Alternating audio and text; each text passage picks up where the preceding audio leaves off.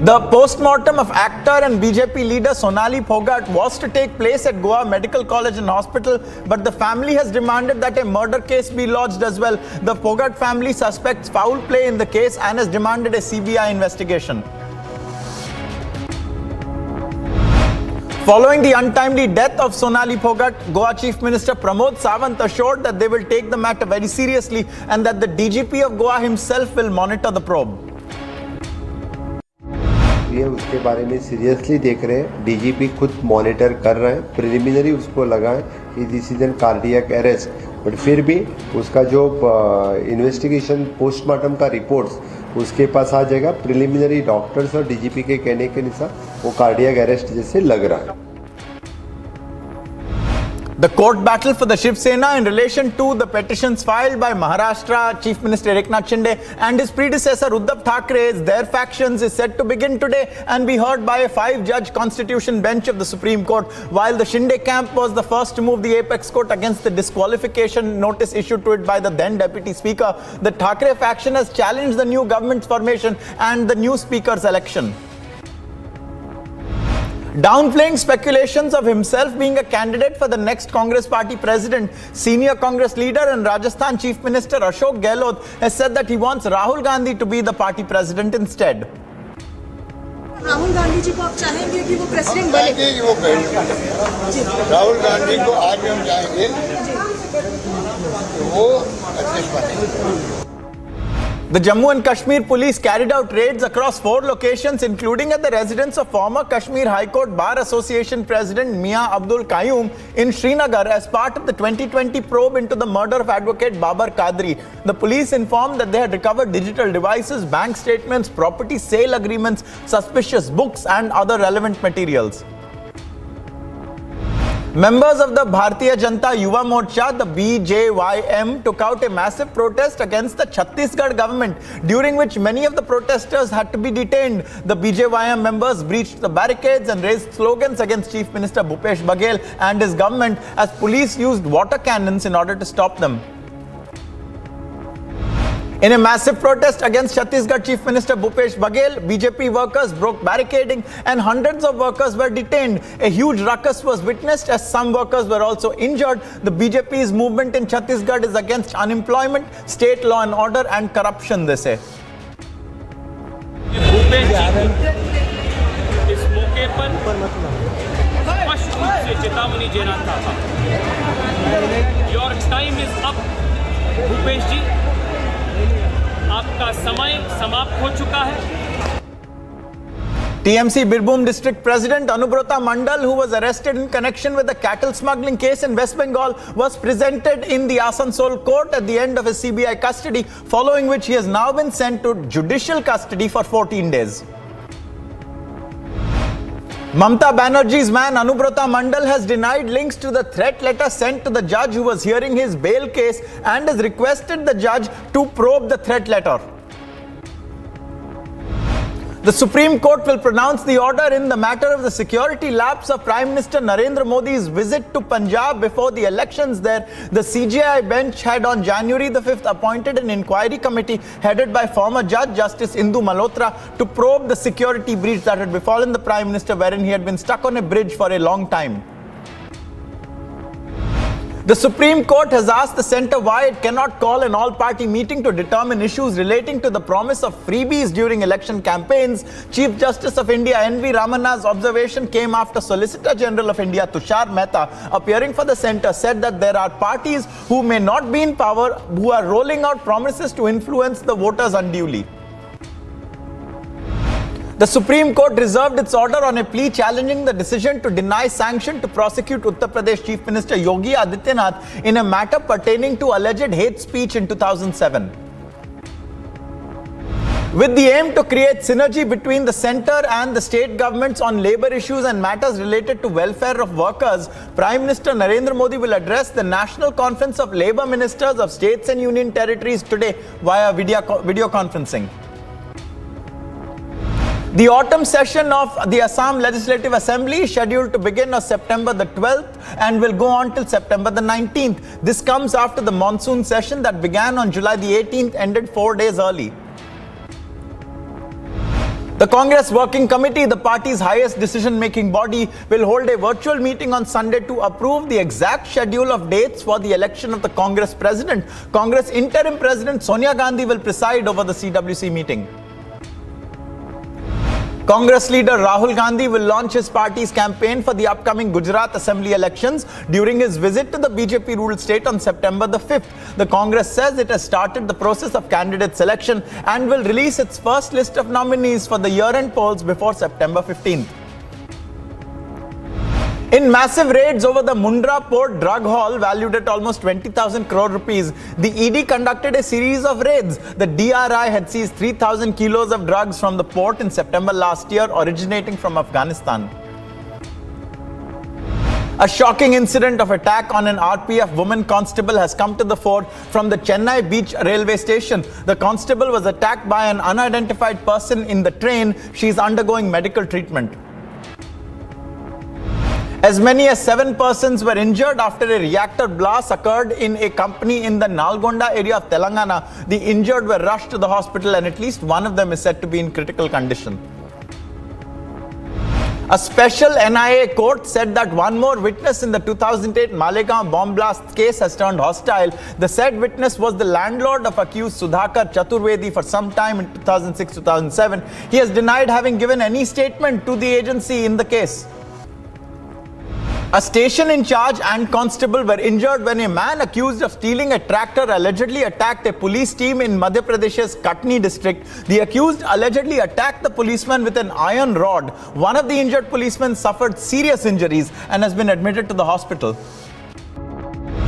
इसमें थाना चरगवा से एक ट्रैक्टर जो है चोरी गया था दिनांक 22-23 अगस्त की दरमियानी रात में दुकान का शटर काट के एक आयशर कंपनी का नया ट्रैक्टर चोरी अज्ञात आरोपियों द्वारा किया गया था, जिसके लिए पूछताछ और पतासाजी के लिए चरगवा थाने की टीम चरगवा थाना प्रभारी विनोद पाठक के साथ वहां पर गई हुई थी। तो पनागर से लगभग इन आरोपियों का पीछा करना टीम के द्वारा शुरू किया गया।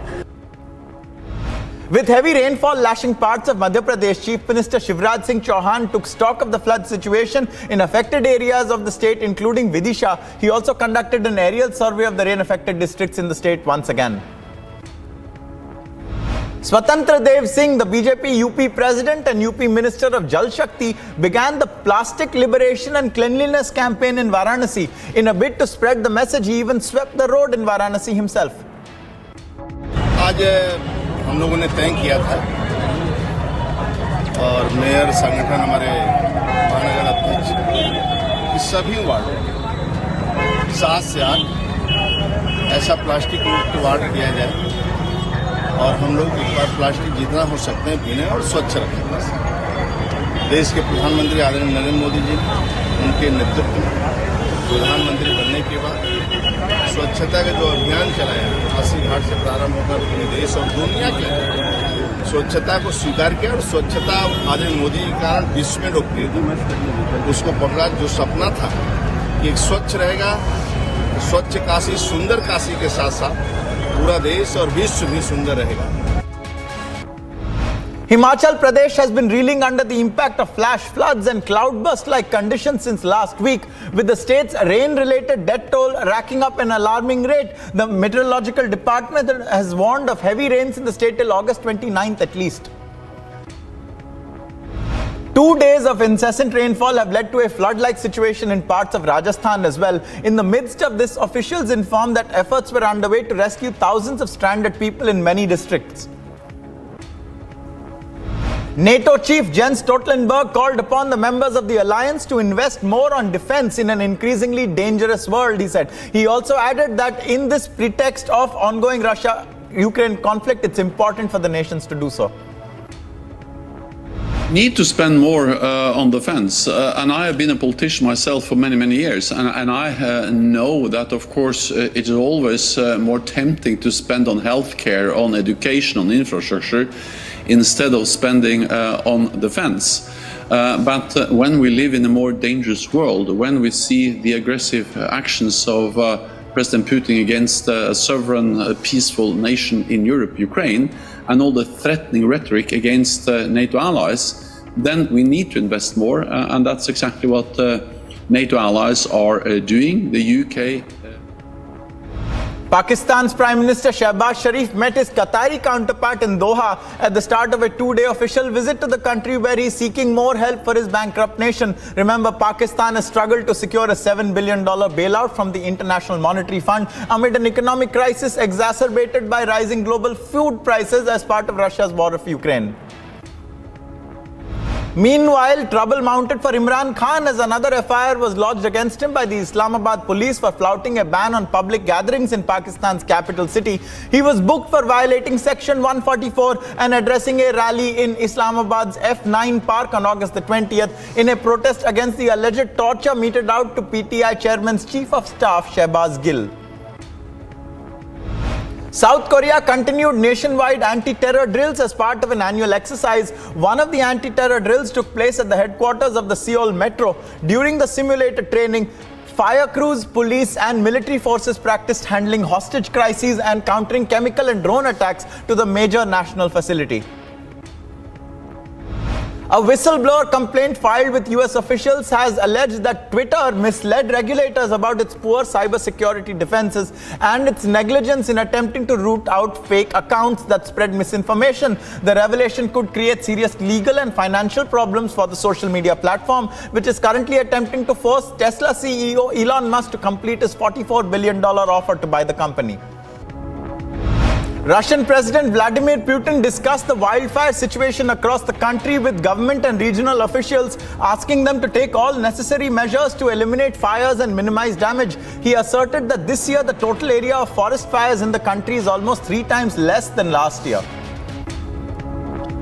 Ukrainian President Volodymyr Zelensky made a rousing address to his nation on Wednesday to commemorate Ukraine's Independence Day and mark 6 months since the start of the Russian invasion. Speaking in front of destroyed Russian tanks and mobile artillery, Zelensky said that in the past 6 months they have changed the world and its history.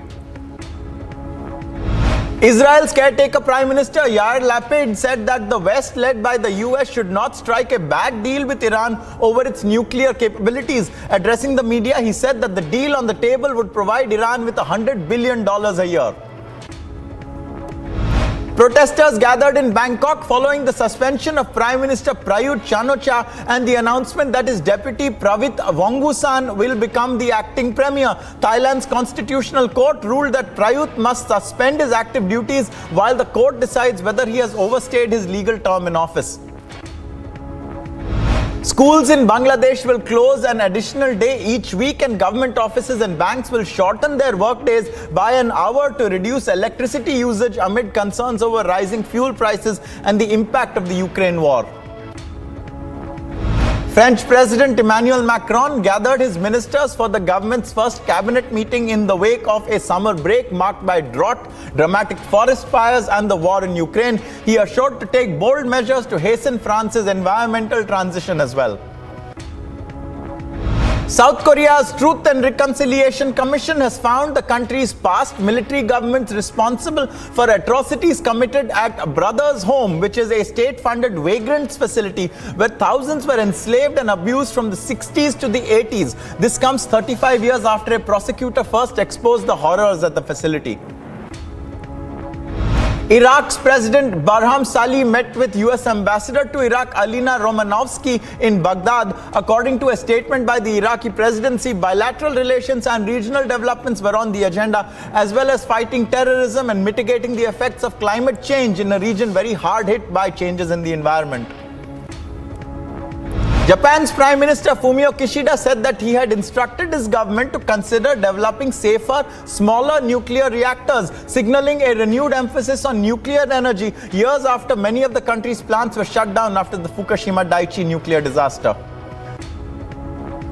Supporters of Malaysian ex-Prime Minister Najib Razak gathered outside the National Palace to seek royal intervention just a day after Najib began a 12-year jail term. He's been put behind bars after losing a final appeal in a graft case linked to the massive looting of the state fund.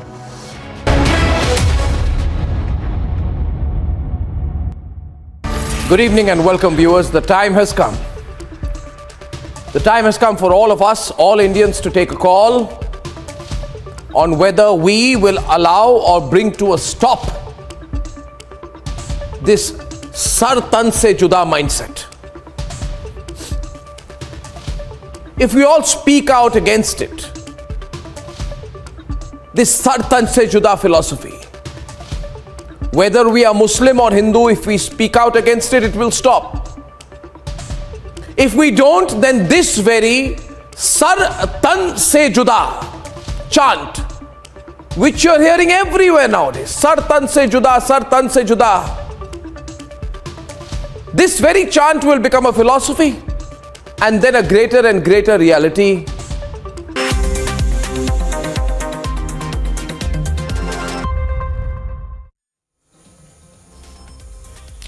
Welcome back. Amid fuel crisis in Bangladesh, officials have decided to cut working hours of government offices and schools. The decision comes weeks after the country raised fuel prices to a record level. Take a look. Amid worries over rising gasoline prices and the effects of the Ukraine war,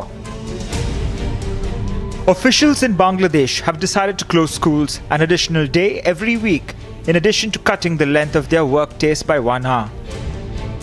আমার একটা school আছে, যেমনিভাবে স্কুলে আমি এখন generator add করতে পারি নাই, সেক্ষেত্রে বাচ্চারা কষ্ট হয় প্রচুর, আর আমার তো যেটা বললাম যে ঘুমই হয়নি, প্রচুর পরিমাণে কষ্ট হচ্ছে বিদ্যুতের জন্য, অন্ততপক্ষে যেটা আগে এত বেশি লোডশেডিং হতো।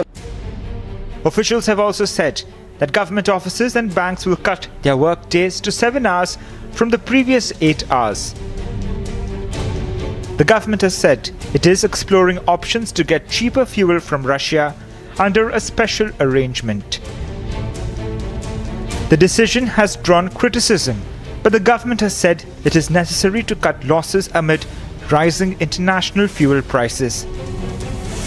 টাকা চাউলের সার আজকে 70 টাকা করে কিনে খাচ্ছি, আপনার 70 টাকা তেলের সয়াবিন তেল কিনতাম আমরা লুজ তেল, আমরা কম আয়ের মানুষ, কিন্তু সেই লুজ তেল আজকে 200 টাকা পর্যন্ত বিক্রি হচ্ছে। মানে আসলে আমার বেতন তো এই 2 বছরের মধ্যে 1 পয়সাও বাড়তেছে না, আসলে আমি কোন জায়গায় আছি আমি নিজেও কইতে পারতেছি না।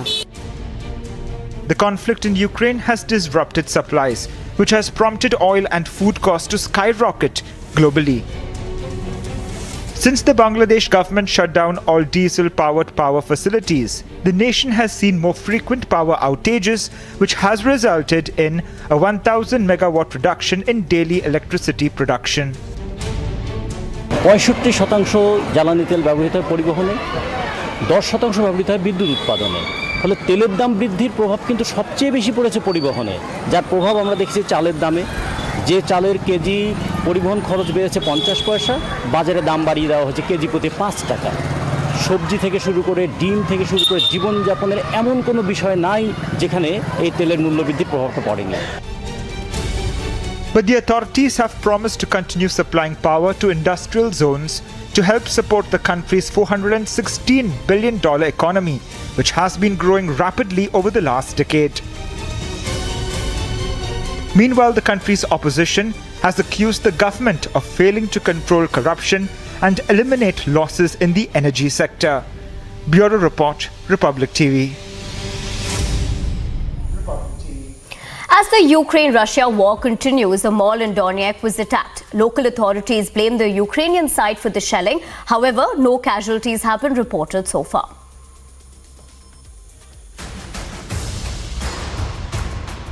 As the Russia-Ukraine war has marked 6 months, a shopping mall in the self-proclaimed Donetsk People's Republic went up in flames.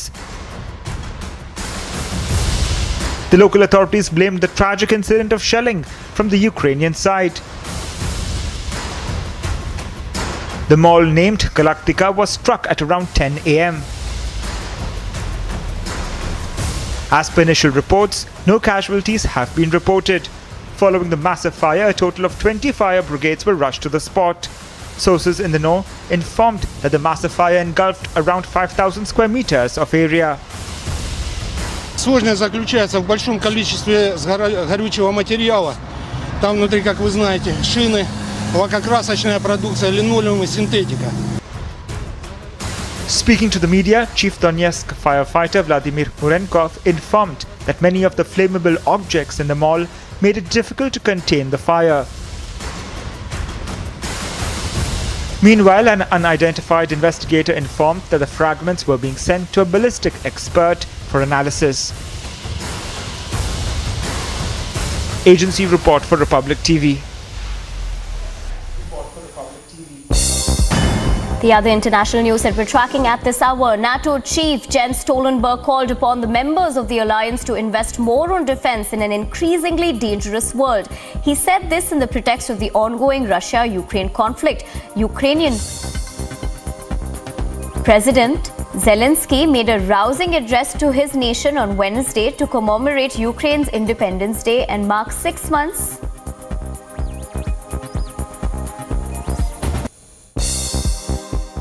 We need to spend more on defense, and I have been a politician myself for many, many years, and I know that, of course, it is always more tempting to spend on healthcare, on education, on infrastructure, instead of spending on defense. But when we live in a more dangerous world, when we see the aggressive actions of President Putin against a sovereign, peaceful nation in Europe, Ukraine, and all the threatening rhetoric against NATO allies, then we need to invest more, and that's exactly what NATO allies are doing. The UK allies are doing. Ukrainian President Zelensky made a rousing address to his nation on Wednesday to commemorate Ukraine's Independence Day and mark 6 months since the start of the Russian invasion. Speaking in front of destroyed Russian tanks and mobile artillery, Zelensky said that in the past 6 months they have changed the world and its history. Protesters gathered in Bangkok following the suspension of Prime Minister Prayut Chan-o-cha and the announcement that his deputy Pravit Wongsuwan will become acting premier. Thailand's constitutional court ruled that Prayut must suspend his active duties while the court decides whether he has overstayed his legal term in office.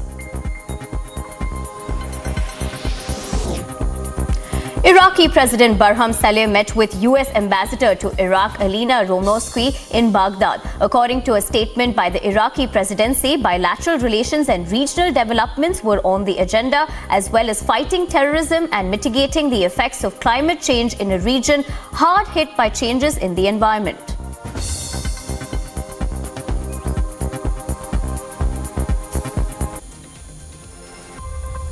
On the other side, Supreme Court to resume hearing on the plea for the Shiv Sena symbol today. All this on the other side.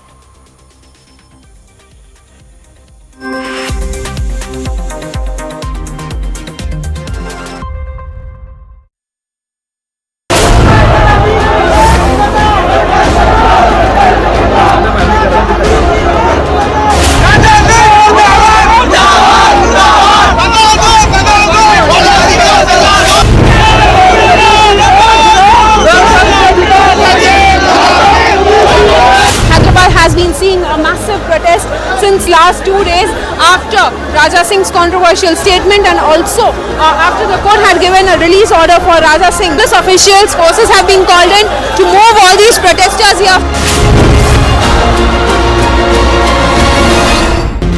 Sisodia, Deputy CM, has left for event speaking to media. Anubrata Mondal was given custody and CBI will be continuing the investigation. BJP के कार्यकर्ता जो CM आवास घेरने की कोशिश में है।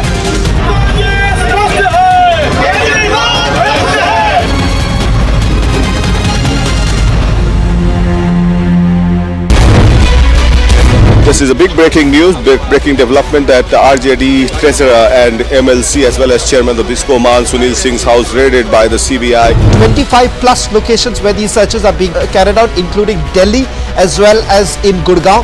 In Bihar, we are being told it's in Madhubani, Katihar, Patna and a few other locations. All that is linked to Tejasvi Yadav that is currently being searched by the Central Bureau of Investigation. It is suspected that the proceeds of crime were essentially diverted through this construction of this mall in Gurgaon.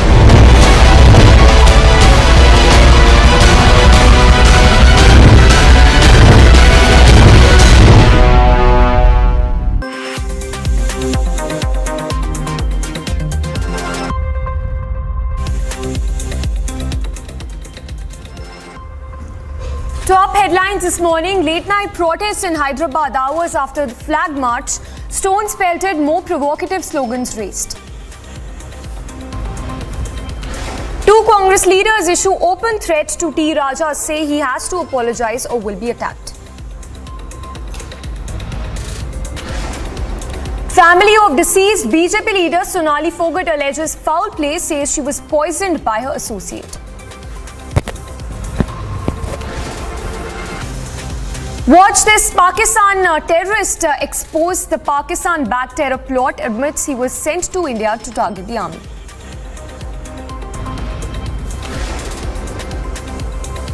Supreme Court to resume hearing on the plea for the Shiv Sena symbol today. Delhi High Court likely to pronounce judgment today in the plea challenging the probe against its privacy policy.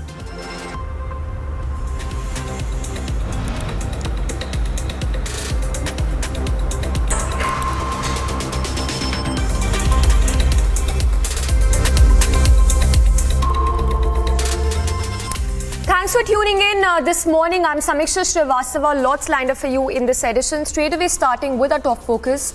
As a Bihar land for job scam exploded with raids on multiple leaders linked with the RJD, Republic accessed sensational gifts, land deeds. In the accessed gift deed pertaining to the land, there are signatures of Lalu Prasad Yadav's wife and former Bihar Chief Minister Rabri Devi as beneficiary. Also their aide, Bhola Yadav, has signed it as a witness. Here's a report.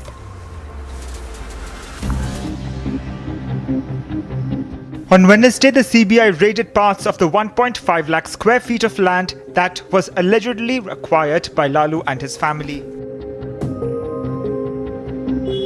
The raids were linked to an ongoing case where Group D jobs were allegedly being allotted in lieu for land when Lalu Prasad was the railway minister. 3 top RJD leaders were raided by the central agency. But this is how Bihar's Deputy Chief Minister Tejashwi Yadav tried to brazen it out in the assembly. मतलब आप भाजपा के साथ रहिएगा, हाथ मिला लीजिएगा तो राजा हरिश्चंद्र बन जाओगे, और हाथ नहीं मिलाइएगा तो भ्रष्टाचारी, क्रिमिनल, रेपिस्ट, और पीछे ईडी, सीबीआई, इनकम टैक्स को लगा दिया जाएगा। अब आप बताइए कि पूरी तरीके से बेबुनियाद आरोप हम लोगों पे लगाया गया और एक नया चीज आप फिर लेकर के आ गए हैं। अब ये IRCTC का मामला, नौकरी जमीन का मामला। Even the Bihar Chief Minister refused to speak out on the raids and chose to target the centre instead on the CBI action. हमने एक बार अपनी जगह पर 2020 के दिसंबर में जब हम राष्ट्रीय अध्यक्ष थे पार्टी के और हमने अपनी जगह पर दे दिया और बाद में अपनी मर्जी से कोई कहीं गया और अंदर चला गया, हमारे पार्टी के तमाम लोग बोलने लगे कि साहब बहुत गड़बड़ हो रहा है, बहुत गड़बड़ हो रहा है। पहले हुआ, हम नहीं सुनते थे सबका, हमारे मन में कोई बात नहीं थी। और आज जो भी कहता है कि हम अलग हो गए हैं और बनना चाहते हैं हम आगे, हम कुछ नहीं बनना चाहते। But Republic has accessed the gift deeds that show how Rabri Devi and Hema Yadav were direct beneficiaries of the land acquired by gift deeds. The deeds show how Lalu's aide facilitated the land for job scam, where Group D jobs were provided in railways for land.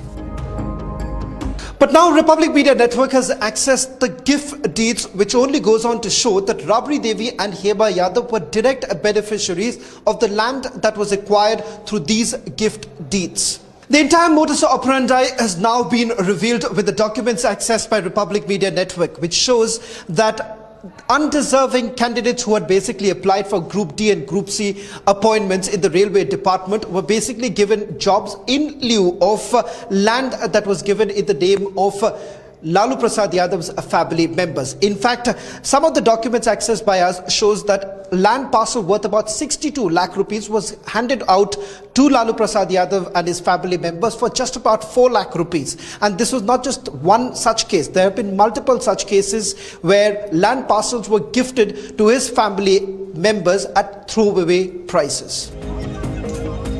Meritorious job seekers lost out. One family allegedly gained acres and acres of land, and the country suffered. The land for job scam cannot be brushed aside anymore. Bureau Report, Republic TV.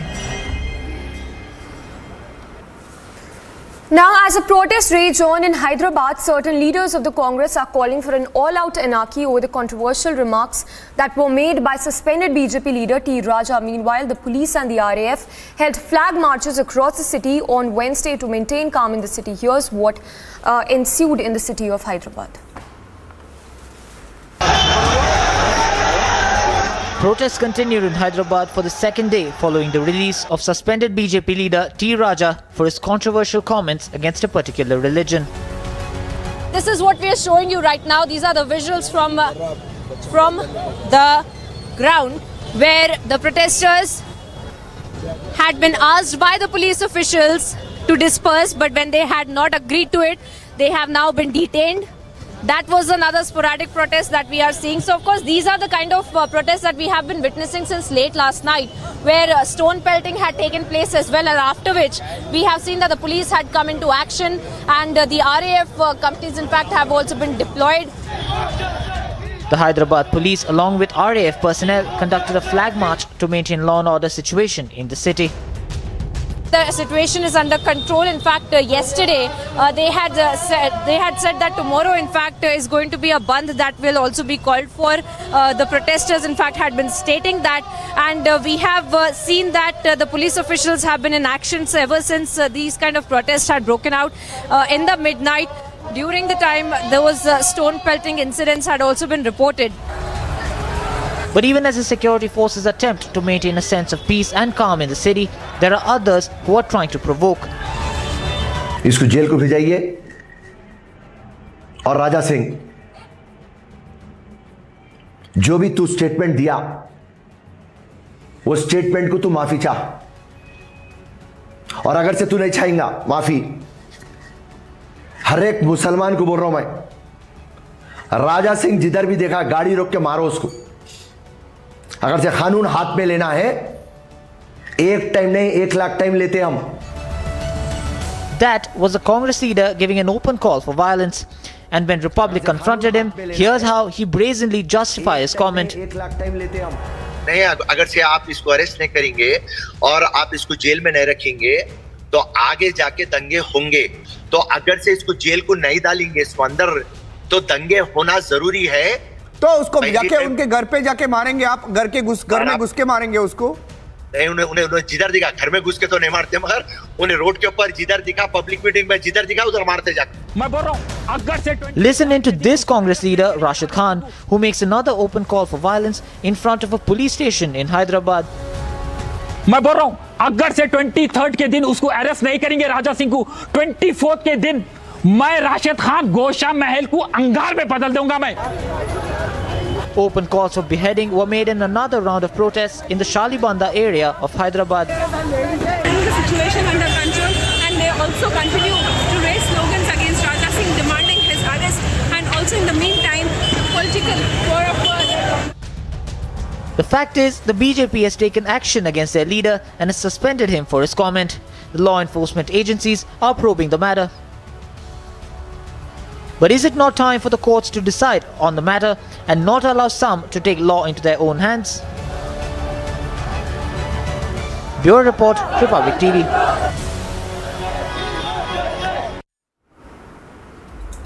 Meanwhile, tensions remain high in Hyderabad, from massive mob gathering to widespread protests and even Sar Tan Se Jura slogans. Hyderabad continues to be on the edge, and we've also accessed fresh visuals of violent protests that also broke out late last night. Following this, the police had to resort to lathi charge to disperse the mob and bring the situation under control. So, the situation remains tense. In fact, those are the visuals in which you can see people who've gathered in large numbers who continue to stage protest, and these are scenes that are being witnessed across Hyderabad.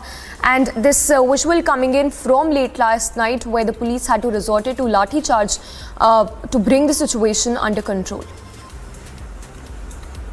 In fact, several such visuals that have surfaced from Hyderabad late last night. The protest that took place yesterday as well. So situation remains tense in Hyderabad as we speak, with such sporadic protests that have broken out in several areas. In fact, these are the visuals in which you can see how the police resorted to a lathi charge late last night to bring the situation under control. In fact, we can see there the visuals of vehicles that have also been vandalized by the mob there. And of course, this comes just days after the provocative slogans that were raised by this now sacked BJP leader.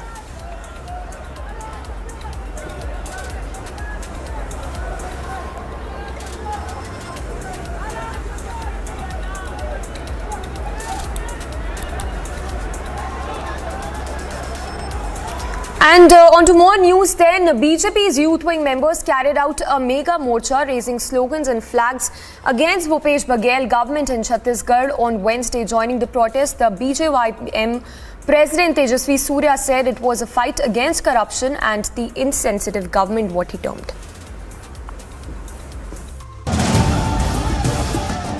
In a massive protest against the Chief Minister of Chhattisgarh, hundreds of members belonging to the Bharatiya Janata Yuva Morcha, led by its president Tejasvi Surya, who is also a BJP MP, was seen breaching the barricades and raising slogans against Bhupesh Baghel and his government yesterday.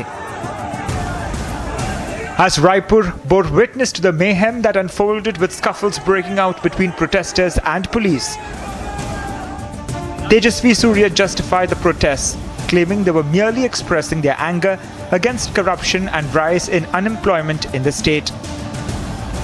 Yuva Morcha के राष्ट्रीय पदाधिकारी भी यहाँ मौजूद है।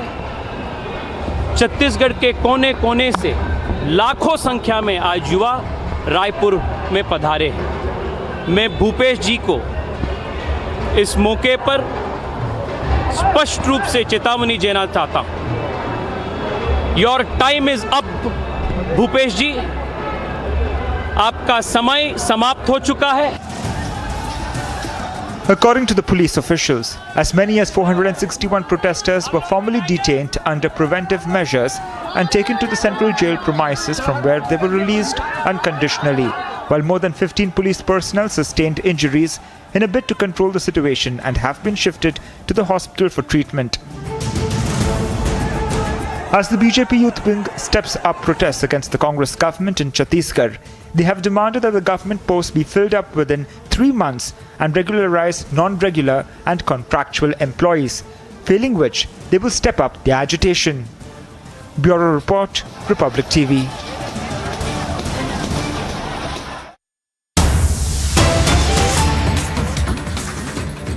And on to more breaking news coming in, we are told that the Ministry of Home Affairs will be holding a high-level security meet in Jammu and Kashmir today. Remember, this will be the first security review meet after successful Amarnath Yatra.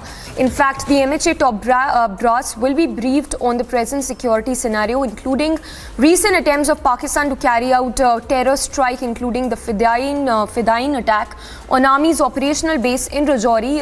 In fact, the MHA will also be briefed on threefold infiltration attempts by Pakistan terrorists. J&K Lieutenant Governor Manoj Sinha, DG J&K Police Dilbag Singh and other officials will be present in this high-level meet that will be chaired by the MHA. This will be primarily about the Amarnath Yatra, the security operations, as well as the present scenario in relation to the recent infiltration attempts that have been foiled of the Pakistan terrorists. In fact, those who will be attending this key high-level meet will include J&K LG as well as the top officials, the J&K police officials, as well along with the MHA top brass.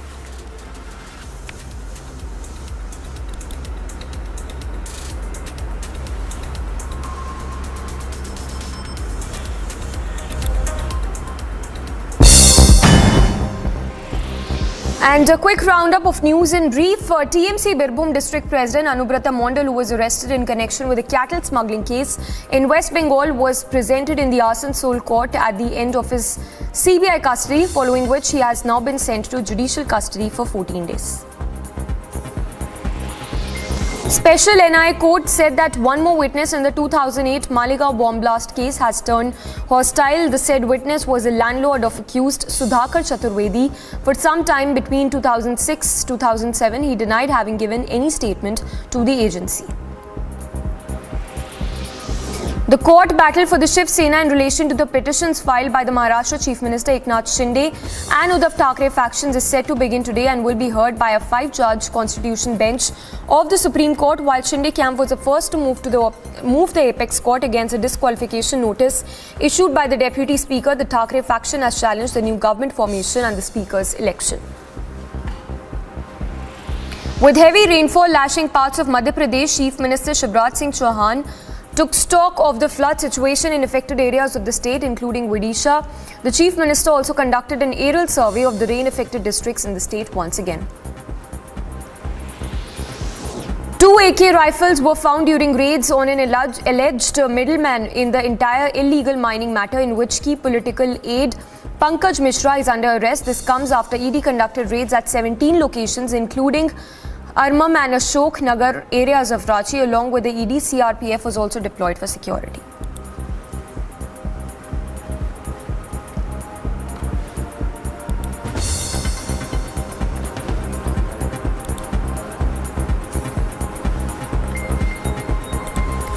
Slipping into a very short break. Do not go anywhere. Lots lined up for you on the other side of this very short break. Family of deceased BJP leader Sonali Fogart alleges foul play, says she was poisoned by her associate.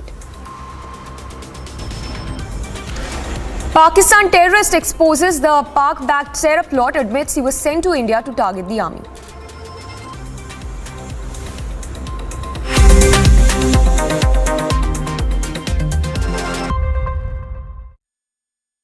Amity University Dubai has been awarded as the best university campus in the Middle East by Forbes magazine and recognized as the best university for job placements. Jumpstart your global career in Dubai with Amity, with faculty and students from over 50 nationalities. Visit amity.edu/Dubai. Good evening and welcome, viewers. The time has come. The time has come for all of us, all Indians, to take a call on whether we will allow or bring to a stop this sar tan se juda mindset. If we all speak out against it, this sar tan se juda philosophy, whether we are Muslim or Hindu, if we speak out against it, it will stop. If we don't, then this very Sar Tan Se Juda chant, which you're hearing everywhere nowadays, Sar Tan Se Juda, Sar Tan Se Juda, this very chant will become a philosophy and then a greater and greater reality. We will become like Taliban ruled Afghanistan, where beheadings are a reality, like beheadings of Indian citizens are an unfortunate reality in India. We are a country where people get beheaded.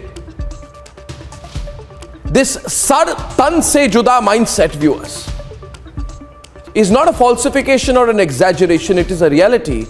It is as real as the urban Naxal mindset. The Sar Tan Se Juda mindset is as real as the Tukde Tukde mindset. The Sar Tan Se Juda mindset is a challenge to us, to our nation. And it is our nation. Believers in the Sar Tan Se Juda logic have no faith in Indian law, in Indian institutions, in Indian culture, and in Indian democracy. The believers of Sar Tan Se Juda think that our democracy is there to be abused and stretched to a point where beheadings as a form of personal retribution or personal or collective revenge is completely.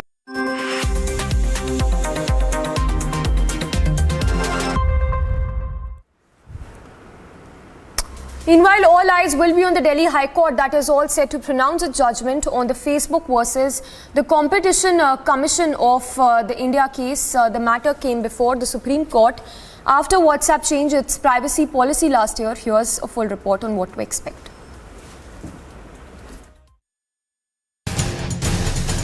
The Delhi High Court is set to pass its judgment on the Facebook versus Competition Commission of India case today. The matter came before the High Court when Facebook and WhatsApp filed a plea regarding WhatsApp's privacy policy released last year. Facebook stated that CCI's proceedings must be kept in abeyance as the matter was pending. It argued that CCI had no prima facie evidence to launch probe on Facebook only because it is a formal owner of WhatsApp and the information is to be shared with it. Meanwhile, the Additional Solicitor General representing CCI informed that its jurisdiction to investigate WhatsApp's new privacy policy is not closed, as the policy in question is neither withdrawn nor stayed by any court or by any judicial forum. WhatsApp was sent a notice on June 4, 2021, while Facebook was sent a notice on June 8, 2021 by CCI seeking information and response to certain queries. Additional Solicitor General had previously informed the court that the matter in hand was related to access to data and the CCI was to deal with metadata. Bureau Report, Republic TV.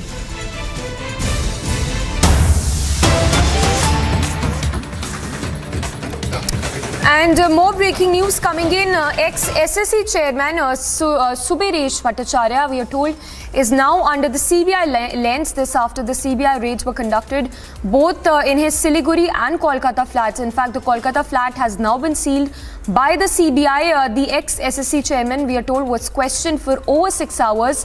Remember, previously Partha Chatterjee and aide were arrested by ED in connection with the SSC teachers recruitment scam case.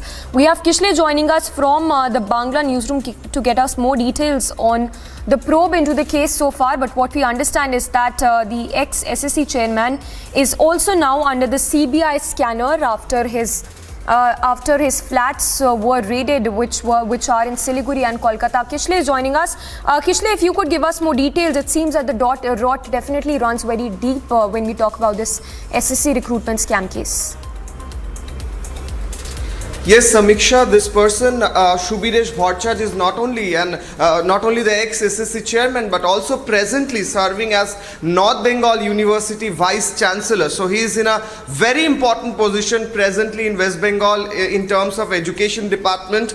And yesterday we saw that how CBI has raided 2 of his flats, one in Siliguri itself within the campus of the North Bengal University, and another one in Kolkata. In Kolkata, the flat was locked, so CBI officials had come in and then they sealed the flat. Apart from that, CBI, after ED, we saw previously ED had arrested Partha Chatterjee and Orpita Mukherjee in the same case, in the SSC case, but now we see that CBI is also actively looking into this SSC scam, into the Bengal mega scam as it is sometimes put, because we have found that huge stockpiles of cash was found which was related to this case itself, the teachers recruitment scam. This person, Subiresh Bhattacharya, is said to have been the SSC chairman when this whole scam was starting and took place. Therefore, CBI is very seriously investigating his role into this whole cash scam and trying to understand who else were connected to this matter. Yesterday, also another person called Pradeep Singh was arrested from Newtown, who used to work as a link man between the people who used to pay money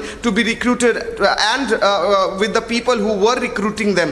Therefore, CBI is right now very actively trying to understand role of each of these persons. Apart from that, also they are continuing, ED is continuing to interrogate Partha Chatterjee and Orpita Mukherjee in the same case. Therefore, we are expecting many new updates coming every day in this matter. Samiksha. Well, absolutely. Thank you so much, Kishle, for getting us all those details. So Kishle getting us all those updates on the SSC recruitment scam probe. For now, moving on to more breaking news coming in.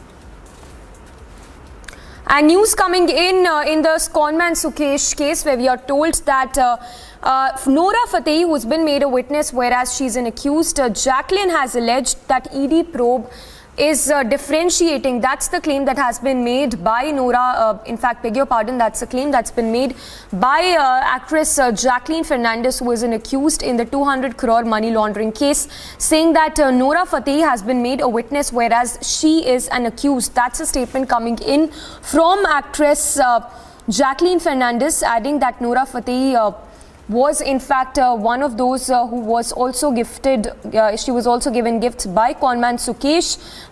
Remember, Nora Fateh was also conned by main accused conman Sukesh Chandrasekhar in the 200 crore extortion case. She and other celebrities who received gifts from the main accused, Sukesh Chandrasekhar, are made a witness, whereas she is sought to be dragged as an accused, is what Jacqueline claims at this point in her plea before appellate authority, also adding in a present case. At the best, the allegation against her is that she is a recipient of the gifts, and that the record and the statement relied upon the authority itself clearly show that she was coerced, conned and forced into receiving the said gift. People other than her who received such gifts are made witness in the case. These are the statements that have been made by actress Jacqueline in connection with her alleged role in the 200 crore money laundering case involving conman Sukesh Chandrasekhar, where actress Jacqueline had said that Nora Fateh has been made a witness, whereas she is an accused.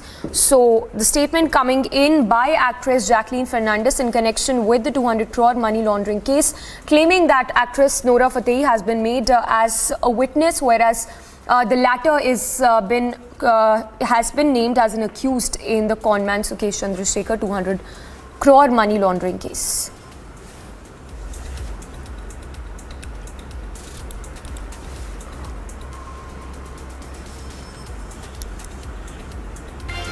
A very short break. World This Morning coming up on the other side. Ukraine observe its Independence Day amid the war with Ukraine as it marks 31 years of its existence. German government approves new energy-saving measures as it distances itself from using Russian oil.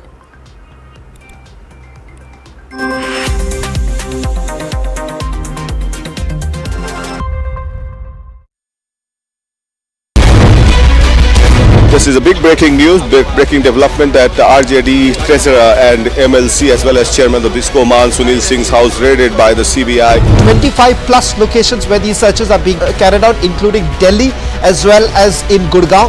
In Bihar, we are being told it's in Madhubani, Katihar, Patna and a few other locations. All that is linked to Tejasvi Yadav that is currently being searched by the Central Bureau of Investigation. It is suspected that the proceeds of crime were essentially diverted through this construction of this mall in Gurgaon.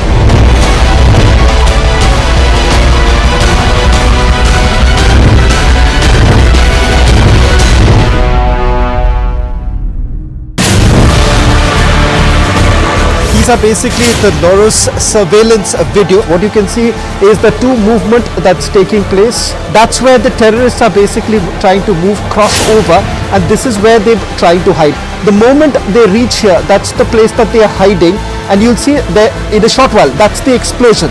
Quadcopters were used to locate these terrorists who were neutralized as part of the anti-infiltration grid. Tactically, the bodies were retrieved. Also, huge cache of arms and ammunition has also been recovered by the Indian Army.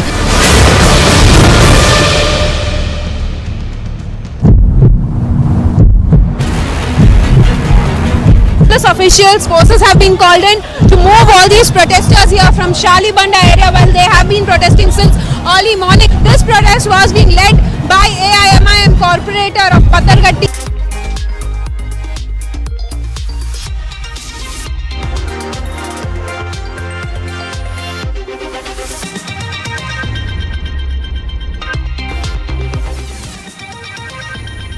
Ukraine observes its Independence Day amid the war with Russia as it marks 31 years of its existence. Wildfires rage through Russia as it faces an extensive heat wave.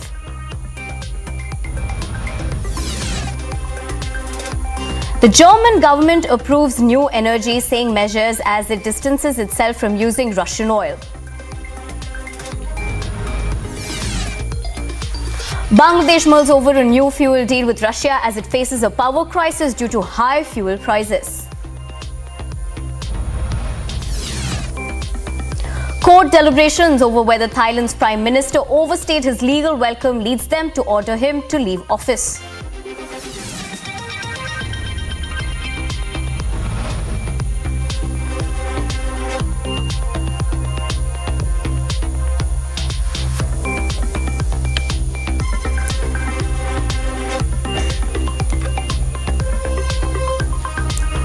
A very good morning. Thanks for tuning in. I'm Nivedna Prabhu. First up, yesterday, Ukrainian civilians at the station Chaplin got congratulations on Independence Day of Ukraine from Russian army. As a result of this, 22 civilians were killed and 50 injured. And condemning the attack, let's listen in to what the Ukrainian president had to say regarding this. Now, in the breaking that we have at this moment, the top story, yesterday, Ukrainian civilians at the station Chaplin got congratulations on Independence Day of Ukraine from Russian army. As a result of this, 22 civilians were killed and 50 were injured. And condemning the attack, let's listen in to what Ukrainian President Zelensky had to say.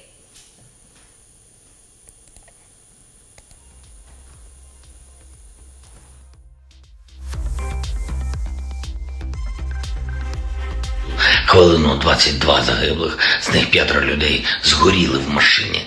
Загинув підліток, йому було 11. Російська ракета зруйнувала його будинок.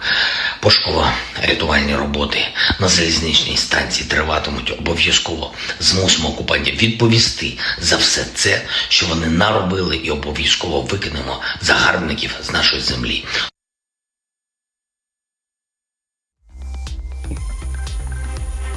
Сьогодні, станом на цю хвилину, 22 загиблих, з них 5 людей згоріли в машині. Загинув підліток, йому було 11. Російська ракета зруйнувала його будинок. Пошуково-рятувальні роботи на залізничній станції триватимуть обов'язково. Змусимо окупантів відповісти за все це, що вони наробили, і обов'язково викинемо загарбників з нашої землі. India raises Ukraine-Russia war at UN, says India's approach will be to promote dialogue and diplomacy with an overreaching aim to end the conflict and work with other partners to mitigate the economic challenges emerging from the Russia-Ukraine conflict, seeking an early resolution. Now, this is the news that we have coming in terms of India raising Ukraine issues at UNSC. Now, India has raised this concern, the Russia-Ukraine crisis at UN. What we're learning so far is that India has raised Ukraine-Russia war at UN. Let's listen into what information we have regarding this developing story. In terms of diplomacy, India continues to advocate for an immediate cessation of hostilities and an end to violence. We encourage talks between Ukraine and Russia. Prime Minister Narendra Modi has himself more than once spoken to them in this regard. 2. The ground situation calls for sustained prioritization of urgent humanitarian relief. I have just elaborated that we continue to give the highest priority to the requests that we receive in this regard. We also reiterate the importance of the UN guiding principles of humanitarian assistance. Humanitarian action must always be guided by the principles of humanitarian assistance, that is, humanity, neutrality, impartiality, and independence. These measures should never be politicized. India's approach will be to promote dialogue and diplomacy with an overarching aim to end the conflict and work with other partners to mitigate the economic challenges emerging from the Russia-Ukraine conflict. Mr. President, it is in our collective interest to work constructively, both inside the United Nations and outside, seeking an early resolution to this conflict. We continue to reiterate that the global order be anchored on international law, the UN Charter, and respect for the territorial integrity and sovereignty of states. Now, India has raised the Russia and Ukraine war concern at UNSC and also stating that they will look to approach and promote dialogue and diplomacy with an overreaching aim to end the conflict. But talking about Ukraine and moving on, amid a war raging on embattled, Ukraine observed its Independence Day yesterday, that is on August 24th. While President Zelensky marked the occasion with a rousing address, support from global leaders also poured for the country. Take a look.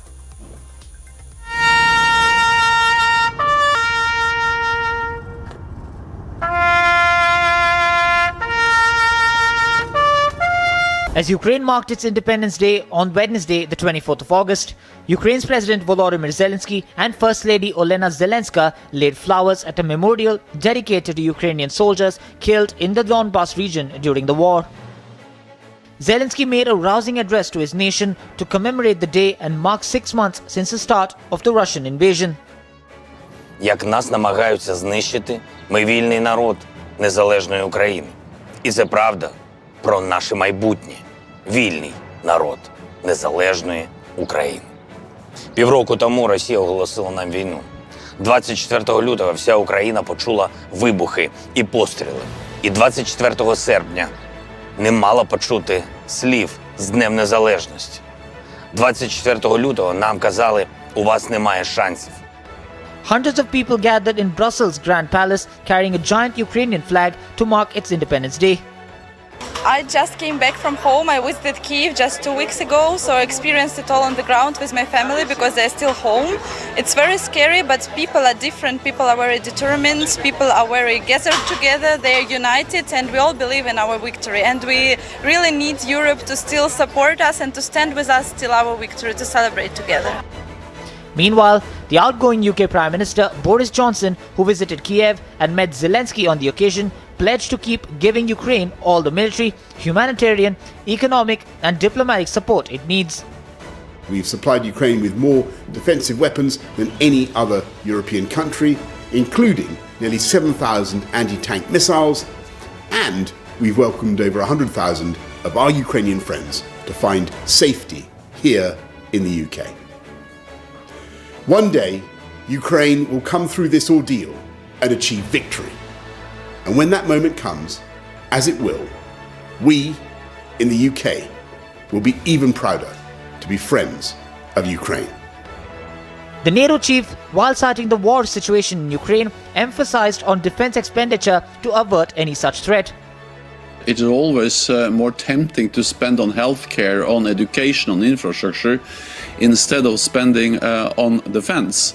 But when we live in a more dangerous world, when we see the aggressive actions of President Putin against a sovereign, peaceful nation in Europe, Ukraine, and all the threatening rhetoric against NATO allies, then we need to invest more. German Chancellor Olaf Scholz too vowed to support the country in its war against Russia for as long as it takes. Dunkle Schatten des brutalen russischen Angriffskriegs lastet schwer, auch auf diesem 24. August, genau 6 Monate nach Kriegsbeginn. Unsere Herzen sind bei denjenigen, die den russischen Kriegsterror Tag für Tag mit ihrem Leben bezahlen, die verstümmelt und verwundet werden. Zehntausende unschuldiger Frauen und Männer und Kinder in der Ukraine. Auch heute wieder. The 24th of August commemorates Ukraine's 1991 declaration of independence from the Soviet Union, even as it currently fights another battle for survival with its neighbor Russia. Agency report, Republic TV. As the Ukraine-Russia war continues, a mall in Donetsk was attacked. Local authorities blame the Ukrainian side for the shelling. However, no casualties have been reported so far. As the Russia-Ukraine war has marked 6 months, a shopping mall in the self-proclaimed Donetsk People's Republic went up in flames. The local authorities blamed the tragic incident of shelling from the Ukrainian side. The mall named Galactica was struck at around 10 a.m. As per initial reports, no casualties have been reported. Following the massive fire, a total of 20 fire brigades were rushed to the spot. Sources in the know informed that the massive fire engulfed around 5,000 square meters of area. Сложность заключается в большом количестве горючего материала. Там внутри, как вы знаете, шины, лакокрасочная продукция, линолеум и синтетика.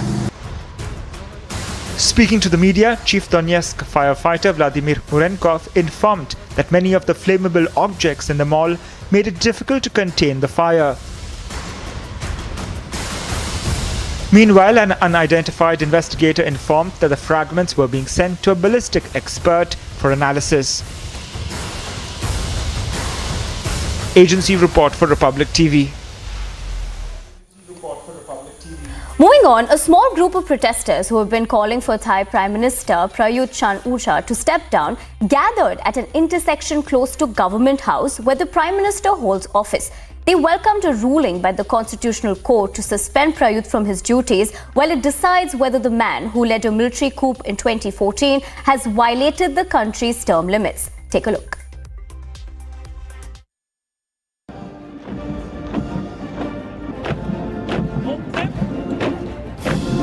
Thailand's Constitutional Court ruled that the Prime Minister Prayut Chan-o-cha must suspend his active duties while the court decides whether he has overstayed his legal term in office.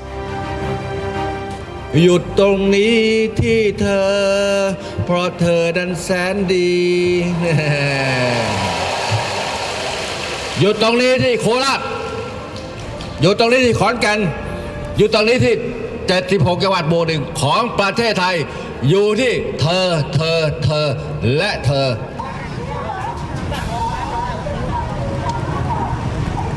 Protesters gathered in Bangkok following the suspension of Prime Minister Prayut Chan-o-cha and the announcement that his deputy Pravit Wongsuwan will become the acting Prime Minister.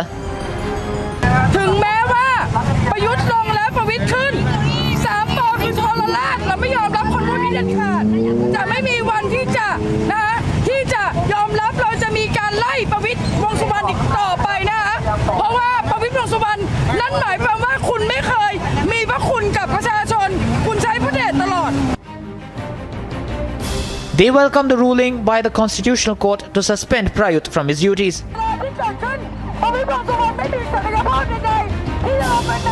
รู้สึกยินดีมากครับเพราะว่าเห็นท่านพลเอกประยุทธ์อยู่มานานแล้วก็ท่านไม่ค่อยมีวิสัยทัศน์ในการพัฒนาครับอย่างน้อยที่สุดเนี่ยเอาท่านออกไปก่อนแล้วมันน่าจะแบบทำให้ประเทศไทยมันไปต่อได้อีกนิดนึงครับผมเพราะว่าท่านก็แบบครอบงำอำนาจประเทศไทยมาอย่างยาวนานนะฮะต่อไปจริงๆถามว่ามีความสุขไหมผมไม่แน่ใจว่าอันนี้มันดีกับเราหรือเปล่าเพราะว่าบางทีฝั่งผู้มีอำนาจเนี่ยเขาอาจจะแบบเล่นเกมอะไรกันอยู่ฮะโดยรวมผมมีความสุขกับที่ศาลตัดสินให้นายกประยุทธ์หยุดปฏิบัติหน้าที่ครับ Under law, it would be the Deputy Prime Minister Pravit Wongsuwan who is ranked first among several deputies. He is a close political ally of Prayut Chan-o-cha and part of the same military clique that staged the coup in 2014 that initially brought him to power. The court's decision was announced in a statement after the news was leaked to the Thai media. The court agreed unanimously there was reason to consider the petition, arguing that he has exceeded his term limit. By a vote of 5-4, the court members agreed to suspend Prayut from his duties effective Wednesday until it reached a decision. The court did not say when it would issue its decision on whether Prayut has breached the clause in the constitution of the 8-year limit. If it rules that he did, he would lose his post right away. Agency report, Republic TV.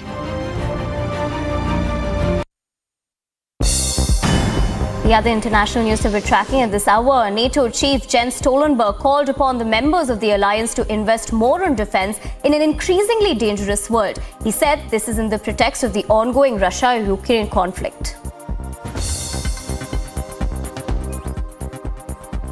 We need to spend more on defense, and I have been a politician myself for many years, and I know that, of course, it is always more tempting to spend on healthcare, on education, on infrastructure, instead of spending on defense.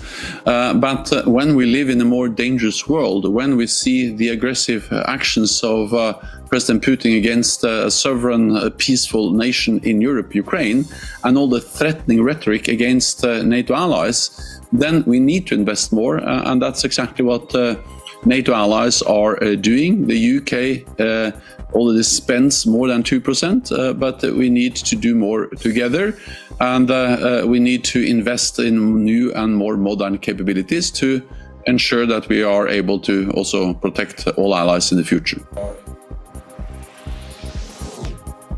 Ukrainian President Zelensky made a rousing address to his nation on Wednesday to commemorate Ukraine's Independence Day and mark 6 months since the start of the Russian invasion. Speaking in front of destroyed Russian tanks and mobile artillery, Zelensky said that in the past 6 months they have changed the world and its history.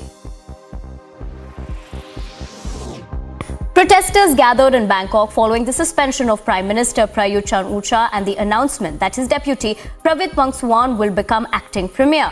Thailand's Constitutional Court ruled that Prayut must suspend his active duties while the court decides whether he has overstayed his legal term in office. Iraqi President Barham Saleh met with US Ambassador to Iraq Alina Romnosky in Baghdad. According to a statement by the Iraqi presidency, bilateral relations and regional developments were on the agenda, as well as fighting terrorism and mitigating the effects of climate change in a region hit by changes in the environment. Japan's Prime Minister Fumio Kishida said that he had instructed his government to consider developing safer, smaller nuclear reactors, signaling a renewed emphasis on nuclear energy years after many of the country's plants were shut down.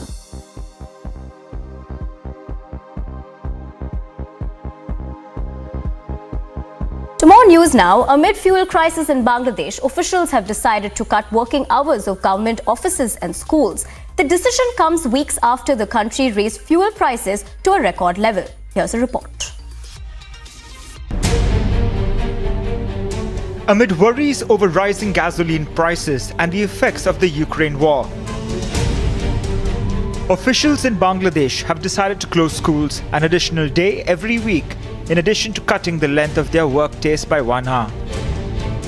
আমার একটা school আছে যেমনিভাবে স্কুলে আমি এখন generator add করতে পারি নাই সেক্ষেত্রে বাচ্চারা কষ্ট হয় প্রচুর আর আমার তো যেটা বললাম যে ঘুমই হয়নি প্রচুর পরিমাণে কষ্ট হচ্ছে বিদ্যুতের জন্য অন্ততপক্ষে যেটা আগে এত বেশি লোডশেডিং হতো.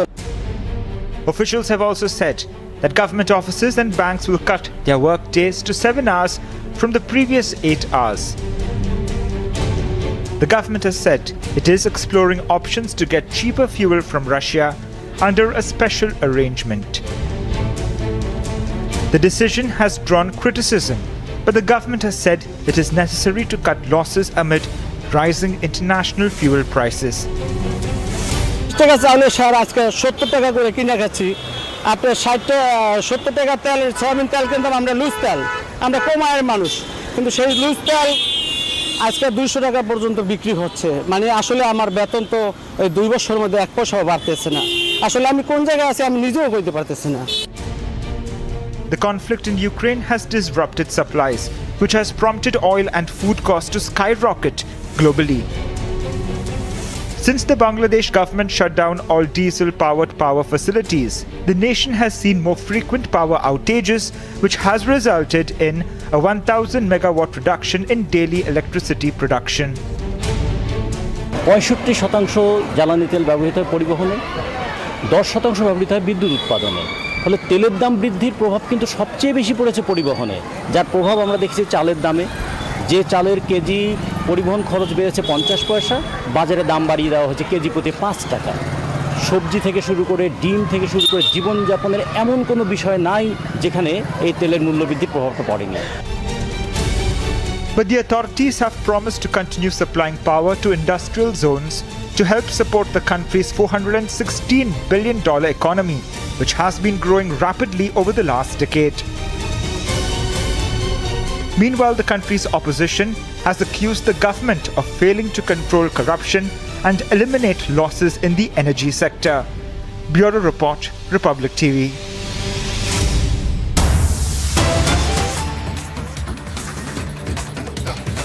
Big news coming in yet another shooting incident reported in the United States. Police said 2 people were killed and 3 others injured in a shooting in front of a senior citizen center and near several schools in the nation's capital in Washington on Wednesday.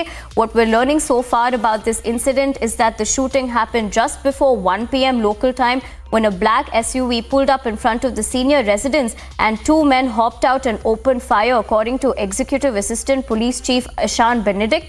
Now, this incident has happened in Washington, killing 2 people.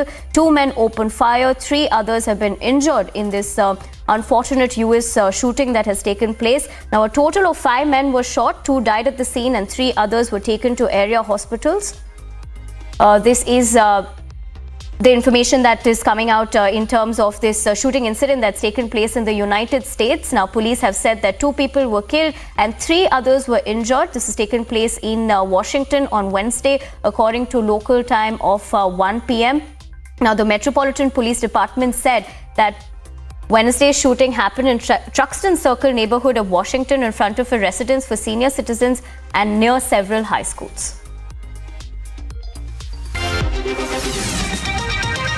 On the other side, US invests $2 million towards eradicating drug fields in Colombia.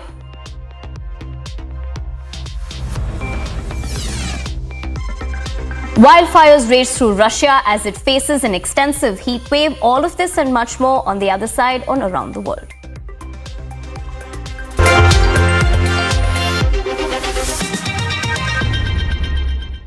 Amity University Dubai has been awarded as the best university campus in the Middle East by Forbes magazine and recognized as the best university for job placements. Jumpstart your global career in Dubai with Amity, with faculty and students from over 50 nationalities. Visit amity.edu/Dubai. These are basically the Loros surveillance video. What you can see is the two movement that's taking place. That's where the terrorists are basically trying to move crossover, and this is where they're trying to hide. The moment they reach here, that's the place that they are hiding, and you'll see there in a short while, that's the explosion. Quadcopters were used to locate these terrorists who were neutralized as part of the anti-infiltration grid. Tactically, the bodies were retrieved. Also, huge cache of arms and ammunition has also been recovered by the Indian Army.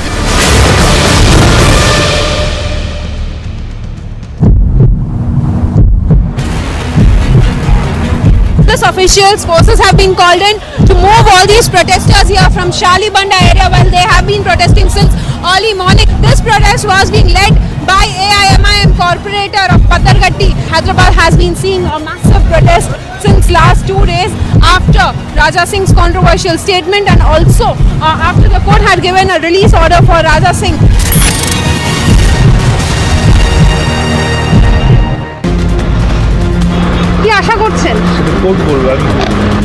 The CBI's raids are being conducted at Sunil Singh's residence. The Yuva Morcha of the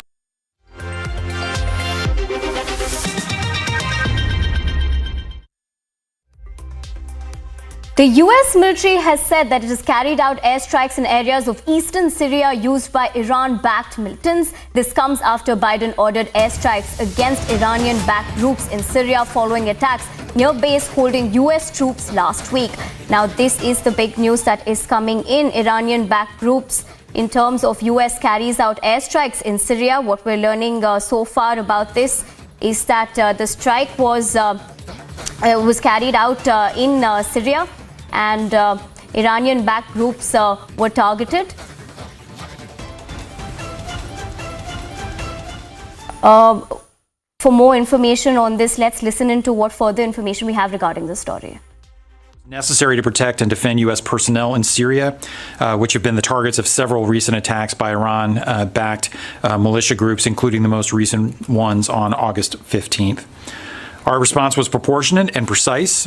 It was designed to minimize the risk of casualties, and it responded to the nature of the attacks by Iran-backed militia groups. We cannot accept further attacks on our personnel. This operation is a demonstration that the United States will not hesitate to defend itself against Iranian and Iran-backed aggression when it occurs. Our commitment to push back against Iran's support for terrorism, militancy, and the threats that they engage in against our people in the region or elsewhere are not linked to wherever we end up on the nuclear deal. I think the strike last night was a pretty clear communication to the Iranians that these things are on different tracks. Part of it's an accumulation that we don't want Iran to draw the wrong conclusion that they can continue just doing this and get away with it. We had adapted those missiles to be able to fire off MiG-29. The US military has said that it has carried out airstrikes in eastern Syria and has sent out a clear message and said that they're not backing down, and the intention of sending this out was to make it very clear. But moving on to another news, Russian President Vladimir Putin discussed the wildfire situation in the country with the government and regional officials, asking them to take all necessary measures to eliminate fires and minimize damage. Russia is battling its worst bout of wildfires. Russian President Vladimir Putin discussed the wildfire situation in the country with the government and regional officials. Putin warned of worsening forest fires in European Russia and Far East. Что в целом по стране на текущий момент общая площадь общая площадь лесных пожаров почти в 3 раза меньше, чем в прошлом году, в 2,8 раза. Между тем, повторю, из-за аномальных погодных условий в ряде регионов европейской части страны сегодня ситуация сложная. Прежде всего речь идет о природных пожарах в Рязанской области. He also ordered the officials to take all necessary measures to eliminate fires and minimize damage. The situation is especially difficult in the European part of the country. В Рязанской области из-за сильного ветра пожары продолжают, к сожалению, все-таки распространяться. И их очаги в нескольких районах находятся в 5-километровой зоне от населенных пунктов. И это вызывает особое беспокойство. Поэтому прошу принять все необходимые меры по ликвидации пожаров и минимизации ущерба. А главное, для защиты людей, природы, животного мира. Wildfires are also a problem for some regions in the Far East.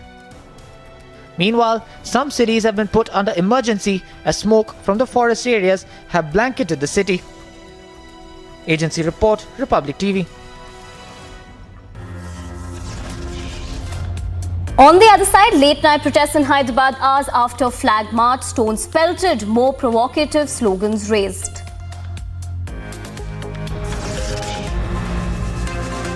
Supreme Court to resume hearing on the plea for the Shiv Sena symbol today. All of this and much more on the other side. Stay tuned.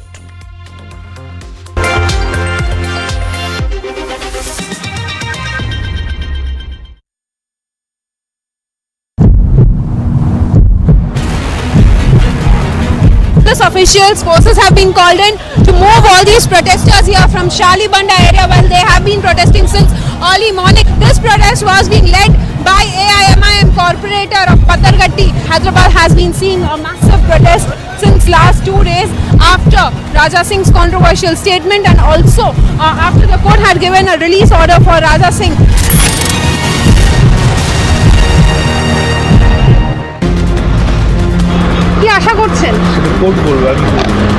The CBI's raids are being conducted at Sunil Singh's residence. The Yuva Morcha of the BJP is holding a protest outside the assembly in Thiruvananthapuram.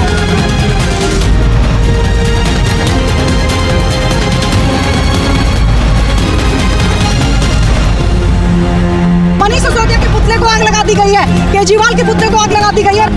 CBI raids in the rice mills of Onubrata Mondal and his close aides. Teachers staged protest holding the tricolor seeking jobs and were instead brutally thrashed.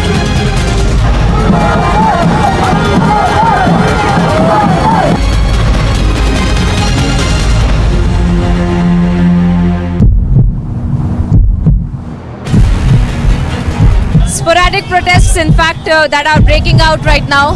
They're protesting right in front of RAF flag march, protesting against Raja Singh. The authorities as well, who are in fact also getting in action. They're trying to control the situation right now. Police officials, in fact, are detaining all of the protesters.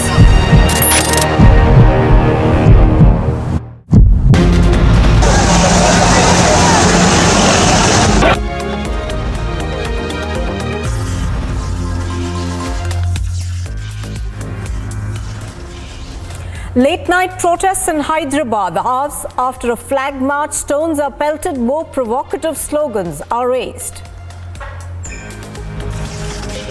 Two Congress leaders issue an open threat to T. Raja, says he has to apologize or will be attacked. Family of deceased BJP leader Sonali Phogat alleges foul play, says she was poisoned by her associate. The Supreme Court is to resume hearing on the plea for the Shiv Sena symbol today. The Delhi High Court is likely to pronounce its judgment today in the plea challenging the probe against privacy policy.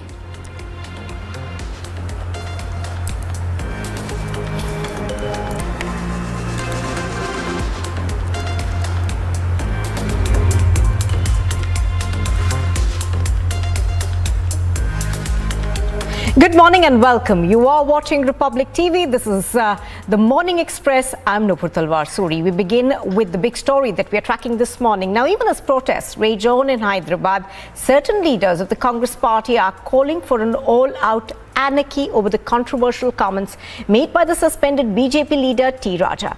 Meanwhile, the police and the RAF held a flag march across the city yesterday to maintain calm. Here's what's happening in Hyderabad. Protests continued in Hyderabad for the second day following the release of suspended BJP leader T. Raja for his controversial comments against a particular religion. This is what we are showing you right now. These are the visuals from the ground where the protesters had been asked by the police officials to disperse, but when they had not agreed to it, they have now been detained. That was another sporadic protest that we are seeing. So, of course, these are the kind of protests that we have been witnessing since late last night, where stone pelting had taken place as well, and after which we have seen that the police had come into action, and the RAF companies, in fact, have also been deployed. The Hyderabad police, along with RAF personnel, conducted a flag march to maintain law and order situation in the city. The situation is under control. In fact, yesterday they had said that tomorrow, in fact, is going to be a bandh that will also be called for. The protesters, in fact, had been stating that, and we have seen that the police officials have been in action ever since these kind of protests had broken out in the midnight. During the time, those stone pelting incidents had also been reported. But even as the security forces attempt to maintain a sense of peace and calm in the city, there are others who are trying to provoke. इसको jail को भेजाइए और राजा सिंह, जो भी तू statement दिया, वो statement को तू माफी चाह, और अगर से तू नहीं चाहेगा माफी, हर एक मुसलमान को बोल रहा हूं मैं, राजा सिंह जिधर भी देखा गाड़ी रोक के मारो उसको। अगर से कानून हाथ में लेना है, एक टाइम नहीं 1 लाख टाइम लेते हम। That was a Congress leader giving an open call for violence, and when Republic confronted him, here's how he brazenly justified his comment. नहीं, अगर से आप इसको अरेस्ट नहीं करेंगे और आप इसको जेल में नहीं रखेंगे तो आगे जाके दंगे होंगे। तो अगर से इसको जेल को नहीं डालेंगे इसको अंदर, तो दंगे होना जरूरी है। तो उसको जाके उनके घर पे जाके मारेंगे आप? घर में घुस के मारेंगे उसको?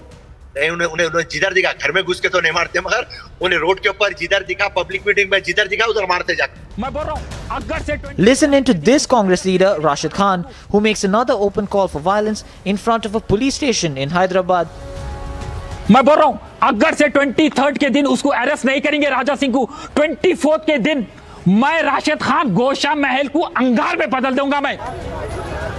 Open calls for beheading were made in another round of protests in the Shalibanda area of Hyderabad. The situation under control, and they also continue to raise slogans against Raja Singh, demanding his arrest, and also in the meantime, the political war of words. The fact is, the BJP has taken action against their leader and has suspended him for his comment. The law enforcement agencies are probing the matter. But is it not time for the courts to decide on the matter and not allow some to take law into their own hands? Bureau Report, Republic TV.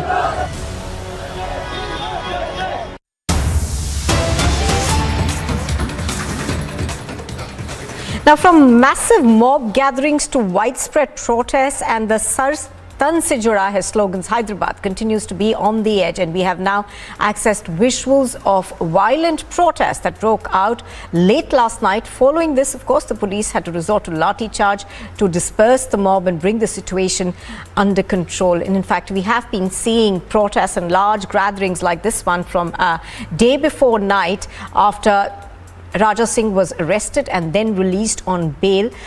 Protesters refusing to be calmed down. The administration, of course, has put in a large number of security forces across Hyderabad to try and control the situation. Aneri has been bringing us all the latest from Hyderabad. She joins us this morning. Good morning, Aneri. This, of course, is something that took place late last night. And despite the police and the administration's best efforts, it does seem that the situation is still quite tense. Give us an update this morning.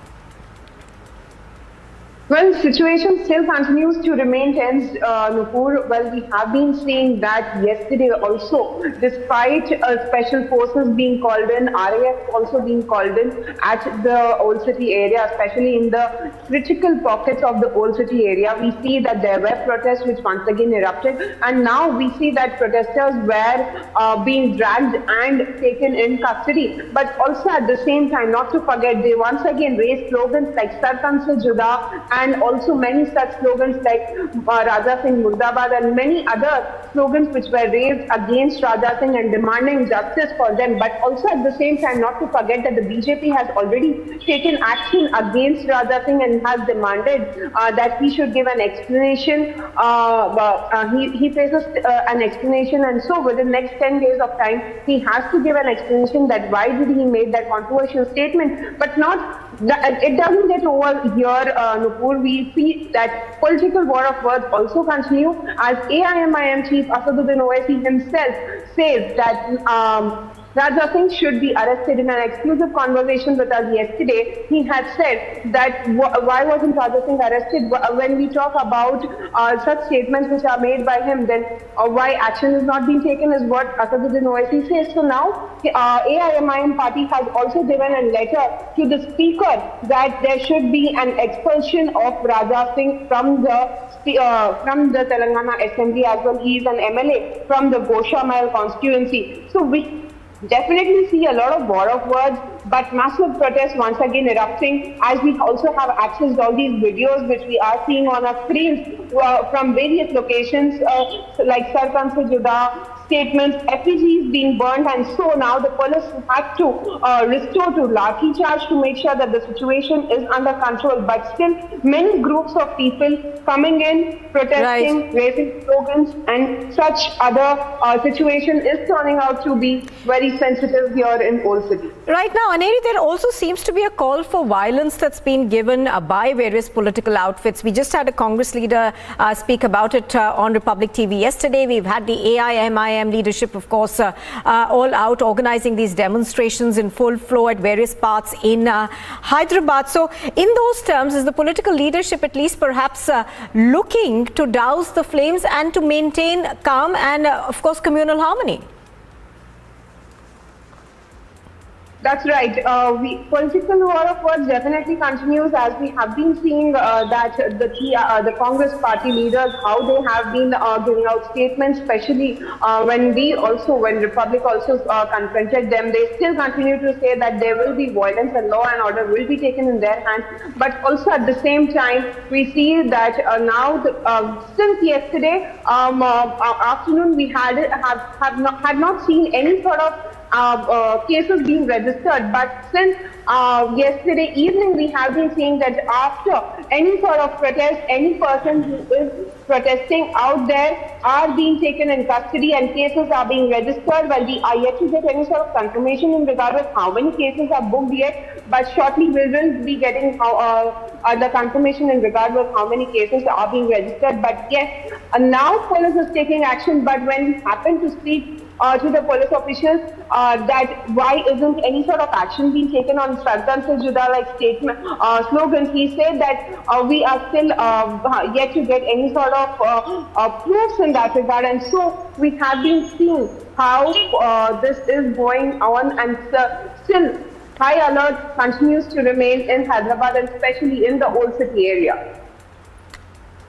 All right, Aneri, of course, is continuing to report out of Hyderabad. And Aneri, we are going to come back to you just shortly. Stay with us. Now, amid the rising agitations against the BJP leader Raja Singh's remarks in Hyderabad, Republic TV spoke to the AIMIM chief Asaduddin Owaisi, asking him about slogans being raised in the city as he denies any violent intent following the incident. Court का फैसला है, मगर जरा ताज्जुब खेज है, जरा strange है, क्योंकि उन्होंने जब ये वीडियो जारी किया जिसमें इस्लाम और प्रॉफिट मोहम्मद सल्लल्लाहु अलैहि वसल्लम के बारे में बकवास, गंदगी, अनाप शनाप, झूठ और एक डेरोगेटरी लैंग्वेज का इस्तेमाल किया है, तो उसके बाद उस वीडियो में आप ये कि मैं और एक ऐसा वीडियो बनाऊंगा भी है, तो मुझे लगता था कि शायद 41 CRPC काफ़ी हो जाए की ज़रूरत नहीं पड़ेगी, क्योंकि उन्होंने ये थ्रेट किया है कि मैं दोबारा इस तरह का अनाप शनाप का वीडियो बनाऊंगा। हम तेलंगाना सरकार से और पुलिस के जो एडमिनिस्ट्रेशन है उनसे इस बात का डिमांड करते हैं कि वो फौरन उनको अरेस्ट करके उनको जेल भिजाना चाहिए, बल्कि जेल जुडिशल कस्टडी से पहले इनको पुलिस अपनी कस्टडी में लेकर इनका वॉइस सैंपल एफएसएल से कराए, ताकि इनके खिलाफ एक लीगली स्ट्रांग और टाइट केस बन सके। क्योंकि ये पहली मर्तबा नहीं है, ये हमेशा इस तरह की बातें करते आते हैं जिससे एक समुदाय की बेइज्जती, एक समुदाय के जो बुजुर्ग हैं उन्होंने हालिया 1 महीना पहले ख्वाजा गरीब नवाज रहमतुल्लाह अलैह के बारे में कहा नाउज़ुबिल्लाह कि वो डाकू हैं। तो इस तरह एक उनका रिकॉर्ड है। तो इसलिए हम उम्मीद करते हैं कि पुलिस एडमिनिस्ट्रेशन कानूनी जो इलेक्ट्रिफिकेशन है उसको फॉलो करके दोबारा उनके ऊपर एक्शन लेगा और अरेस्ट करेगा। परसों भी प्रोटेस्ट हुए थे, कल भी प्रोटेस्ट हुए। हालांकि कोर्ट के ऑर्डर्स के बाद भी हमने देखे कि कई वायलेंट प्रोटेस्ट हुए और स्टेटमेंट्स, स्लोगन्स सरतन। And news just coming in, we are now learning that a middleman goes by the name of Prem Prakash has been arrested by the Enforcement Directorate. Now, he has been arrested, of course, in the illegal mining case that is being... all right. Now, he has been arrested, I understand, after there was some incriminating stuff that was taken from him. Shavan Sen on the phone line with me. Shavan, I know this is preliminary reports that are just coming in. Give us more details, though. Well, in fact, this was a story that we were tracking very closely. In fact, late last evening, I remember Nupur, he was called in for questioning by the Enforcement Directorate. In fact, last evening, we had also got the information about the fact that as far as the illegal mining scam is concerned, 90% of the cash was essentially diverted by none other than Prem Prakash himself. Apart from that, the money that he had also raised was from the transfer postings in the state of Jharkhand. Remember, the allegation that has essentially been leveled is that he was working very closely with another close aide of Chief Minister Hemant Soren, that is Pankaj Mishra, and they were basically responsible for fees that was basically given for mining, and it was he along with Pankaj Mishra who was carrying out this entire activity of rampant illegal mining, especially in districts like Sahibganj. Now, what's important to point out here is that when the searches were basically carried out by the Enforcement Directorate at around 17 locations yesterday, in one such location, the Enforcement Directorate basically recovered about 2 AK-47s and 60 cartridges. And this, we were given to understand, was from the premises linked to Prem Prakash himself. Now, Prem Prakash is considered to be a business associate of the Chief Minister. That's the allegation that's visible. But having said that, remember, the Chief Minister's office late last evening has also put out a press release where they have essentially called this nothing but a trial that has been done by the media. In fact, there are no linkages whatsoever. However, the Chief Minister's office has denied that there is any existence of links with, for that matter, Pankaj Mishra or for that matter, even Prem Prakash. But having said that, if you really go by what the Enforcement Directorate basically is investigating and what they say that it is both of them now with Pankaj Mishra behind bars and also Prem Prakash, they say that these are close associates of the Chief Minister himself. Absolutely. And the other side of the story, Shavan, is the fact that police in Ranchi seems to suggest that these are weapons that were left behind by the CRPF who's guarding him. So one would wonder why a businessman would have such protections if he did not have any links to the Chief Minister. Well, you're absolutely right, Nupur, with regards to whether at all this belongs to his security detail, or for that matter, it was his own personal weapons that he was using. That's something that is a subject of investigation at this point in time. But what's important to highlight here is the fact that these people were basically using the help of history sheeters. For instance, in the case of Pankaj Mishra, he had basically employed 2 people who goes by the name of Pachu Yadav and Dahu Yadav. Both of them are considered to be history sheeters. Against them, almost over 50 FIRs have been registered. And what comes out is that most of these dealings were being done at gunpoint. The fact of the matter is that this entire investigation actually began with a complainant, a businessman, who had essentially complained that it was the behest of that there were goons who had threatened him to not participate in the tendering process, a toll tendering process. And in fact, an FIR was also registered, which was basically reflected in the EIR that has been registered by the Enforcement Directorate. So what is abundantly clear is that there were intimidation tactics that were basically employed by Vishwa as well as history sheeters who were involved in it. So having said that, can this be completely ruled out that Prem Prakash himself was having these weapons, state-of-the-art weapons that he had at his disposal, and the fact that he was directly connected to some of these history sheeters who are now one of the cases has been taken into custody. The other is still on the run. Right, Shravan, as you're pointing out, of course, the sheer scale of this scam has been mind-boggling.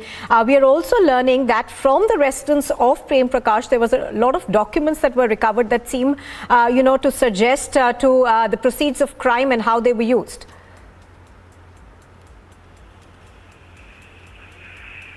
Shravan? All right, I think we've run into some audio trouble with Shravan over there. We're going to try and fix that. But here's what we know so far. The Enforcement Directorate, of course, raided Prem Prakash's home yesterday, and they seized 2 AK-47 rifles from there. They also did get a hold of a large amount of documentation, which they say is being scrutinized right now. Do remember that Prem Prakash is believed to be a close aide of Hemant Soren. However, Hemant Soren has denied any links to him. The raids, of course, were carried out yesterday in about 20 locations in Jharkhand as well as neighbouring Bihar, Tamil Nadu and Delhi NCR. All right, Prakash also is joining us right now. Prakash, good morning. What we are learning right now is that Prem Prakash was called to the ED last night, and after, of course, those 2 AK-47 rifles were seized from his residence. But there's also, we are learning, a large amount of documentation that was seized by the ED, which seems to suggest that he was the middleman in the mining scam. Well, Prem Prakash is a very close confidant of Hemant Soren, the Jharkhand Chief Minister. And what we learn is that he's been arrested, and he used to divert illegal money to various other destinations. That's what we get to know. And 90% of the mining scam proceeds were diverted by him to various other destinations. That's what we have got to know, and the ED and the CBI have got incriminating evidences against Prem Prakash, as a result of which he has been arrested, is in the custody, and that's what we get to know. Now, Prakash, what do you make of the fact that it's not just Prem Prakash who's been arrested, but Pankaj Mishra, another close political aide of the Chief Minister, who's also been arrested, and both of them have been questioned repeatedly in this scam. Both, of course, do point to links, perhaps, that they've had with the highest office of the state? Yes, Pankaj Mishra and Prem Prakash, as well as Dahu Yadav and Pachu Yadav, are the close people who are associated with Hemant Soren, the Chief Minister of Jharkhand, and they have close links of their association in Barhet area of Jharkhand and the various business interests as well. And a couple of weeks, in fact a month back, a vessel was also recovered by the ED, which used to ferry illegal mining chips to the various destinations, and Pankaj Mishra was involved in that, as along with Dahu Yadav and Pachu Yadav.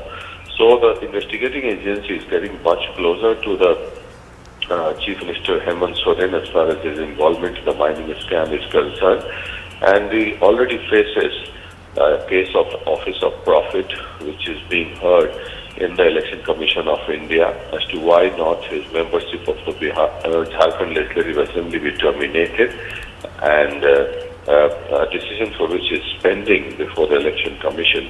And we'll wait and watch as to what happens in that particular decision. It's most likely that many claim that he will lose his membership. So high political drama will also unfold in the state of Jharkhand in the days to come, if at all Hemant Soren's membership is terminated, because he's got a mining lease allotted in his name while being the Chief Minister as well as the Mining Minister of Jharkhand. Also, Prakash, if you could, take us through the two recoveries that seem to be controversial. There were two AK-47s that were found at Prem Prakash's residence. However, the Ranchi police at some point said that these belonged to CRPF men who were guarding him, and the two men have been suspended. Yes, the Argoda SHO has made a statement late last evening that the two AK-47 belong to the bodyguards who were manning Prem Prakash, and they had kept it in the residence. So action has been taken. The two constables have been suspended. That's what we get to know. And Prem Prakash has been arrested. All right. Also, Prakash, for the benefit of our viewers, can you take us through, how this scam was operated, and also give us more details in terms of the scale of this scam? As far as the mining scam is concerned, it's been going on for quite some time in Jharkhand, and the ED and the investigating agencies are closely monitoring this case and investigating it. The various raids have been conducted at various places, and it all started with the ED raids at Pooja Singhal's residence, the IS officer, and the mining secretary as well. And thereafter, the ED started putting pieces together, and they started corroborating evidences as to who are the people involved in this.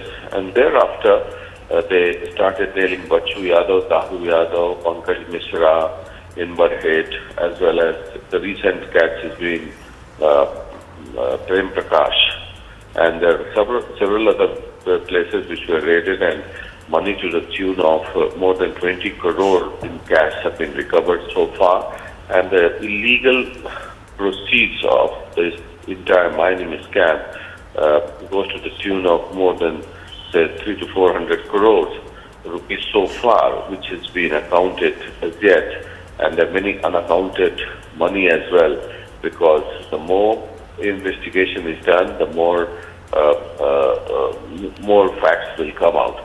So ED as well as the CBI is getting closer to the powerful people who are involved in this scam. And yes, the fingers are pointing out at Jharkhand Chief Minister Hemant Soren, most of the close associates are under custody or are being questioned. Right, Prakash Singh, our editor of Special Projects, joining us on that. Thank you very much. So, as Prakash was pointing out, the ED taking action against Prem Prakash. He was arrested yesterday.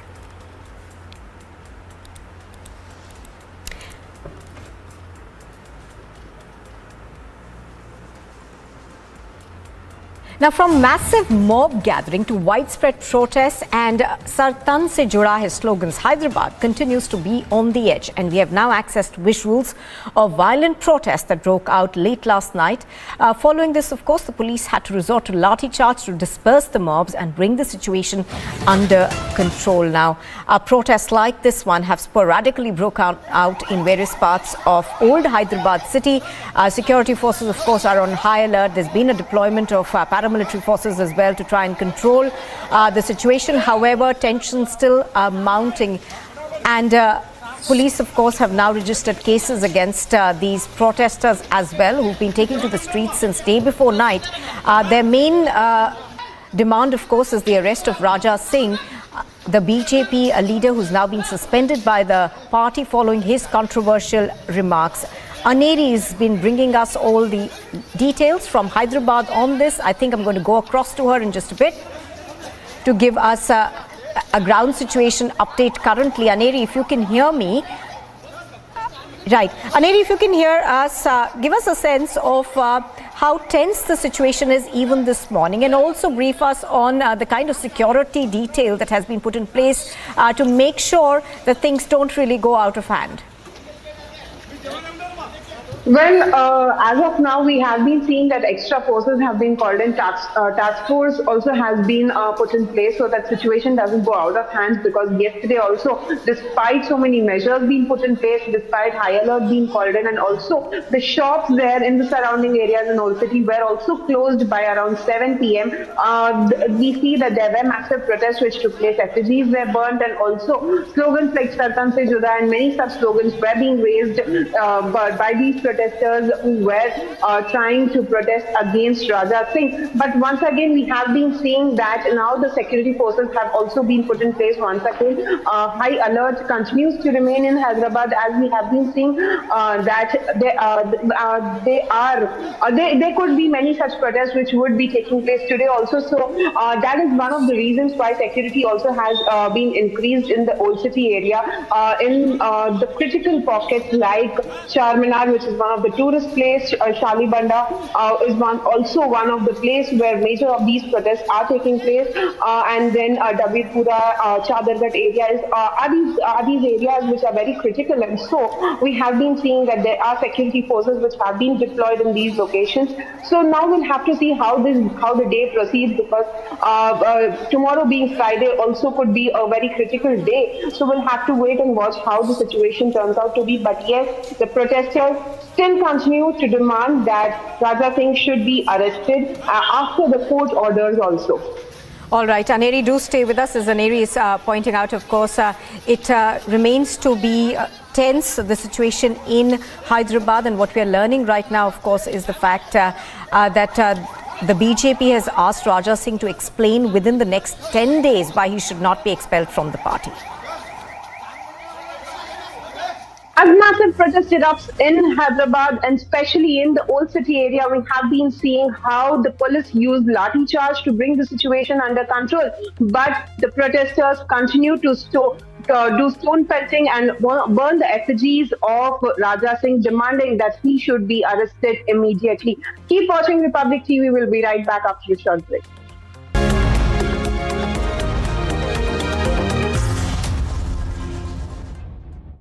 Amity University Dubai has been awarded as the best university campus in the Middle East by Forbes magazine and recognized as the best university for job placements. Jumpstart your global career in Dubai with Amity, with faculty and students from over 50 nationalities. Visit amity.edu/Dubai. Good evening and welcome, viewers. The time has come. The time has come for all of us, all Indians, to take a call on whether we will allow or bring to a stop this Sartan Se Juda mindset. If we all speak out against it, this Sartan Se Juda philosophy, whether we are Muslim or Hindu, if we speak out against it, it will stop. If we don't, then this very Sartan Se Juda chant, which you're hearing everywhere nowadays, Sartan Se Juda, Sartan Se Juda, this very chant will become a philosophy, and then a greater and greater reality. We will become like Taliban ruled Afghanistan, where beheadings are a reality, like beheadings of Indian citizens are an unfortunate reality in India. We are a country where people get beheaded. This Sartan Se Juda mindset, viewers, is not a falsification or an exaggeration. It is a reality. It is as real as the urban Naxal mindset. The Sartan Se Juda mindset is as real as the Tukde Tukde mindset. The Sartan Se Juda mindset is a challenge to us, to our nation. And it is our nation. Believers in the Sartan Se Juda logic have no faith in Indian law, in Indian institutions, in Indian culture, and in Indian democracy. The believers of Sar Tan Se Juda think that our democracy is there to be abused and stretched to a point where beheadings as a form of personal They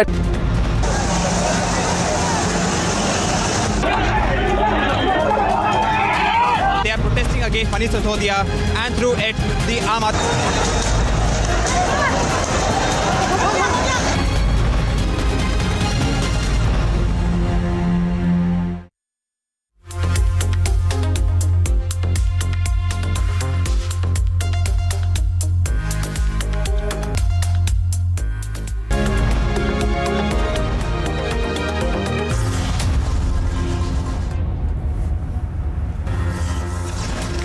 After all-day raids and a mega recovery, the ED's news titans, Soren's aide, is now under arrest in the Jharkhand mining scam.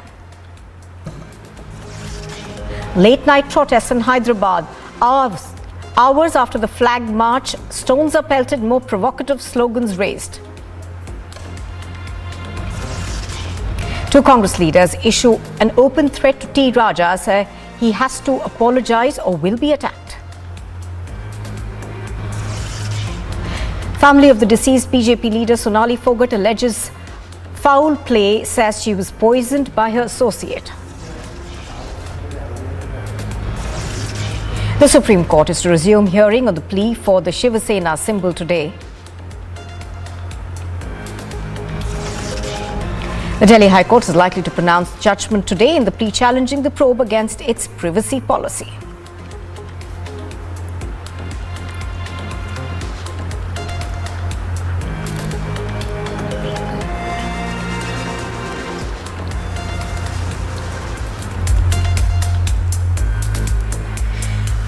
Good morning and thank you very much for staying with us on Republic TV. This is the Morning Express. Now, as the Bihar land for jobs scam exploded with raids on multiple leaders linked with the RJD, Republic TV has accessed sensational gift land deals. Now, in the accessed gift deeds pertaining to land, there are signatures of Lalu Prasad's wife and the former Bihar Chief Minister Rabri Devi as a beneficiary. Also, their aide Bhola Yadav has signed as a witness. On Wednesday, the CBI raided parts of the 1.5 lakh square feet of land that was allegedly acquired by Lalu and his family.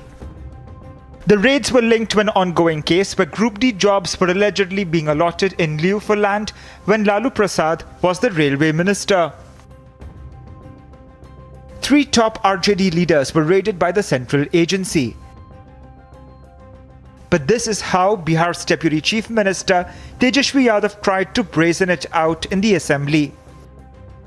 मतलब आप भाजपा के साथ रहिएगा, हाथ मिला लीजिएगा तो राजा हरिश्चंद्र बन जाओगे, और हाथ नहीं मिलाइएगा तो भ्रष्टाचारी, क्रिमिनल, रेपिस्ट, और पीछे ईडी, सीबीआई, इनकम टैक्स को लगा दिया जाएगा।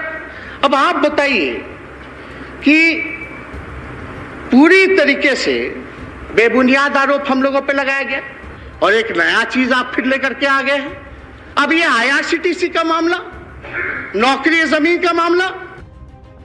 Even the Bihar Chief Minister refused to speak out on the raids and chose to target the centre instead on the CBI action. हमने एक बार अपनी जगह पर 2020 के दिसंबर में जब हम राष्ट्रीय अध्यक्ष थे पार्टी के, और हमने अपनी जगह पर दे दिया और बाद में अपनी मर्जी से कोई कहीं गया और अंदर चला गया, हमारे पार्टी के तमाम लोग बोलने लगे कि साहब बहुत गड़बड़ हो रहा है, बहुत गड़बड़ हो रहा है। पहले हुआ, हम नहीं सुनते थे सबका, हमारे मन में कोई बात नहीं थी। और आज जो भी कहता है कि हम अलग हो गए हैं और बनना चाहते हैं हम आगे, हम कुछ नहीं बनना चाहते। But Republic has accessed the gift deeds that show how Rabri Devi and Hema Yadav were direct beneficiaries of the land acquired by gift deeds. The deeds show how Lalu's aide facilitated the land for jobs scam, where Group D jobs were provided in railways for land. But now Republic Media Network has accessed the gift deeds, which only goes on to show that Rabri Devi and Heba Yadav were direct beneficiaries of the land that was acquired through these gift deeds. The entire modus operandi has now been revealed with the documents accessed by Republic Media Network, which shows that undeserving candidates who had basically applied for Group D and Group C appointments in the railway department were basically given jobs in lieu of land that was given in the name of Lalu Prasad Yadav's family members. In fact, some of the documents accessed by us shows that land parcel worth about 62 lakh rupees was handed out to Lalu Prasad Yadav and his family members for just about 4 lakh rupees. And this was not just one such case. There have been multiple such cases where land parcels were gifted to his family members at throwaway prices. Meritorious job seekers lost out. One family allegedly gained acres and acres of land, and the country suffered. The land for job scam cannot be brushed aside anymore. Bureau Report, Republic TV.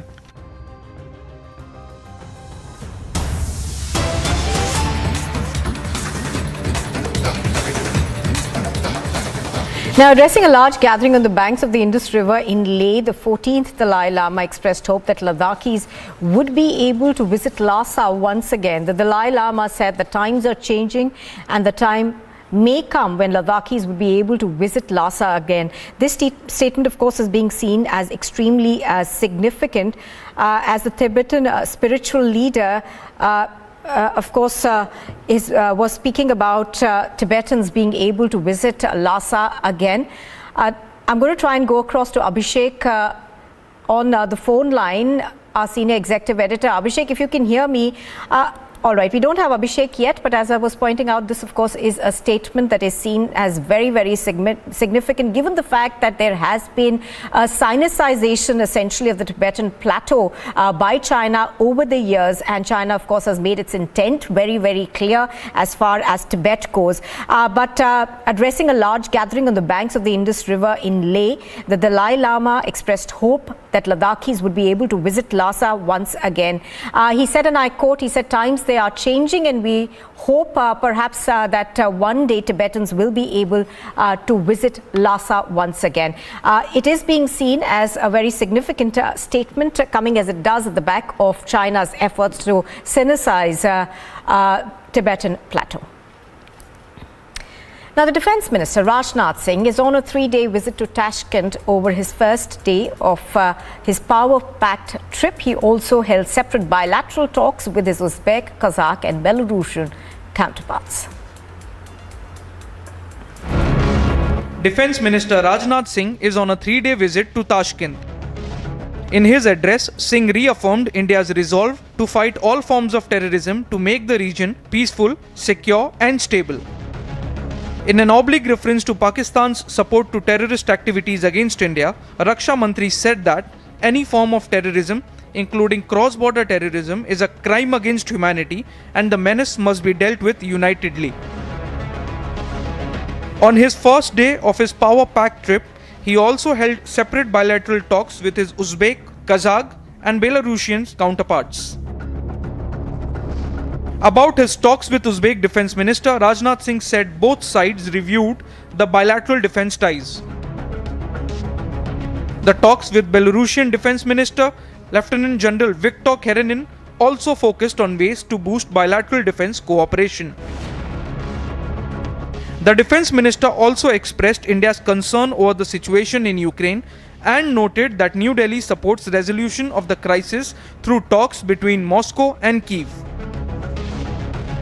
He also thanked Russian Defence Minister over arrest of a suicide bomber who was planning to target a key Indian politician from the ruling party. The SCO is an influential economic and security bloc and has emerged as one of the largest trans-regional international organizations. And this year, the meeting is expected to deliberate on regional security challenges, including the situation in Ukraine and Afghanistan. Bureau Report, Republic TV.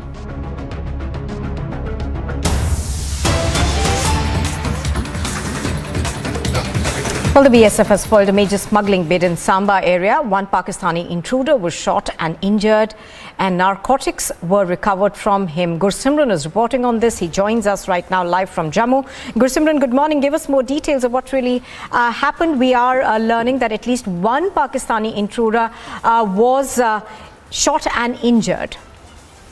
Yes, a Pakistani intruder was shot at and injured in the Chiliari area of the Samba district. The incident has been reported at around 1 in the morning, and upon the searches that were launched by the Border Security Force, now we are getting to know that 8 packets of heroin worth more than 40 crore rupees have been recovered, and this smuggling, this narcotics was sent to Jammu and Kashmir for further propagation, possibly into Punjab, and use of the sales of proceeds of these narcotics for the terror activities in the Union Territory of Jammu and Kashmir, as well as in the other parts of the country. So this is a big success. Now the searches have been launched whether to find out that it was a narcotics only consignment or it was a arms and ammunition and a narcotics consignment that was to be pushed in the Indian territory by the Pakistani side. The searches are on the international border to ensure that there is no accomplice of this intruder who has been shot at. However, what we are getting to know that he has somehow crawled back to the Pakistani territory, but the BSF has found the blood stains of this Pakistani intruder very near to the line of to the international border, and the searches will continue. Apart from this, there are regular credible inputs by the security agencies that Pakistan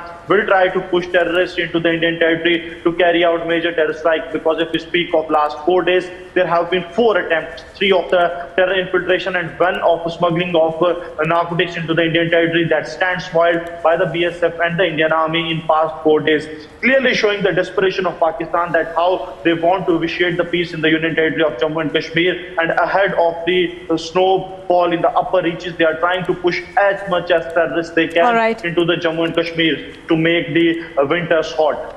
All right, Gursimran bringing us those details. Thank you for joining us. So as Gursimran is saying, one attempt has been foiled by the BSF. And here's a look at what else is making news this morning. Additional security forces were deployed in Hyderabad in parts of the city following overnight protests against suspended BJP leader Raja Singh's alleged remarks. Telangana's Home Minister, meanwhile, has assured the public that he will not compromise on law and order following the incident. At least one person was arrested following a protest that had taken place in Nalgonda in Hyderabad, where violent slogans were allegedly raised. An FIR has been requested for by the National Commission for Protection of Child Rights against people who made school children raise slogans against the BJP leader T. Raja Singh. An order in the matter of the Prime Minister's security breach is expected to be pronounced today following an inquiry committee that was set up by the CJI on the 5th of January. Raids were carried out by the CBI at least 25 different locations in connection with the land for job scam in Bihar. At least 200 land deeds from the premises of raided areas have been reportedly recovered. The Supreme Court is scheduled to continue hearing on the matter of the party symbol between the two factions of the Shiva Sena, with the court having earlier directed the Election Commission not to take any action on the Shinde faction's plea that it may be considered the real Shiva Sena.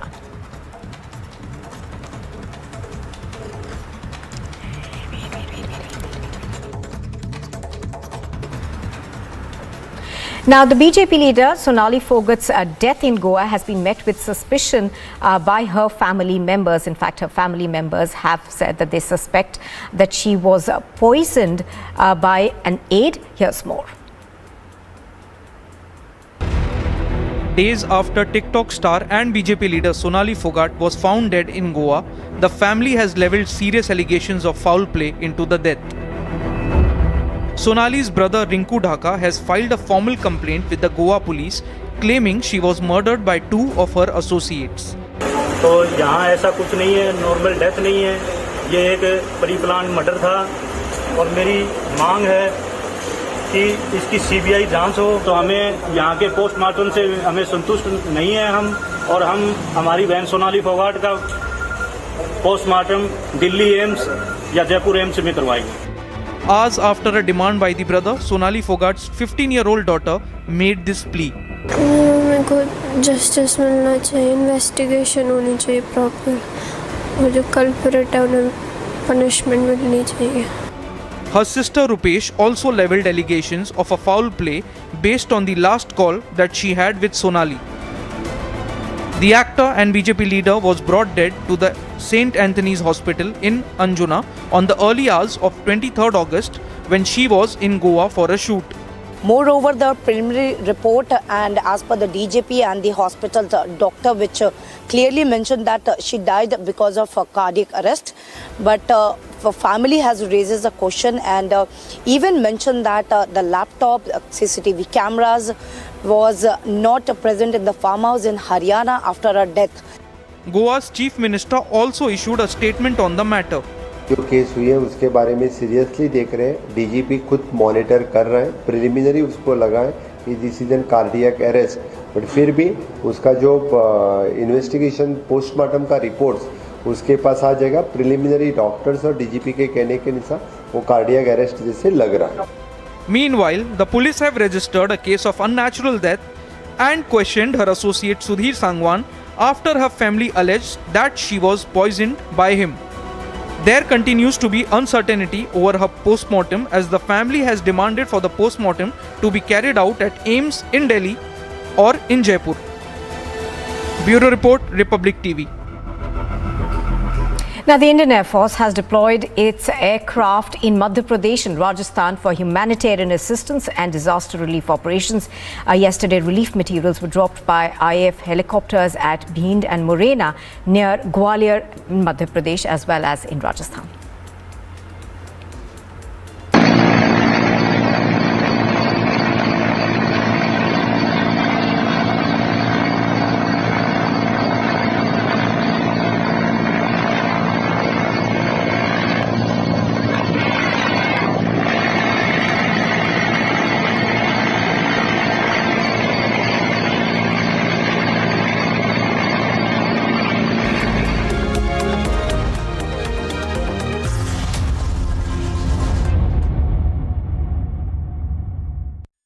Manish Sisodia के पुतले को आग लगा दी गई है. केजरीवाल के पुतले को आग लगा दी गई है. CBI raids in the rice mills of Onubroto Mondal and his close aides. Teachers staged protest holding the tricolor seeking jobs and were instead brutally thrashed.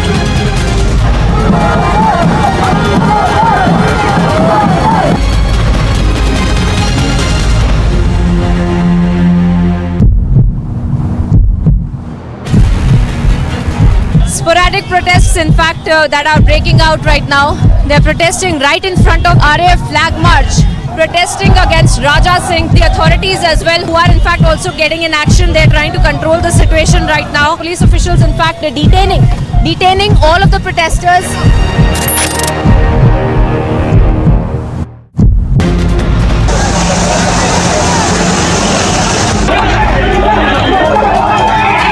They are protesting against Manish Sisodia and through it the AAP.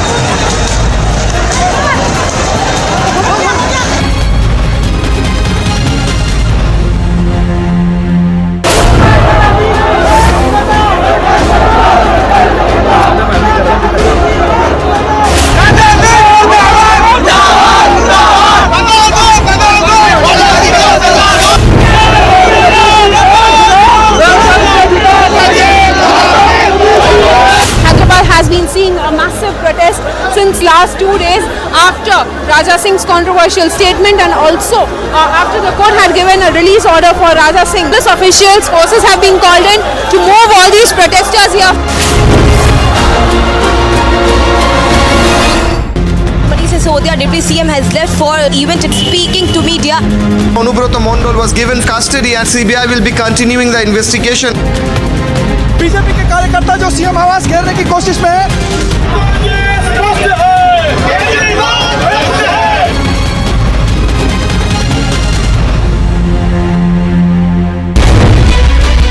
This is a big breaking news, big breaking development that RJD, Treasurer and MLC as well as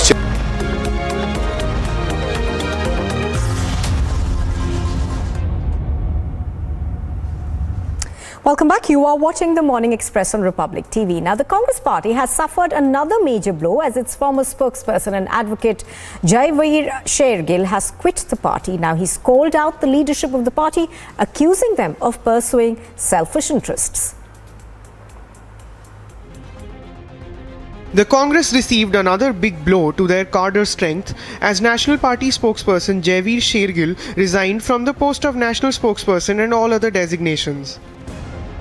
Yes, I have given my resignation from all the posts. The primary reason for this resignation is because the decision making in the Indian National Congress is no longer being done keeping the interest of the public, keeping the interest of the Janta. The former spokesperson attacked the top leadership of the party and insinuated a culture of rife sycophancy among its cadres. It is purely being influenced by a cabal, by a coterie who merely indulge in sycophancy and who serve their self-interest. Today, when I am being pushed to bow down before people because they are close to the top leadership, this is not acceptable to me.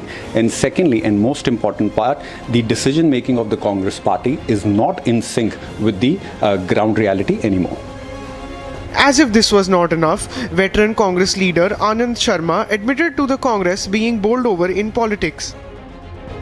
Wherever I am required, conveying the message of the Congress party, our priorities and our approach to address some of the burning issues. ये जो कोई भी गुटबंदी है उससे ऊपर उठ के कांग्रेस एकजुट हो जाए तो कांग्रेस विजय की ओर जा सकती है. The veteran leader also questioned Rahul Gandhi's leadership in an indirect statement. The Vadra Congress has been hit by a mass of resignations this year alone. Even veteran leader Kapil Sibal had unceremoniously announced his resignation 3 months ago. On the 16th of August, veteran leader Ghulam Nabi Azad had refused from accepting the post of the president of the campaign committee for Jammu and Kashmir. After this, on the 18th, Nabi had met Vice President Dhankar. Though it was not a political meet, the speculations are worth at this perilous juncture of the Congress party. Following Ghulam Nabi Azad's refusal, J&K's MLA from Shangus, Gulzar Ahmed Wani and ex-MLA Haji Abdul Rashid Dar had kept themselves out of the J&K election committee as well. Are more leaders queuing up on a side to rock and capsize the Vadra Congress's boat? Only time will tell. Bureau Report, Republic TV. And still to come on Republic TV, after all-day raids and mega recoveries, the ED's news titan Soren's aide is now under arrest in the Jharkhand mining scam. And late-night protests in Hyderabad was after a flag march, stones are pelted, more provocative slogans raised.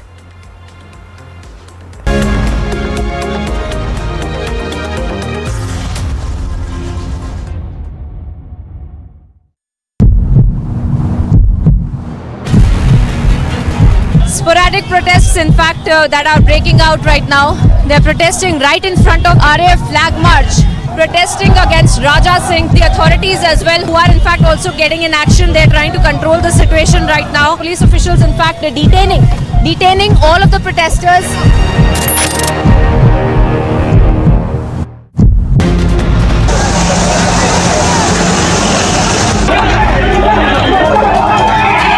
They are protesting against Manish Sisodia and through it the AAP.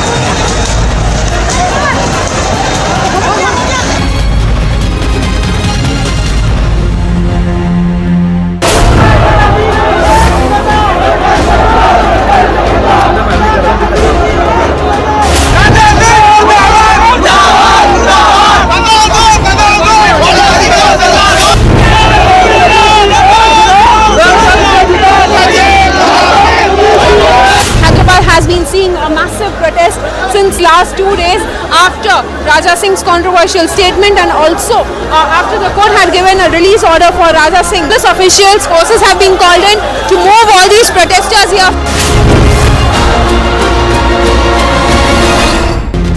Sisodia, Deputy CM, has left for an event speaking to media. Poaching Mondal was given custody and CBI will be continuing the investigation. BJP के कार्यकर्ता जो CM आवास घेरने की कोशिश में है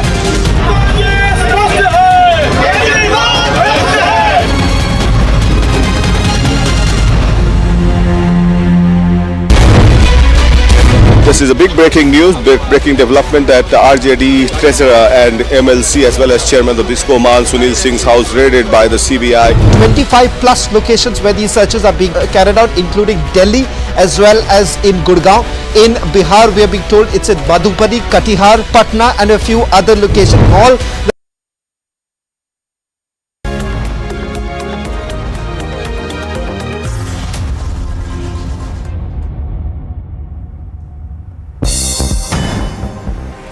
And here's a look at some news in brief. The Undersecretary of Defense for Policy told reporters that the US airstrikes on facilities used by militias backed by Iran's paramilitary Revolutionary Guard demonstrated that the United States will not hesitate to defend itself against Iranian and Iran-backed aggression when it occurs. The Colombian President Gustavo Petro has announced a new extradition agreement proposal with the US as he delivered a joint briefing with the Spanish Prime Minister Pedro Sanchez. Petro said narco-traffickers should abide with negotiations the Colombian government or otherwise will be extradited to the United States of America. Iraqi President Barham Salih held talks with his country's top officials to discuss the ongoing political crisis in the country. Iraq has been mired in a political deadlock for months, with followers of the influential Shiite cleric Muqtada al-Sadr and his political rivals, the Iran-backed Shiite groups, at odds since after last year's parliamentary elections. Pakistan's Prime Minister Shehbaz Sharif met with Qatar's Emir Sheikh Tamim bin Hamad Al Thani on the second day of a visit to Doha amid political unrest in his country. The nuclear-armed nation is struggling to secure a $7 billion bailout from the International Monetary Fund amid an economic crisis. Pakistan's Prime Minister Sharif is seeking financial assistance, loans and foreign investment for Qatar for his cash-strapped Islamic nation. And dozens of Islamic Jihad militants displayed replicas of their rockets during a parade in southern Gaza Strip in a show of defiance that followed a fierce flare-up of violence with Israeli troops earlier this month. The militants drove pickup trucks with different sizes of rocket replicas and posters of their slain commanders. People lined up on the streets and celebrated by throwing flowers on the fighters.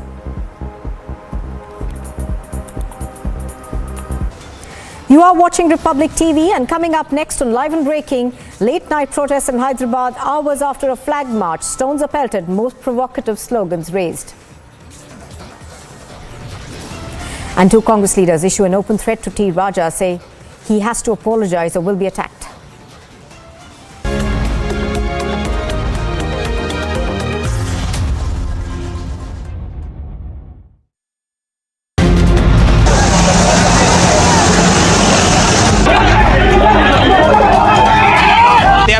Against Manish Sisodia and through it the AAP.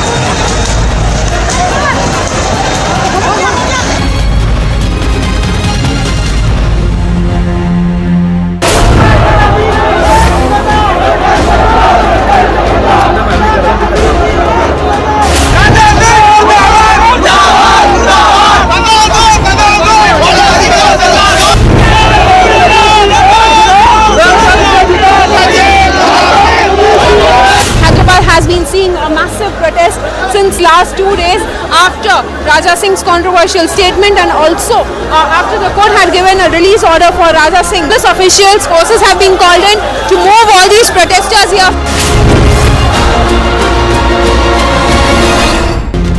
Sisodia, Deputy CM, has left for event speaking to media. Poaching Mondol was given custody and CBI will be continuing the investigation. BJP के कार्यकर्ता जो CM आवास घेरने की कोशिश में है।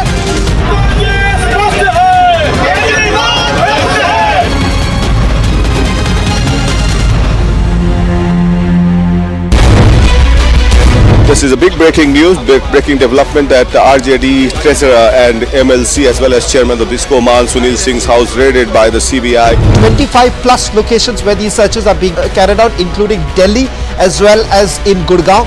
In Bihar, we are being told it's in Madhubani, Katihar, Patna and a few other locations. All that is linked to Tejasvi Yadav that is currently being searched by the Central Bureau of Investigation. It is suspected that the proceeds of crime were essentially diverted through this construction of this mall in Gurgaon.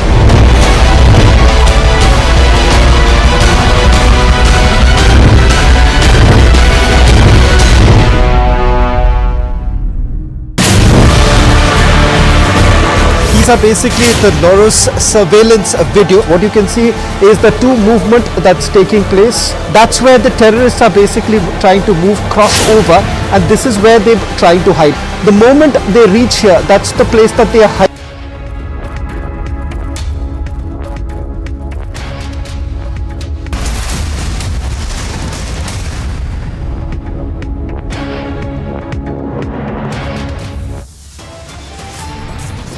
After all-day raids and mega recovery, ED news titan Soren's business associate is now under arrest in Jharkhand mining scam.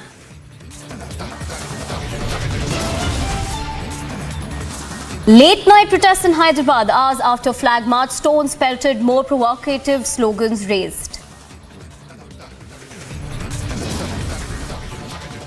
Two Congress leaders issue open threat to T. Raja, say he has to apologize or he will be attacked.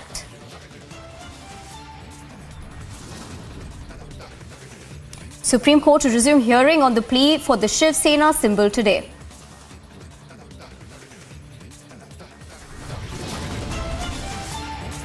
Delhi High Court likely to pronounce judgment today in the plea challenging the probe against its privacy policy.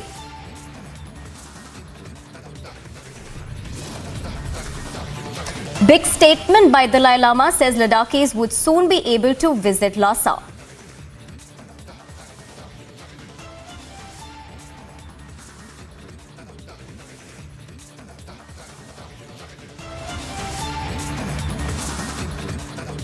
A very good morning. Thanks for tuning into Republic TV. I'm Nivedna Prabhu. First up, the top story for this hour. The protesters who were seen openly raising slogans like Sar Tan Se Juda and turning the protest into a violent protest. 90 violent protesters were released by the intervention of AIMI chief Sisodia Owaisi. From the last 2 days, there are massive protests which has taken place, and many places effigies are being burned, stones are being pelted, and slogans are being raised for which these protesters were detained by the South Zone Police. This is the latest information that we're getting about this. 90 violent protesters have now been released after Owaisi's intervention. The protesters were detained by the police in Hyderabad by the South Zone Police. The police action after stones were pelted. For more information on this, we're joined in by Priyanka from Hyderabad. Priyanka, what is the latest that we're understanding? Now we have seen after the massive protest, which also did turn violent, that 90 protesters have been released by the police, but this time around, considering the fact that OVC had to intervene.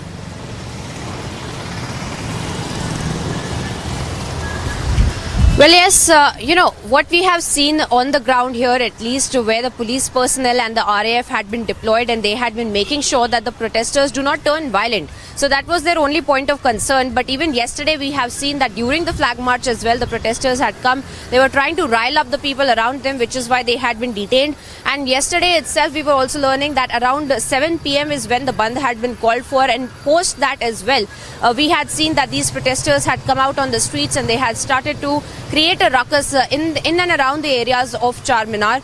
We are right now near to Charminar itself and another marketplace, in fact, that you see behind me. Yesterday as well, in fact, we had been saying that the marketplaces had been completely shut down. But towards the end of the day, we had seen that these shops had opened up. But then, of course, by the police, by the police, in fact, we had seen that the people, in fact, had been detained, whoever had been coming out on the streets and trying to protest. And we had seen those images all through the day yesterday itself. Now, today, what we are seeing is the silence before the calm, because the intelligence sources are telling us that today, perhaps not too many of the protesters are expected to come out, perhaps probably only in the night. But it is on Friday that there is a massive protest that has been called for, that there will be many people that will be gathering near the Charminar, and they will be protesting against Raja Singh's statements. And let's also talk about the kind of sloganeering these protesters had been doing. Now, day before yesterday in the midnight itself, we had seen those sloganeering of Sar Tan Se Juda, kind of sloganeerings that were being heard by these protesters. And also yesterday itself, when there were several of the protesters in the late last night as well, when they had come out on the streets, there were bike rallies that were being organized. So, of course, there is a lot of anger, at least in the undercurrent, that we are seeing, which is being witnessed by the police officials as well. And that is why they're saying that they will have to take all precautionary measures to make sure that these protests do not turn violent. Since the day before yesterday itself, we had seen that the stone pelting had been carried out and lathi charge had to be resorted to by the police to make sure that no untoward incident takes place in these protests that have been called for near Charminar. Now, in these particular areas itself, we are seeing that people have been demanding for justice against T. Raja Singh's statements, claiming that now they want to take a legal recourse. They want to approach the court so that there can be the strictest punishment that can be given to Raja Singh. That also they have been demanding for him to be hung till death. Now, these are the kind of statements, the slogans that we have seen from the protesters, and all of them really citing that these kind of insults against their religion, they cannot keep lying down. However, we did see that the political fraternity completely trying to rile up these protesters, including the Congress Hyderabad chief, who had also stated that he is in fact appealing to these protesters to find out Raja Singh and wherever they see him to beat him up as well. So these were the statements that we are seeing from the political fraternity, but of course the protesters also seems to have been affected by it, because there is a lot of sporadic protests that had been going on. Today we are being told through the day perhaps not as many of the protests that might take place, but in the night the intelligence sources are telling us perhaps in the night it might get a little more aggressive by the protesters, and towards tomorrow is when there might be a probable law and order situation that might be created, is what the agencies are also telling us. But of course on the ground we do see that the anger is there in the protesters. We do see the political fraternity also reacting to Raja Singh's statements and them saying that Raja Singh needs to come out, and now completely it's high time that he comes out and apologizes. Priyanka, in terms of the latest development being that Owaisi has also tweeted, and in that particular tweet he has stated that this is a direct result of Raja Singh's hate speech and he must be arrested at the earliest. What can we understand from that? What is the further developments we have regarding that? If you can talk to us about that. Well, that's right. In fact, we did follow the entire court proceedings that took place in the Nampally court, and of course how Raja Singh had gotten bail is on a technicality is what we had also been tracking. Perhaps why we see that there's a lot more anger in the protesters. They're saying that they do have faith in the judiciary, they do have faith in the legal recourse, but it seems as though it has let them down, because on a technicality of the section 41A that he had been let go on bail just under a day when he had been arrested because of the comments that he had posted in the form of this 10-minute video that he had made making fun of the Prophet once again. And he had in fact also cited the Nupur Sharma matter as well. And we now see that the protesters have been claiming that they are very angry about the fact that Raja Singh has been let go on a technicality. Now they want this entire legal recourse to be taken, and of course we are also seeing that the lawyers of Raja Singh also getting several death threats as well. So that is also of course under the investigation. But as far as the latest developments are concerned, we do see that these are what we are tracking are the ramifications of Raja Singh's statements in the political fraternity, at least here in Hyderabad, where the AIMIM leaders in fact have been writing to the Speaker of the Legislative Assembly, and they have been demanding an expulsion of Raja Singh, because they are saying that the kind of statements that Raja Singh had made are not just unbecoming but are in contravention to the oath that he took as a member of the Legislative Assembly. Now these are the statements that they have made in a letter that they have written to the Speaker itself. And also apart from that, we see on the other hand the Congress leaders coming out and trying to rile the protesters and stating that they want these protesters, these peoples, in fact they have been stating quote unquote all Muslims in fact should come out and beat up Raja Singh. They should find him wherever he is and then beat him up. These are the kind of statements, and of course the police has taken cognizance of that. They are making sure that these leaders do not make these kind of statements to these protesters, because on the ground we have been tracking the situation, and the police in fact has been trying to make sure that they counsel these protesters as well. Now there are outreach programs in the night that the police is also trying to carry out with these protesters, to talk to them, to make them understand to not come out and make these violent protests in the entire city, especially in and around the area of Charminar.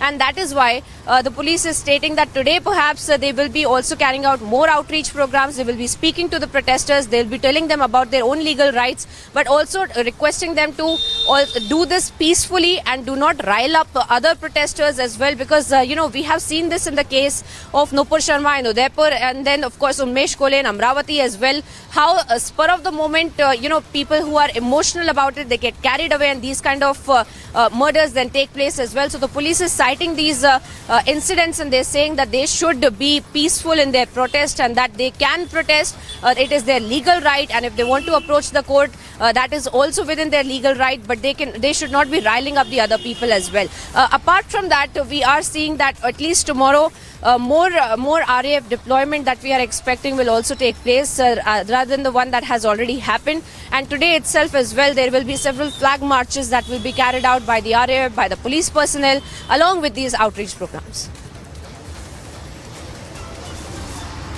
Priyanka, could you tell us as to in terms of the areas as well, are there specific areas where there will be more security beefed up?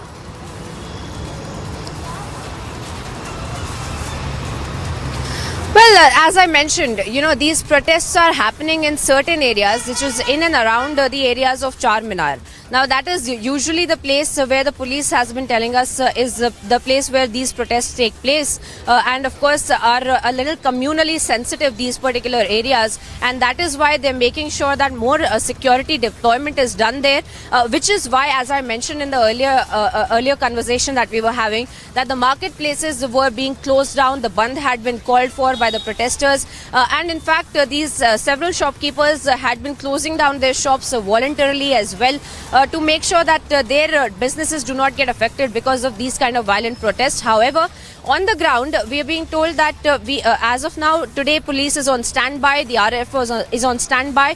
Apart from a flag march that they will be carrying out, perhaps other than that, they will only be carrying out outreach programs. They will be speaking to these people who might come out in the night. In fact, they had come out yesterday night as well. So they will be having a conversation with them. They will be trying to counsel them to make them understand to not come out and make these violent protests also. In these Priyanka, stay with us. We have BJP leader Krishna Sagar Rao joining us on the phone line.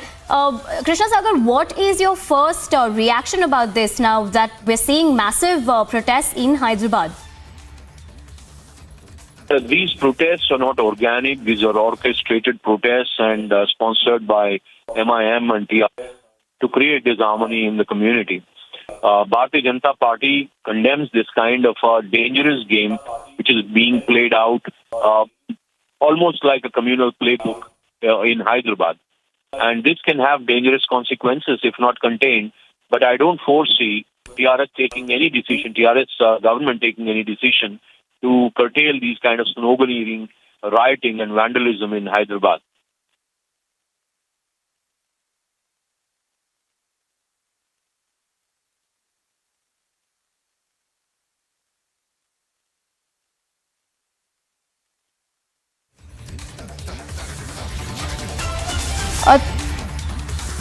Thank you, Krishna Sagar, for joining us with that reaction of yours. Priyanka, coming back to you about what we were discussing earlier, could you take us further through that?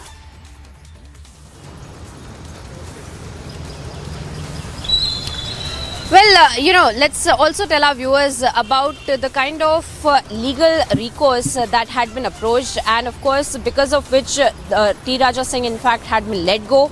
And of course now we are also seeing that because of as a precautionary measure, Raja Singh is also inside his house, and the police has also told him to not come out, to not make any public, any public rallies, do not address any rallies, do not speak any more about the issue that has already taken place with respect to his comments, with respect to the video that he had made, this 10-minute long video where he has categorically made fun of the Prophet, and that has of course hurt the sentiments of the Muslim community here, at least in Hyderabad as well, and they have been protesting against it. Now of course the police has told him to not come out because because we are seeing these kind of statements by the Congress party where they have said wherever you see Raja Singh you should beat him up. So of course, and if he does come out, the police has said that it might also create a more dire law and order situation, which is why he is been told to stay in his house. Apart from that, as far as the security measures are concerned, as I had been speaking,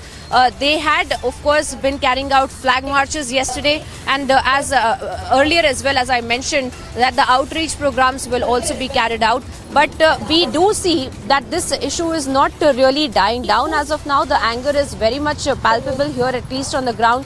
The people in fact are not backing down, and they're saying that they do want some kind of a punishment, they do want some kind of an action by the authorities to be taken against Raja Singh, because they've also stated one more thing, is the fact that this is not a one-off incident that has taken place with respect to Raja Singh making these kind of communally insightful statements. They have said that Raja Singh has had several antecedents of these kind of incidents that have taken place earlier as well, where he has made anti-Muslim community statements, anti-Islam statements, and these are the kind of statements that have been made by the AIMIM leaders and also the Congress leaders. In fact, the AIMIM MLAs in fact have written to the speaker in the letter. They have mentioned this, that this is not just unbecoming of Raja Singh, but it is in contravention to his oath, and that this is not happening the first time, which is why they are demanding an expulsion of Raja Singh. And which is why in fact we are seeing, because of the kind of statements that he has made, the lot of anger that we see on the ground by these people of the particular community coming out on the streets and protesting, and they're saying that they will continue to do so till there is some kind of action, and the action that they're demanding is that Raja Singh to be hung till death. Priyanka, talking about Raja Singh as well, there are a lot of cases that have been filed against him previously as well. What are those cases in terms of hate speech? If there were a few, could you talk us through those? If we have information on that. Well, yes, as far as when we look at the sections that have been levied against him in this FIR, and of the CRPC in fact that has been levied, it also includes some of the most serious sections, which includes 153 subsection A, which is inciting communal hatred against enmity between two communities. And of course we are picking up several reactions as well. I believe NV Subhash of the BJP is also joining me on the broadcast. Mr. Subhash, if I could come to you, Mr. Subhash, I'm on the ground here reporting with respect to how people are angry over Raja Singh's statements. But what really has to be done, because there is no action taken against Raja Singh, and the people in fact are demanding that there has to be some kind of legal recourse against him. In fact, he was let out on a technicality is what they say. Yeah, what we have seen, our BJP, the floor leader, Mr. Raja Singh, has been, just arrested and then put in the house arrest. And then the Bharatiya Janata Party also suspended because of defamatory cases against certain sections of the society. But what we wonder, the same thing, what, the Bharatiya Janata Party has given a precedent, like, expelling Mr. Nupur Sharma as well as Mr. Raja Singh.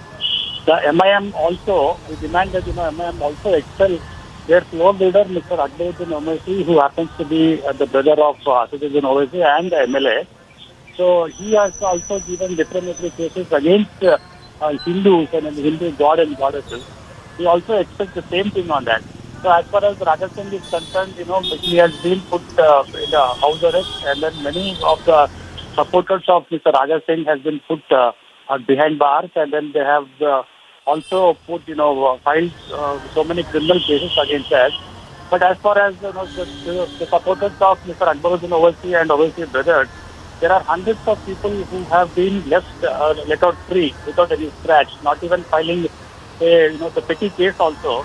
So this kind of attitude towards certain sections of society, especially the Bharatiya Janata Party, we demand the same thing should happen in that. And then the TRS government is just a news spectator. They are neither just taking any cases. Mr. Subhash, if I may, sir, with all due respect, you are indulging in a little bit of whataboutery here, because we do see that the question at hand right now here is about Raja Singh, the statements that he had made in this 10-minute long video, and the anger that we are seeing here on the ground, where people are coming out and demanding absolute justice and claiming that Raja Singh was let out on a technicality, and that there is no action taken by the BJP, and that there is no action being taken by the police, and that he needs to be sent back into the lockup. Not just that, they're saying that this is not the first time that Raja Singh has made these statements. He has had antecedents earlier as well, sir. Yeah, as well as you are absolutely right. But the Bharatiya Janata Party has taken immediate action by expelling on that, and Mr. Raja Singh has uploaded a video. But Mr. Akbaruddin Owaisi, in the public, around 50,000 to 60,000 people who are watching, the public speech, and then most of the people are watching on the TV. He has given such a statement against Hindu god and goddesses that every day a new, the Saraswati will come, Ma Lakshmi will come. All those, those things have been in the public domain. So where is the justice? Is this only justice for the Bharatiya Janata Party? Because Mr. Raja Singh is making defamatory cases, then there is no justice for Mr. Akbaruddin Owaisi. We demand the same kind of explanation. We don't appreciate, the Bharatiya Janata Party don't appreciate against certain sections of the society where, the cases have been filed, and then we don't appreciate that people talking about certain sections of the society as well as certain community. But do we expect, we expect the same thing from other, the political parties who always say that they are the secular party. So this kind of injustice is already making some kind of... Well, Mr. Subhash, we hope that you set a precedent. Mr. Subhash, we hope that you set a precedent by taking the strictest action against the people in your own party who make these kind of statements. But of course, thank you for joining us on the broadcast right now with that perspective. And viewers, we are tracking for you the latest when it comes to what's happening on the ground. Of course, the tensions are high. We do see that several people, a lot of people in fact of the community, extremely angry, and they are at any moment trying to come out on the streets and make that anger known. They are trying to make sure that this is registered in front of the authorities, so that there is some kind of action taken against Raja Singh. They are demanding Raja Singh to be sent back into the lockup, that he had in fact been let out on a technicality, and that is why there is a lot of anger. And of course, however, we do see that emotions running high, and in these sloganeering, we also see that people have been saying that Raja Singh should be hung till death. Now, of course, they have also said that there has to be a legal route via which they will be demanding this. But we do see that even day before yesterday and yesterday, the protesters had come out and they had been making several insightful sloganeering. In fact, that also included the Sar Tan Se Juda kind of sloganeering that we had seen, also incited by the leaders of the Congress party, of the AIMIM, who had been making such inflammatory statements, claiming that people should come out on the streets with whatever that they have, and they should find out Raja Singh, they should beat him up. These are the kind of statements that we are tracking here on the ground by the Hyderabad in charges of the Congress party, and of course the AIMIM also making these kind of statements. However, we do see that the AIMIM MLAs that have written to the speaker, citing down what really is the demand of the people, at least on the ground, claiming that Raja Singh should be stripped off of all of his designations, and that he should also be expelled in fact from the Legislative Assembly, since the kind of statements that he made in this 10-minute long video that he had made making fun of the Prophet are extremely unbecoming of a member of the Legislative Assembly, and also that this is in contravention to the oath that he had taken as an MLA before he went into the Legislative Assembly as well, and also that this is not the first time that Raja Singh has been making these kind of statements, and that there are several antecedents that he has already had. In fact, we just had the BJP leader on the broadcast who also agreed with this, that there have been antecedents to Raja Singh's inflammatory statements and the communally inciting statements as well that he has made. and the ramifications of which we are tracking here on the ground, at least here in Hyderabad, where at spur of the moment we see hundreds of people coming out on the streets protesting against Raja Singh, demanding that he be sent back into the lockup, demanding that justice be done for them against Raja Singh's statement, and that also stating that the government machinery needs to take cognizance of this. Well, thank you, Priyanka, for joining us with all those details. We will continue to track this big story right here on Republic and continue to talk about further stories. The top stories, the other stories that we're tracking at this hour. Additional security in Hyderabad and parts of the city following overnight protests against suspended BJP leader Raja Singh's alleged remarks. Telangana's Home Minister, meanwhile, assured that the public that he would not compromise on law and order following the incident.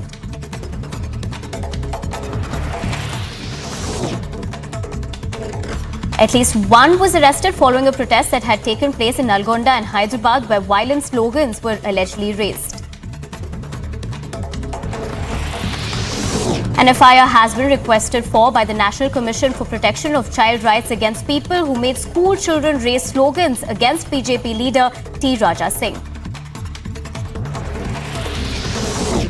An order in the matter of the Prime Minister's security breach is expected to be pronounced today following an inquiry committee that was set up by the CJI on the 5th of January.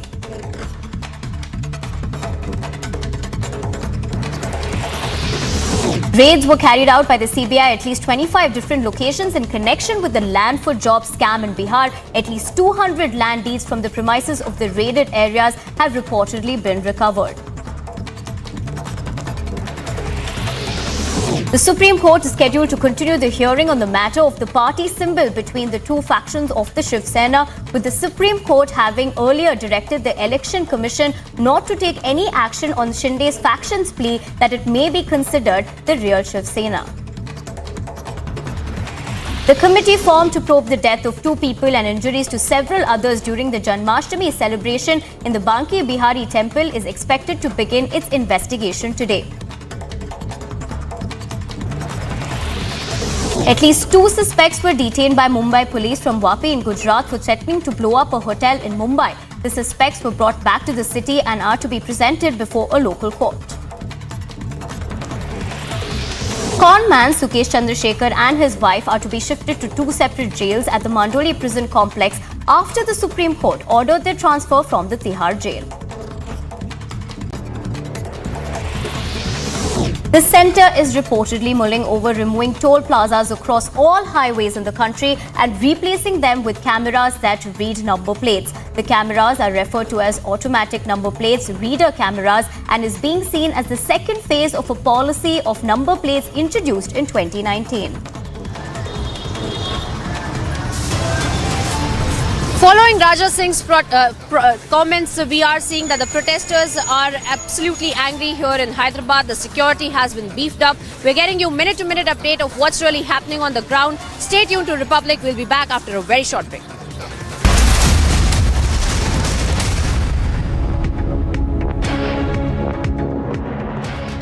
Amity University Dubai has been awarded as the best university campus in the Middle East by Forbes magazine and recognized as the best university for job placements. Jumpstart your global career in Dubai with Amity, with faculty and students from over 50 nationalities. Visit amity.edu/Dubai. Good evening and welcome, viewers. The time has come. The time has come for all of us, all Indians, to take a call on whether we will allow or bring to a stop this sar tan se juda mindset. If we all speak out against it, this sar tan se juda philosophy, whether we are Muslim or Hindu, if we speak out against it, it will stop. If we don't, then this very sar tan se juda chant, which you're hearing everywhere nowadays, sar tan se juda, sar tan se juda, this very chant will become a philosophy and then a greater and greater reality. We will become like Taliban ruled Afghanistan. where beheadings are a reality, like beheadings of Indian citizens are an unfortunate reality in India. We are a country where people get beheaded. This sar tan se juda mindset, viewers, is not a falsification or an exaggeration. It is a reality. It is as real as the urban Naxal mindset. The sar tan se juda mindset is as real as the tukde tukde mindset. The sar tan se juda mindset is a challenge to us, to our nation. And it is our nation. Believers in the sar tan se juda logic have no faith in Indian law, in Indian institutions, in Indian culture, and in Indian democracy. The believers of sar tan se juda think that our democracy is there to be abused and stretched to a point where beheadings as a form of personal retribution or personal or collective revenge is completely justified. And just as it shocked me in 2016 when a group of anti-nationals in JNU said, Afzal hum sharminda hai, tere qatil zinda hai. And when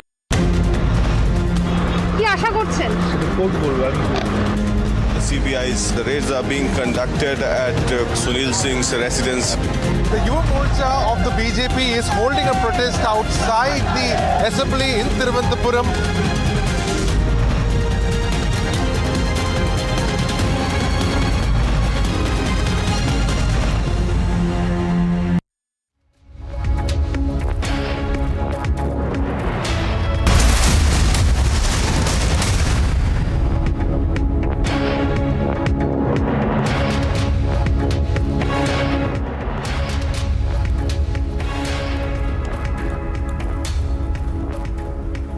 Good morning and welcome. You are watching Live and Breaking on Republic TV. I'm Nupur Talwar Suri. We begin with a look at the headlines at 9:30 this morning. Late night protests in Hyderabad. Hours after a flag march, stones are pelted, more provocative slogans are raised. 90 violent Sar se juda slogans are raised after Oaisi's intervention. After all-day raids and mega recoveries, the ED's news titan Soren's business associate is now under arrest in the Jharkhand mining scam. The Supreme Court is set to resume hearing on the plea for the Shiva Sena's symbol today. The Delhi High Court is likely to pronounce its judgment today in the plea challenging the probe against its privacy policy.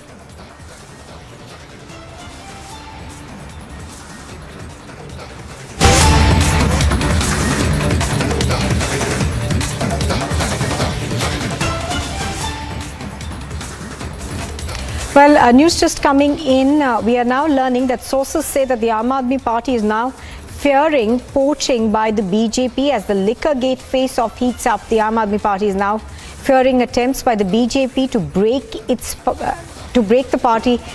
So these are reports that are just coming in. We are given to understand that post liquor gate, at least half a dozen MLAs of the Aam Aadmi Party are believed to be in communication with the BJP. The Aam Aadmi Party, of course, says that these are attempts to poach their MLAs. They now fear that the BJP is making attempts to break the Aam Aadmi Party. Sources are also telling us that there are at least half a dozen MLAs from the Aam Aadmi Party who could be in touch with senior leadership of the BJP. Anuj is reporting on this. He joins us live right now. Good morning, Anuj. Give us more details of what you are learning in terms of the number of MLAs who the Aam Aadmi Party believes could now be in touch with the BJP. Well, let me tell you that there was an important meeting which was called in by Aam Aadmi Party yesterday, and this was the PAC of the Aam Aadmi Party where the senior leadership including the CM himself was chairing the meeting. And let me tell you that yes, this is the allegation of the Aam Aadmi Party where they are saying that Bharatiya Janata Party trying to approach the leaders, the MLAs rather, of Aam Aadmi Party. And now Yesterday, this was the meeting, and again today a meeting has been called because every of the MLA, if we talk about all MLAs of Aam Aadmi Party, they were not contacted, or rather they were not here in this particular meeting which was called in yesterday. So another meeting has been called by the Aam Aadmi Party today, and this meeting is lined up for 11 a.m. This is called the Legislative Party meeting, which has been named by the Aam Aadmi Party. Yesterday it was PSC. So as we have seen, this was first alleged by Manish Sisodia himself, the Deputy Chief Minister, who is under the radar of CBI. And when we are talking about the liquor policy and the liquor scam, then Manish Sisodia is the name who is there in the FIR and is the main accused. And after that, this whole story has started. And finally, let me tell you that Manish Sisodia came out with a tweet where he stated that he has been approached by Bharatiya Janata Party, and Bharatiya Janata Party giving him different offers to become the Chief Minister of the Delhi, and all the cases will be closed whatsoever it is about the CBI or the Enforcement Directorate or any of the case which is leveled against Manish Sisodia. So that's something which was alleged by Manish Sisodia. Later we have seen yesterday how Sanjay Singh with MLAs of Aam Aadmi Party did a press conference where they were also telling that they were approached and 20 crores rupees was offered by Bharatiya Janata Party. Yesterday, seeing all these development, a meeting was called by Aam Aadmi Party top leadership, including the Chief Minister himself. This exactly is the residence of the Chief Minister from where I am reporting. Arvind Kejriwal chaired that particular meeting, and today again the meeting has been called. This meeting has been called because many of the MLAs were not present in that particular meeting. So we should not say that MLAs are in contact with Bharatiya Janata Party or Aam Aadmi Party is in fear of that. But on the other hand, we should clarify the same, that Aam Aadmi Party is maintaining that many of the MLAs was not present in that very meeting which happened yesterday. Okay. And now it is another meeting which is already scheduled for 11 a.m. So this is going to be the important meeting where all the Aam Aadmi Party MLAs has been called, and there they are going to discuss about the future course of strategy, and there they are going to discuss about this particular policy has been alleged by Aam Aadmi Party of the BJP that they are trying to approach the MLAs. Yes. Anuj, what I wanted to ask you is that there are several reports which seem to suggest that some of these MLAs may now be untraceable, and that they perhaps have switched off their mobile phones. Anything that you can tell us on that aspect? Well, as per the party sources, let me tell you, till now what we have been told is many of the MLAs was not present yesterday in that very meeting. They were not able, the senior leadership or whosoever was coordinating from the Aam Aadmi Party side to call the MLAs was not able to contact the MLAs. The reason was they were not reachable, their phone was switched off. So this is something which is a worrisome situation. The kind of worrisome situation for the Aam Aadmi Party, that why this is happening at this point in time, when it is been alleged by Aam Aadmi Party that many of the MLAs are being called by the Bharatiya Janata Party, have been approached by Bharatiya Janata Party. So this is becoming a worrisome situation. But at this point in time, to reconfirm the same and to get everybody on the same line, this particular meeting of today, when we are talking about today's meeting, which is already scheduled for 11 a.m., this particular meeting has been again called by the Chief Minister, by the top brasses of the Aam Aadmi Party. This is going to happen at the same place from where I am reporting. This is the CM's residence, Arvind Kejriwal's residence in the civil line in the national capital. And this particular meeting has been again called by the Aam Aadmi Party, as yesterday, we are again mentioning it, as yesterday many of the MLAs was not able to be contacted. Rather, the Aam Aadmi Party leadership was trying to contact all the MLAs. There was a notice, there was a meeting which was scheduled, and every MLA was asked to be here at this particular residence of the CM, but they were not here. They were not able to, the Aam Aadmi Party was not able to contact them. So that is becoming a worrisome situation, and seeing that only, now this particular meeting has been called, and if every MLA is going All to right, be here, I'm going to have to interrupt you there. Anuj, stay with us. Mr. Singh right now on the phone line with me from the BJP. Mr. Singh, the Aam Aadmi Party, of course, is saying that there are attempts by the BJP to poach its MLAs. How do you react to those comments that are coming in? Well, it is a new style of deflection. Every day they have to deflect from the core issue of 144.66 crore and 30 crore. Day one, it was that lookout notice. Day two, that someone has called me. Day three, MLA has been poached. It's all a deflective technique, nothing else more than that. But they still need to answer the core issue. The core issue is, how did he waive off 144.36 crore of his fence and 30 crore of L1 tender, person got to tender Pixie. His earnest money was returned. So, Mr. Singh, are you then suggesting that this is a diversionary tactic by the Aam Aadmi Party? 110%. I said last 3 days, first day, lookout notice, second, someone has approached me, third, now poaching. They are deflecting from the core issue. And we still ask the same question, and they need to answer the core question. All right. 74.66 crore rupees scam. That's all. All right, so RP Singh from the BJP over there saying that they believe this is an attempt by the Aam Aadmi Party to deflect attention. Thank you, Mr. Singh, for joining us. I'm going to come back to you, Anuj. Anuj, now there was a key meeting that was called by the Aam Aadmi Party yesterday. And what we learned about that meeting, of course, was it was to decide how does the party deal with the situation that's currently arising. But several of those MLAs did not attend that meeting. And that's where this rumor mongering then started from, that they were in touch with the BJP perhaps. What is the party doing to try and keep its flock together? Well, that's the reason why this particular meeting, if we talk about today's meeting, has been again called. And this is meeting which is already scheduled at 11 a.m. And yes, as you are pointing it out very rightly, that many of the MLAs were not present in the meeting yesterday, which was called in by the top leadership, including Arvind Kejriwal, the Chief Minister of Delhi, and the head of the Aam Aadmi Party himself was chairing the meeting. And then too, many of the MLAs were not present in that very meeting. This has never happened before. And there was a line which was taken by the Aam Aadmi Party, and the message and the notice was very much clear that you will have to be here. All the MLAs have been called in here for the meeting, and you will have to attend the meeting. But many of the MLAs were missing. So this is becoming a worrisome situation. That's why this rumor mongering is coming, that they are in touch with Bharatiya Janata Party, or rather Bharatiya Janata Party, as been alleged by Aam Aadmi Party, is approaching these MLAs. So this is becoming a worrisome situation for the Aam Aadmi Party also. And that's why this particular meeting, which is called the legislative meeting by the Aam Aadmi Party, has been again called today by the Aam Aadmi Party. And yes, as we were reporting earlier also, this is the residence of Chief Minister of Delhi, that's Arvind Kejriwal, where Arvind Kejriwal is going to chair this particular meeting. But the bigger question here is, how many MLAs?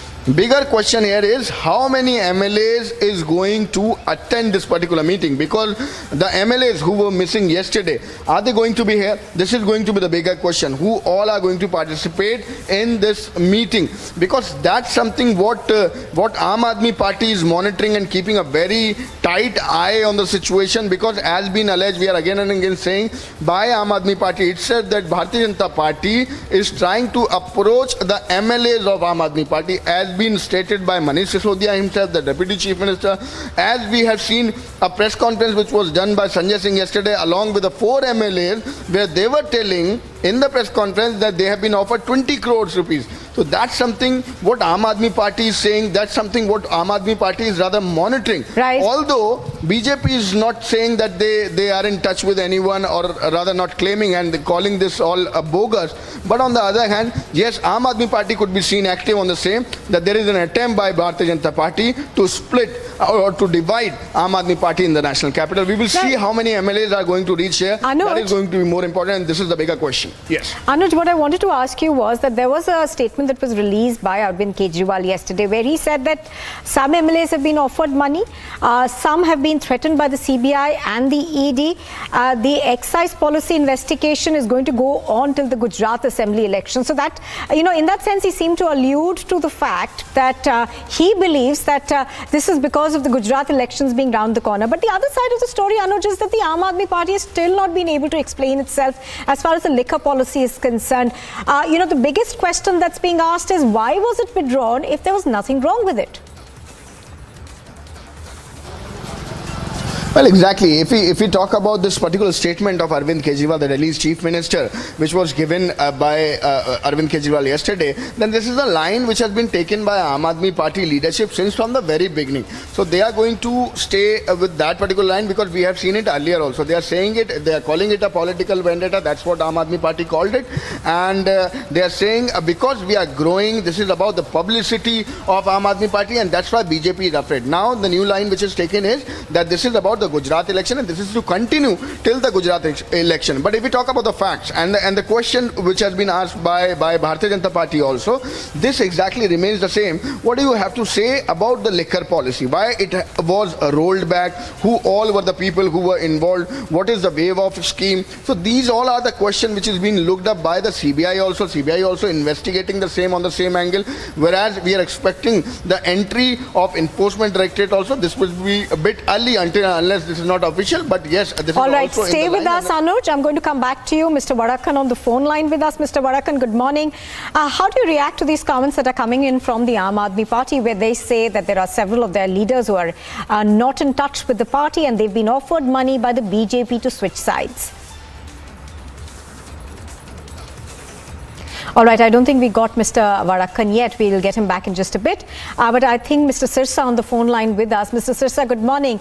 Mr. Sirsa, how do you see this comment that's coming in from the Aam Aadmi Party, where they say this morning that several of their MLAs, at least 6, are unreachable and that they have been approached by the BJP to switch sides?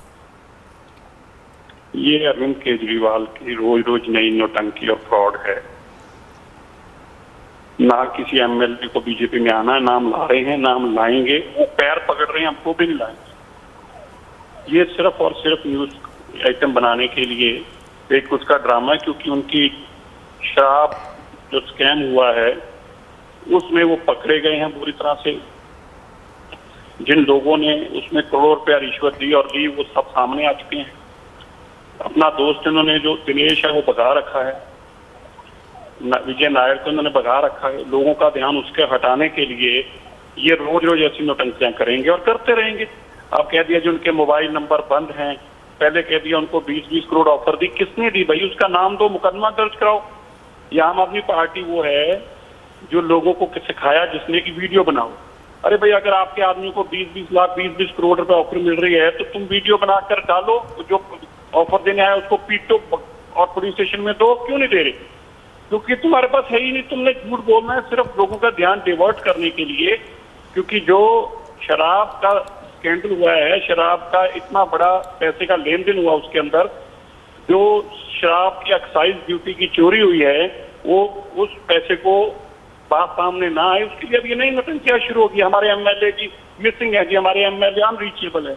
अब थोड़ी देर बाद कह देंगे जी उनका mobile बंद करा दिया था जी, उन लोगों को कहा था जी मोबाइल बंद कर लो जी। ये अरविंद केजरीवाल की परमानेंट नौटंकी, ये कोई नई बात तो है नहीं। All right, Mr. Sirsa, thank you very much for joining us. Also, Mr. Varakan on the phone line with us. Mr. Varakan, good morning. Mr. Varakan, there are comments that are coming in from the BJP, from the Aam Aadmi Party, where they seem to suggest that money has been offered. Also going on to say that several of their leaders, at least 6, are untraceable, and that they are being asked by the BJP essentially to switch sides. What do you make of this? This is the stage where they will present all sort of dramas. These anarchists have survived on freebies, false promises. When these freebies and false promises fall hollow, then they stand exposed by the public. All this drama that BJP is trying to buy them and all that is rubbish. We don't need corrupt people. I mean, our admission policies are very clear. And we don't need this type of people. We have enough of workers at our head and leaders too. Very competent head by the Prime Minister of India. And I don't think we need any of their entrance at any cost. And now that action is being taken, Satyam Jayata. All right, Mr. Varakan joining us from the BJP. Thank you for that. Mr. Varakan, as well as other BJP leaders who we've spoken to since the morning, seem to suggest that these are just diversionary tactics. I'm going to go back on the ground to Anuj for more. Anuj, you just heard all those BJP leaders, and we've spoken to 3. They seem to suggest that this is all drama. These are diversionary tactics. This is just an attempt by the Aam Aadmi Party to divert attention. Well, if we go back 2-3-4 days and if we'll rewind the chapter, then we can understand it, what has happened. If we talk about this particular topic, then this was Manish Sisodia who alleged that he has been approached. After that, Aam Aadmi Party sources confirmed that they are having an audio clip. After that, this was the press conference which was done by Sanjay Singh yesterday, along with the MLAs who were claiming that they have been approached by Bharatiya Janata Party and 20 crores rupees is something which has been offered to them. So that is something on what Bharatiya Janata Party is reacting, and that's something what we have heard recently. These were the leaders of Bharatiya Janata Party who are saying that this is all bogus. We have not approached anyone. They do not have anything because they are not proving anything. If they have anything, then come out with the audio. If they have anything, then come out with the proof. That's something what Bharatiya Janata Party is saying. On the other hand, Bharatiya Janata Party is always repeating the same line. They are saying that why don't you talk about the liquor policy? Why don't you clarify the things? Why this was a waive off which was given? Why don't you talk about the liquor scheme, how it was implemented, why it was rolled back when it was that much good, or rather it was that much beneficial for the Delhi government? So these all are the questions which has been raised by BJP. As the war of word could be clearly seen, like we have seen the numbers of press conferences day by day. It is 3 to 4 press conferences in a day by Aam Aadmi Party. Then this is counter-attack by the BJP, which is being repeated day by day. So that's something we talk about the war of word. War of word continue within the Aam Aadmi Party. Right now I'm reporting from Chief Minister's residence, that's Arvind Kejriwal. An important meeting has been called today. This is going to happen at 11 a.m. We will see how many MLAs are going to reach here. We'll be right back after a short break. Stay tuned. Reporting live on the story.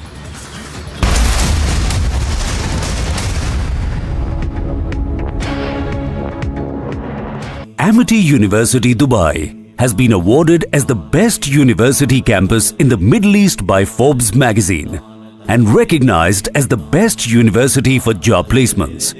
Jumpstart your global career in Dubai with Amity, with faculty and students from over 50 nationalities. Visit amity.edu/Dubai. Sisodia, Deputy CM, has left for event speaking to media. Poaching Mondal was given custody and CBI will be continuing the investigation. BJP के कार्यकर्ता जो CM आवास घेरने की कोशिश में है।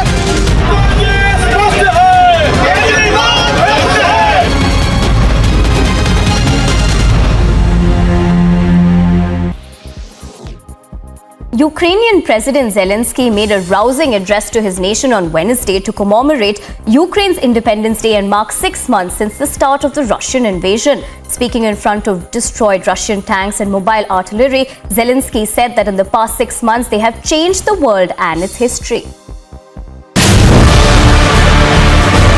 These are basically the Loros surveillance video. What you can see is the two movement that's taking place. That's where the terrorists are basically trying to move crossover, and this is where they're trying to hide. The moment they reach here, that's the place that they are hiding, and you'll see that in a short while, that's the explosion. Quadcopters were used to locate these terrorists who were neutralized as part of the anti-infiltration grid. Tactically, the bodies were retrieved. Also, huge cache of arms and ammunition has also been recovered by the Indian Army.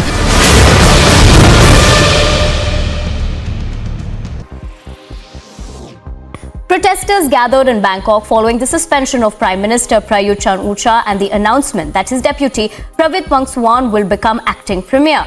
Thailand's constitutional court ruled that Prayut must suspend his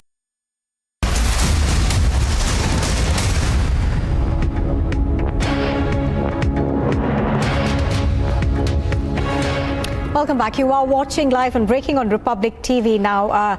Earlier this morning, sources in the Aam Aadmi Party have told Republic TV that there are fears within the Aam Aadmi Party of poaching from the BJP. Now, this comes as the Liquorgate face-off between the two parties has been heating up. We've been seeing counters and allegations that have come in from both sides. Right now, of course, there have been allegations that were earlier made yesterday by Arvind Kejriwal, and which have now been followed more with the seniors from the party seeming to suggest that there are at least half a dozen Aam Aadmi Party MLAs who could be in touch with the BJP. Mr. Nalan Kohli from the BJP on the phone line with us. Mr. Kohli, good morning. Thank you for joining us on Republic TV. Mr. Kohli, how do you see these allegations that are coming in from the Aam Aadmi Party? There are suggestions being made that several of their MLAs, at least 6 in number, are believed to be in touch with the BJP at the moment, and the BJP is essentially trying to poach their MLAs. It's an allegation that reflects the utter desperation and the serious panic that the Aam Aadmi Party and its leadership is feeling. And that's why they are making allegations without substance. So let's look at the facts. The CBI is investigating the excise scam. In the excise scam, there is a clear documentary evidence pointing out that the decisions were not done in a proper way, and it seems certain individuals were to be benefited because of the leadership of the Aam Aadmi Party leaning that way. That's what the media has reported. Now, in this excise scam, if it was such a great policy, why do you reverse it? Immediately they reverse it. They say it's a great policy. Then you reverse it and go back to the new policy, old policy. After that, they are speaking every day on everything under the sun, from the moons of Jupiter to the galaxy and the Milky Way. But they won't speak on the excise policy, which is the only subject they should be speaking on. Not one statement on the excise policy, not answering any of the serious queries against them. And now they have come up with this new thing. BJP is trying to destabilize them. Right. The fact of the matter is, this is a model in which the Aam Aadmi Party only knows how to talk. They are a government that obviously was working with corruption. That's why Satendra Jain is still in custody. You have a person who says, I can't remember, and has tried to avoid an investigation. It shows that obviously he had much to hide. Now you have Manish Sisodia. So to cover up on the so-called alternative that they were, to clean politics, and instead which is pointing out that they are steeped in corruption, they are trying all these tactics. It's a typical shoot and scoot policy, which I think the people of Delhi and the country will see. All right, Mr. Kohli, thank you for joining us. The BJP over this seems to believe that this is another tactic of the Aam Aadmi Party to not really answer those tough questions that are being asked about the liquor policy. So that's the reaction that we are getting from the BJP. Another important meeting called in by Aam Aadmi Party today at 11 a.m. Many of the MLAs are not reachable, claimed by Aam Aadmi Party sources. Reporting live on the story, we'll be right back after a short break. Stay tuned.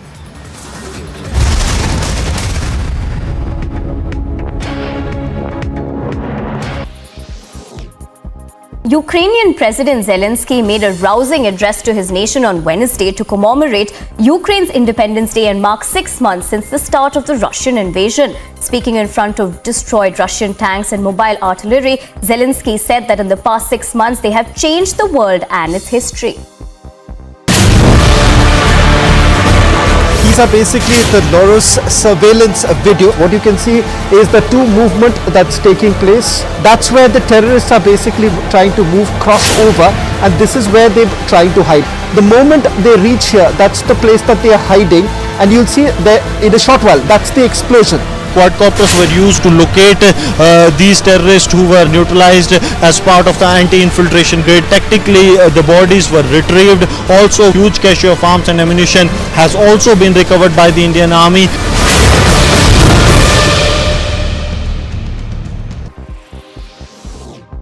Protesters gathered in Bangkok following the suspension of Prime Minister Prayut Chan-o-cha and the announcement that his deputy Pravit Wongsuwan will become acting premier. Thailand's constitutional court ruled that Prayut must suspend his active duties while the court decides whether he has overstayed his legal term in office.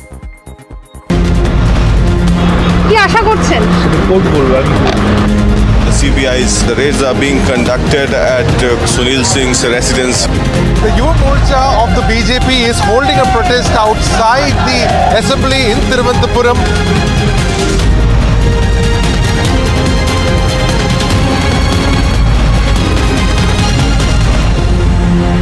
Manish Sisodia के पुतले को आग लगा दी गई है, केजरीवाल के पुतले को आग लगा दी गई है. CBI raids in the rice mills of Onubrata Mondal and his close aides. Teachers staged protests holding the tricolor seeking jobs and were instead brutally thrashed.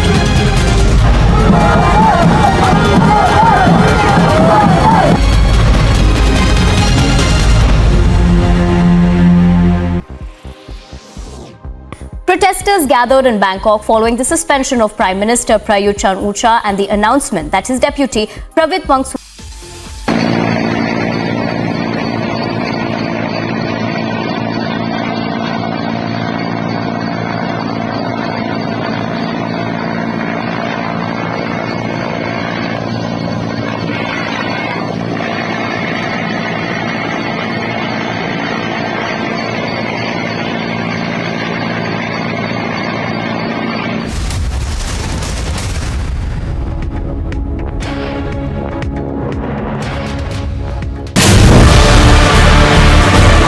These are basically the Loros surveillance video. What you can see is the two movement that's taking place. That's where the terrorists are basically trying to move crossover, and this is where they're trying to hide. The moment they reach here, that's the place that they are hiding, and you'll see there in a short while, that's the explosion. Quadcopters were used to locate these terrorists who were neutralized as part of the anti-infiltration grid. Tactically, the bodies were retrieved. Also, huge cache of arms and ammunition has also been recovered by the Indian Army.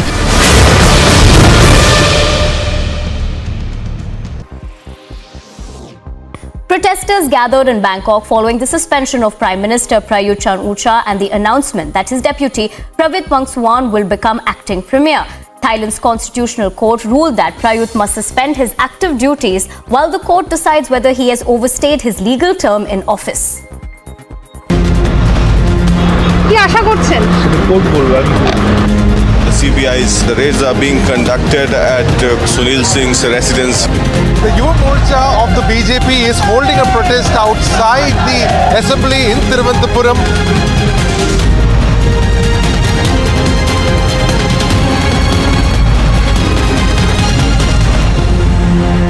Manish Sisodia के पुतले को आग लगा दी गई है, केजरीवाल के पुतले को आग लगा दी गई है। CBI raids in the rice mills of Onubrata Mondal and his close aides. Teachers staged protest holding the tricolor seeking jobs and were instead brutally thrashed.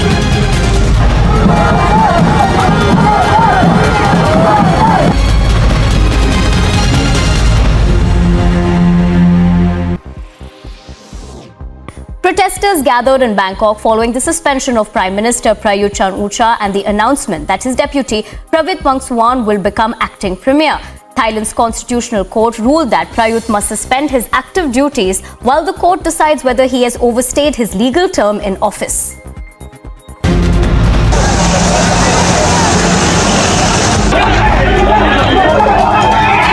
They are protesting against Manish Sisodia and through it the Aam Aadmi.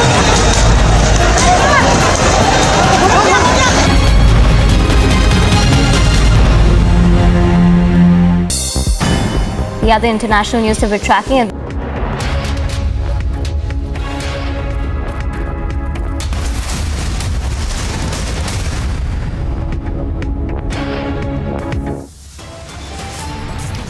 The headlines at 10 this morning. After mega liquor gate scam storm, the Aam Aadmi Party now fears poaching by the BJP swings into huddle mode.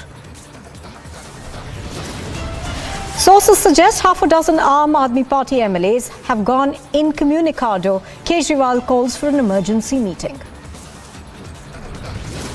The BJP refutes poaching charge, calls it mere diversionary tactics. Late night protests in Hyderabad hours after the flag march. Stones are pelted, more provocative slogans are raised.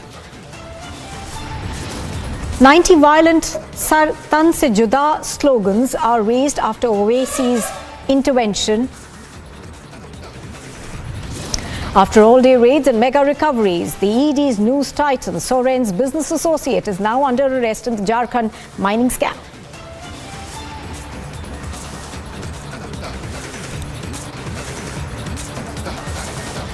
Good morning and thank you very much for staying with us on Republic TV. This is live and breaking. I'm Nupur Talwar Suri. Now, sources are saying that the Aam Aadmi Party now fears poaching by the BJP as the liquor gate face-off is heating up between the two political parties.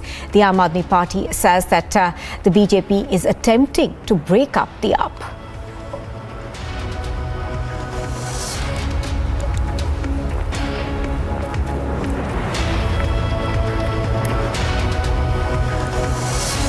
India के ऊपर सफल हुआ वो प्रयोग सिसोदिया के ऊपर मोदी जी का fail हो गया और वो प्रयोग हमारे इन 4 विधायकों पे किया जा रहा है और इनसे ये भी कहा जा रहा है कि तुम टूटोगे तो 20 करोड़ मिलेगा, तोड़ के दूसरों को लाओगे तो 25 करोड़ मिलेगा।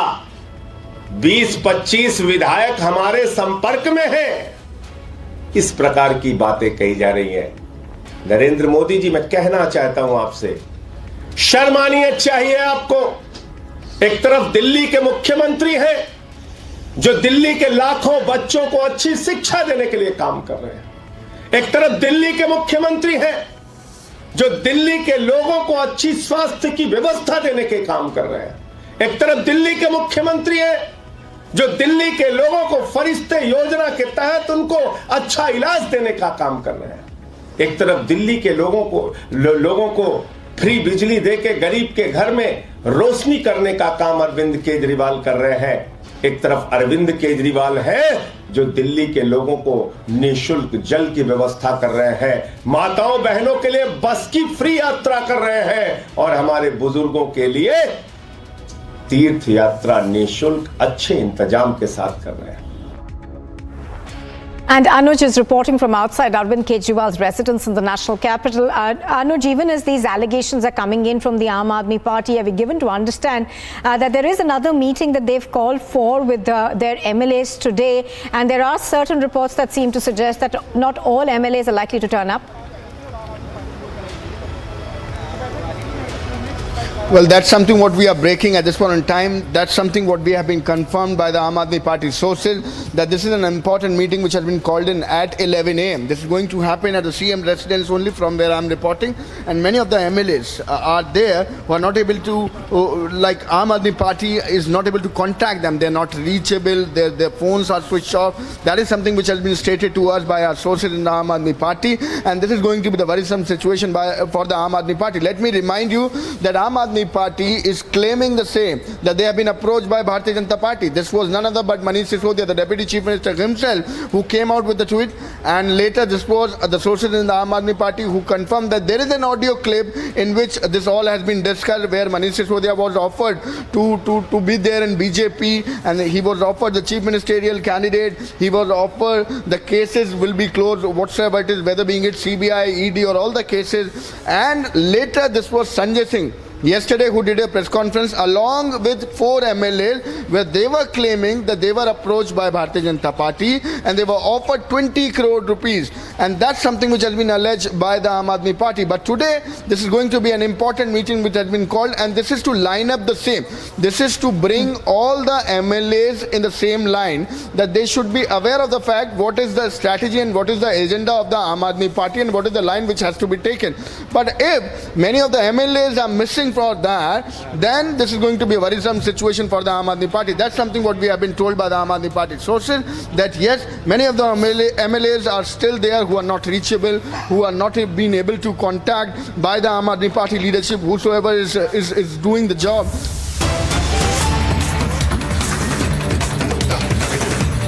And we are cutting across to news that's just coming in. We are now learning that there could be fresh trouble for Mamata Banerjee's key aide, Anubrata Mondal. We are being told that the ED is all set to question Mondal again. Top sources in the ED have confirmed to Republic TV that a fresh application is being moved seeking permission to question the TMC strongman. Shavan San on the phone line with us. Shavan, give us more details of what you're learning, please. Well, in fact, after the questioning of the Central Bureau of Investigation, now we're given to understand that the Enforcement Directorate is all set to question TMC strongman Anubrata Mondal.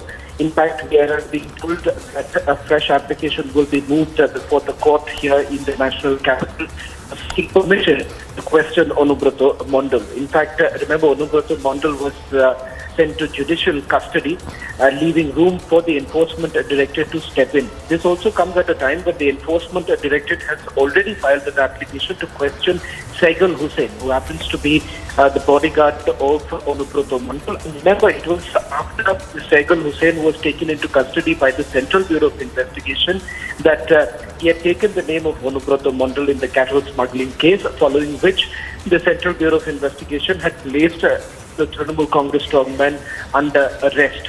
We are now being told that the Enforcement Directorate will also be looking into this entire matter, given the fact that they are already looking at the role of and several other leaders who were basically involved in the cattle smuggling. As far as the money laundering aspect is concerned, remember there was a large amount of money that came in from the kingpin, Inamul Haq and Vikas and Vinay Mishra in the cattle smuggling case, and the allegation essentially being that it is Anubrata Mondal who was actually receiving the money from the cattle transporters in return for some sort of a protection and patronage coming in from the administration of West Bengal. That's the allegation that is leveled against Anubrata Mondal.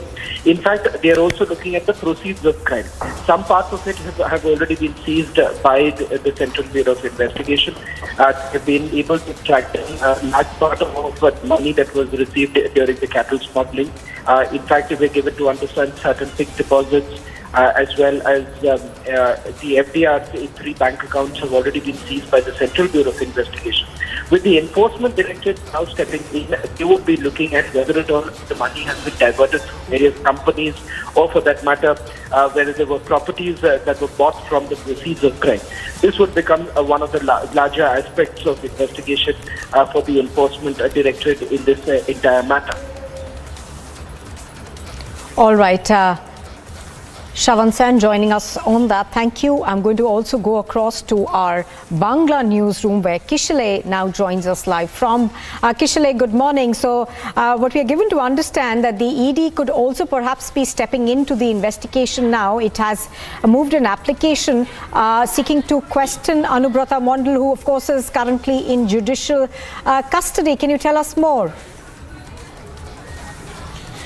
This is the biggest breaking at this moment, Nupur, as Shawan already pointed out, and as we already broke that ED has been active now in the cow smuggling case, cattle smuggling case, apart from CBI, which is already dealing with the case, and Anubrata Mondal is already arrested. So now ED can question Anubrata Mondal. They'll be probably applying for that. Apart from that, one of the biggest update is also that ED has already applied for questioning Saigal Hussain, Anubrata Mondal's bodyguard. So Anubrata Mondal's bodyguard, who is also in CBI custody now, will be questioned by ED, and ED will be looking into various factors, which include that from where exactly this huge amount of money came from, which Anubrata Mondal, Saigal Hussain and all these people were dealing with, and where all this money was going ultimately. So the whole money laundering angle of this cattle smuggling case will be dealt with by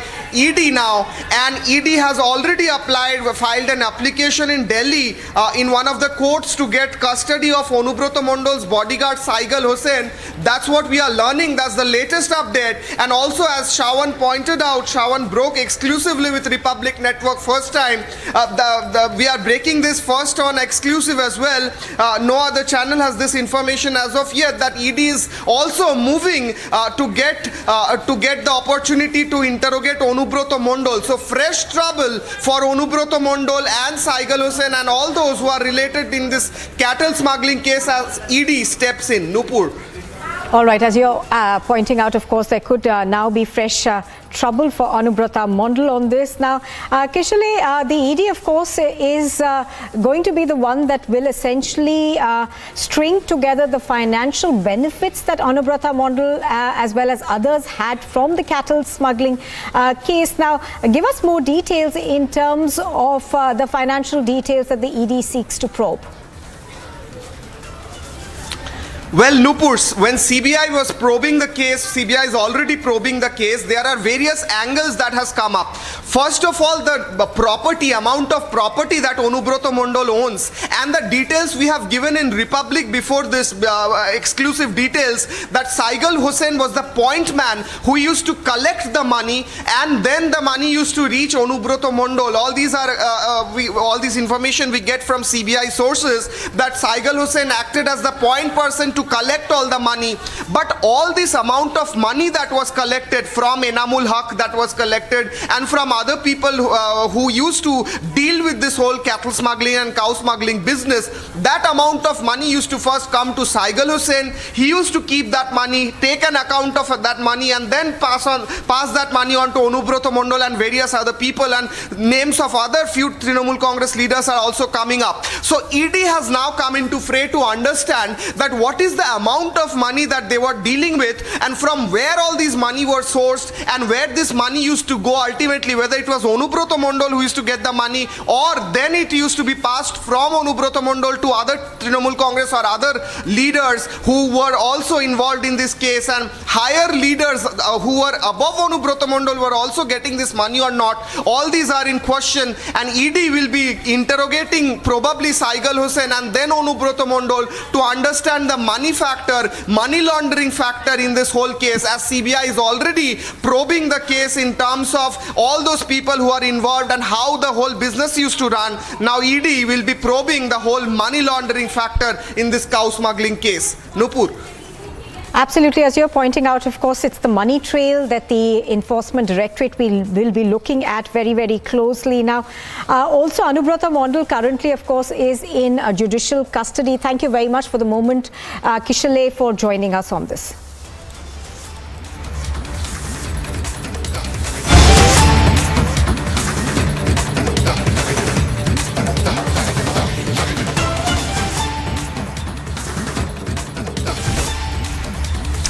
A news just coming in. A DMK functionary was caught red-handed in a surveillance camera stealing a gold chain in a jewelry shop in Tiruchendur in Tamil Nadu. Now, footage that you see on your screen right now is of the CCTV. The functionary has been identified as Porkori, who is the 8th Ward Secretary of the Angamangalam Panchayat Council for the DMK. It does appear that Porkori enters what look like a deserted shop and asks the owner to display jewelry. When nobody notices, she steals a gold chain and replaces it with a gold-plated chain. A complaint has been filed and the police are investigating. It is notable that her husband is also a DMK functionary. Let me go across to Varshini, who's reporting on this from Chennai. Varshini, this is, of course, considerable embarrassment for the DMK that a functionary is attempting to steal a gold chain and also, of course, going on to replace it with a gold-plated chain. Any reaction that we are getting from the DMK yet? Well, Nupur, this viral video of the DMK functionary who is stealing, very explicitly replacing a gold chain and pretending to be a customer, and she's replacing it with a gold-plated chain, and then she has, walked out of the shop with nothing happening around there, nobody finding her out. Later on, when the shopkeeper had, tried back to understand what happened, he had himself checked the CCTV footages and found that this woman was cheating, and that is when he had taken this up as a complaint. And only after the police came into the picture, it was even found that the woman was a DMK functionary. She was a ward secretary, and now it has come to light that even her husband is a DMK functionary. He is a municipal secretary. Therefore, this video is now going viral, and questions about the DMK government and the kind of people who have been, voted to power, who have been brought to the, public domain are not trustable anymore, is the kind of, talks that are going around in the state now. And the DMK has not yet officially reacted to this matter, but there is a huge expectations that, somebody will come up with an excuse. But the DMK government is officially, yet to react on this matter, this video that's going viral. And we also hear that the shopkeeper had found the woman himself and took his, gold back. But the FIR has not yet been filed. So therefore, the official investigation report is also awaited, which is also very important in this matter. Absolutely. As you're pointing out, Varshini, this obviously is going to cause a great deal of embarrassment for the DMK. Varshini, obviously the police are investigating, but is this the first attempt? What are you learning from your sources within the police, or are there cases like this before? Well, this woman, it is definitely, there is no evidence of any investigation, outcome that has given light to her past, actions like this. But as of now, this is the first time is what we are hearing. But since the investigation is still underway, there might be any kind of detail that could emerge out of her investigation at any point of time. Therefore, for now, we hear that this was the first time, and that is why the shopkeeper himself, tried to find out where the woman was, since he's also a, politically influential person in that area. She was a ward secretary, therefore she was easily, able to be identified by the person, located by him, and that is why he himself went down. And later, now the police have also started investigation, and they're also investigating in an angle where they are trying to figure out if this has been a recurring event or not. All right, Varshini reporting on that from Chennai. Thank you for joining us. And here's a look at some news in brief now.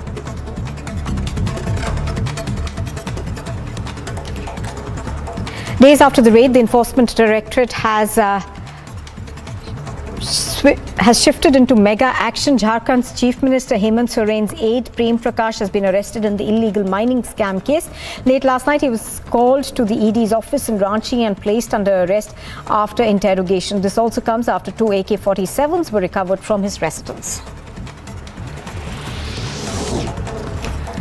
In a first review meeting after the Amarnath Yatra, the Ministry of Home Affairs will hold a high-level security meeting review in Jammu and Kashmir today. The MHA's top brass will be briefed on the present security scenario, including recent attempts of Pakistan to carry out a major terror strike on the Army's operational base.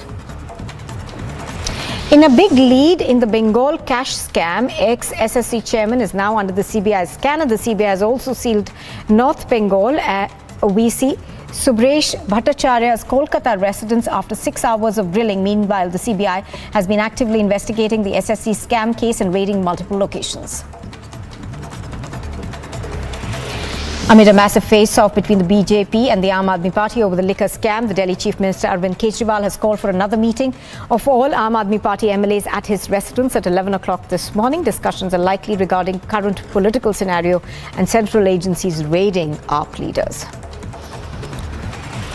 Massive fire has broken out late last night on the second floor of a mobile godown in Delhi's Pratapganj industrial area. At least 10 fire tenders reached the spot and doused the fire later.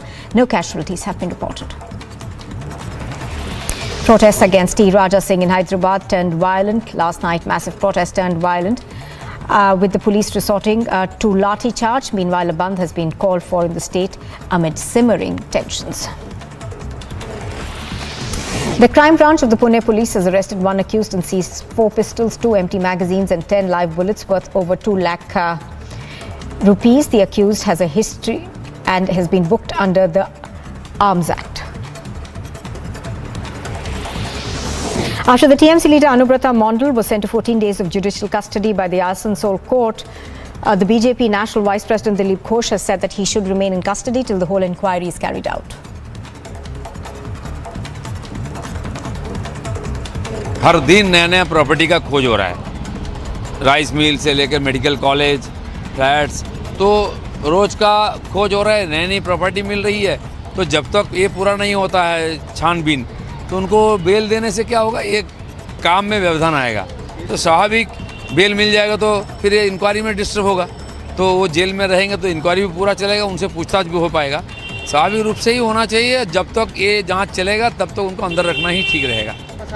ये तो वो don जैसा उनकी attitude है। उस जिला में किसी की हिम्मत, ना मीडिया, ना पुलिस वाला, ना कोई कर्मचारी, साधारण पब्लिक, व्यवसायी, किसी की हिम्मत नहीं थी उनके खिलाफ बोलने का।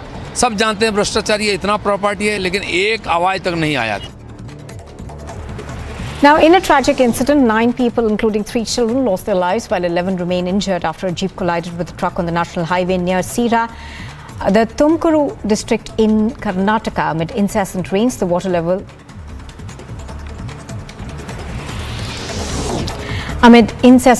water level of the Chambal River has increased in Uttar Pradesh's Agra district. The administration is on alert to review the situation in the state.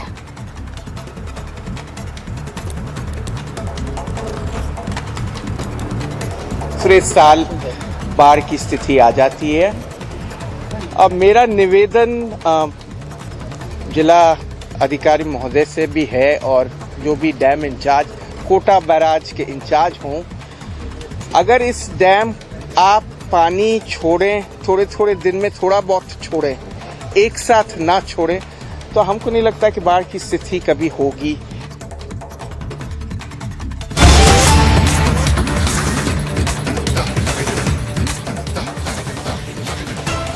And news just coming in, 9 people, including 3 children, have died and 11 are injured after a jeep collided with a truck on the national highway near Sira in Tumkuru district.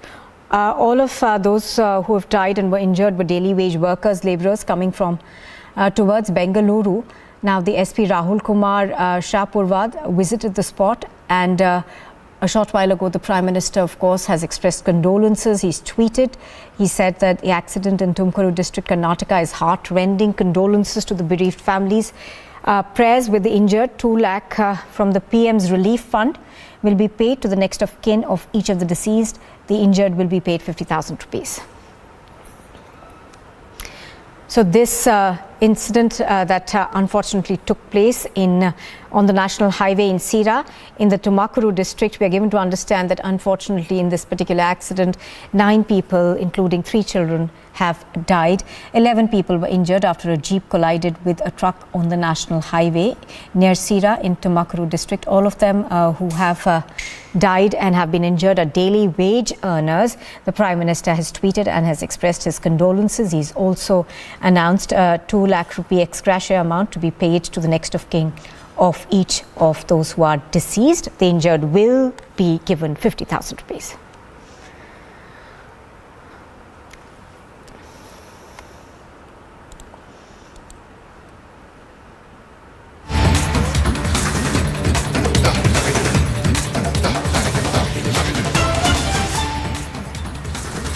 And going back to the news story that we've been bringing to you from Delhi, the Aam Aadmi Party was holding a key meeting at the Chief Minister's residence, and right now we are learning that 2 MLAs have reached the Chief Minister's residence so far. Now this comes amid the allegations that are coming from the Aam Aadmi Party that the BJP is trying to poach their leaders. Anuj is reporting on this. Anuj, coming back to you now, Anuj, we are now learning that there are just 2 MLAs who've showed up so far, and the meeting takes place in about half an hour from now.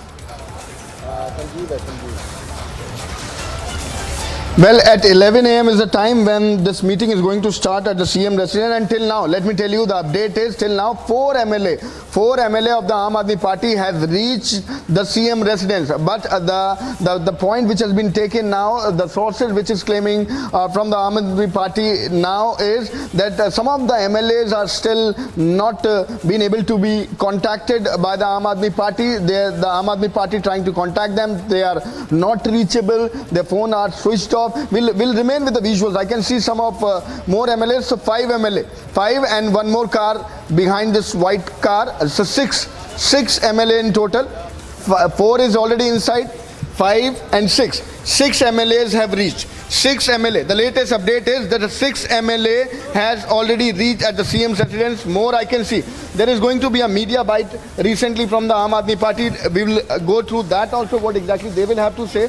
So that's the setup for the media bite which is going to happen from the Aam Aadmi Party at the CM residence. But the point here is that how many MLAs are going to come, that's something what has been stated by the Aam Aadmi Party. So the important meeting called at Arvind Kejriwal's residence. We are waiting for the update. How many MLAs are going to attend the meeting? Stay tuned. We are reporting live on the story. We'll be right back after a short break. 6 till now has reached.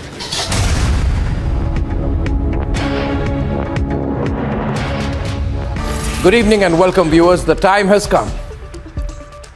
The time has come for all of us, all Indians, to take a call on whether we will allow or bring to a stop this sar tan se juda mindset.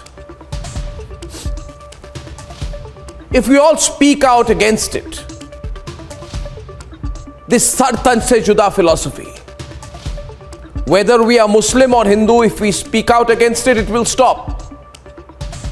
If we don't, then this very sar tan se juda chant which you're hearing everywhere nowadays. Sar tan se juda, sar tan se juda.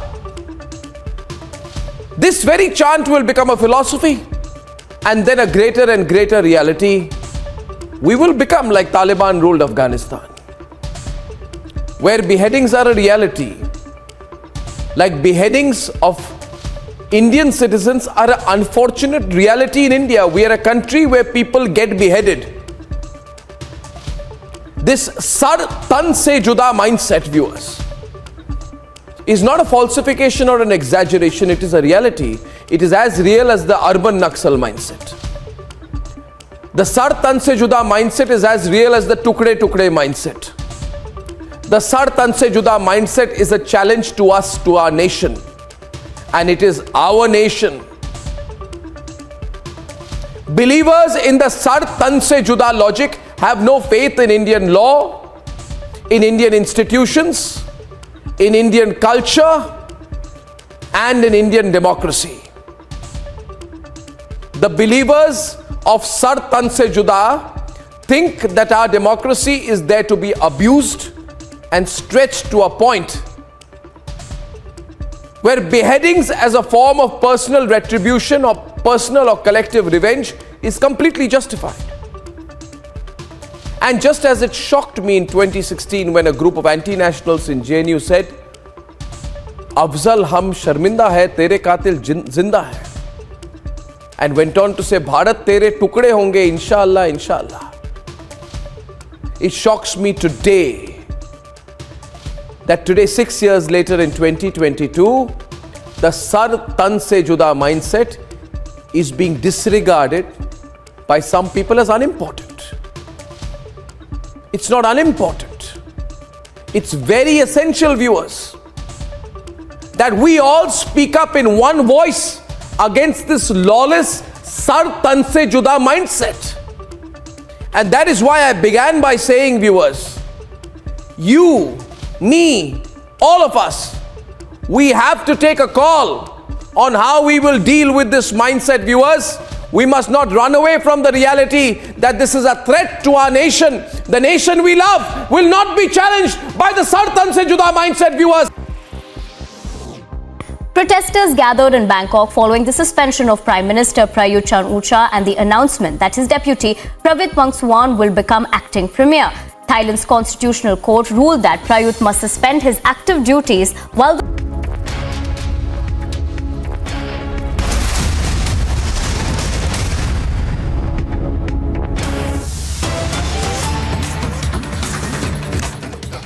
tracking the big story coming in this hour with the AAP now alleging poaching by the BJP, saying that in fact that there is a poaching attempt. In fact, what we are told in the latest is that Kejriwal right now is chairing an emergency meet and 8 MLAs are currently present at Kejriwal's residence. उसमें जो आंकड़े निकल के आए उस हिसाब से अगर देखा जाए तो एक विधायक को खरीदने के लिए भारतीय जनता पार्टी 20 करोड़ रुपए ऑफर कर रही है। अगर 40 विधायक तोड़ने की कोशिश कर रहे हैं वो लोग, तो 20 को 40 से जो अगर मल्टीप्लाई करें, वो मैथ्स देखें हम, तो लगभग 800 करोड़ रुपए जो है भारतीय जनता पार्टी, ये काला धन ही होगा, लेकर खड़ी है विधायकों को, दिल्ली के विधायकों को तोड़ने के लिए। ये समझ में आना चाहिए। दिल्ली की जनता और देश की जनता जानना चाहती है कि 800 करोड़ रुपए किसके हैं। भारतीय जनता पार्टी के पास 800 करोड़ रुपए का काला धन कहां से आया है।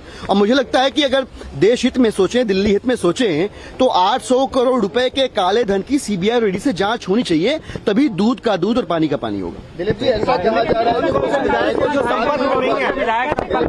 कि विधायकों के संपर्क में आने की जहां तक बात है, मुझे पूरा विश्वास है सब संपर्क में आ जाएंगे और जिनसे बातचीत नहीं हो पा रही उनसे भी बातचीत हो जाएगी और सब यहाँ पे उपस्थित होंगे। लेकिन उससे बड़ा सवाल ये कि अगर 40 विधायक तोड़ने की तैयारी कर रही है भाजपा और एक को 20 दे रही है, तो ये 800 करोड़ रुपए कहां से आ रहे हैं, ये बड़ा सवाल है, ये जरूरी सवाल है। सीबीआई और ईडी की जब सीबीआई और ईडी को सेंट्रल एजेंसीज को बीजेपी ने अनलीश कर दिया विरोधियों को खत्म करने के लिए, तो ये 800 करोड़ रुपए की भी सीबीआई ईडी से जांच होनी चाहिए, इसके ऊपर बात होनी चाहिए, इसके ऊपर सवाल होने चाहिए। आपके संपर्क में नहीं आ पाए अभी तक? देखिए, अभी सभी विधायकों से बातचीत की जा रही है और कल मैसेज कम्युनिकेट किया गया। मुझे पूरा विश्वास है कि जिस समय बैठक शुरू होगी तब तक सारे विधायक आ जाएंगे, लेकिन 20 गुना 40 ये 800 करोड़ रुपए की सीबीआई ईडी से जांच होनी चाहिए। So, as you just heard, the AAP alleging poaching attempt by the BJP, saying that the BJP is conniving to topple the AAP and that BJP is trying to get in touch with the MLAs of AAP is what the latter is alleging at this point. Simultaneously, we have the AAP key meet, which is currently taking place at Chief Minister Kejriwal's residence. So, as the liquor scam gate explodes, we have the big allegations that are now being levelled by the Aam Aadmi Party, saying that their MLAs are being poached, and AAP is also in a huddle at this point. The AAP making a big claim there that the BJP has deployed 800 crore to break the 40 MLAs of the Aam Aadmi Party.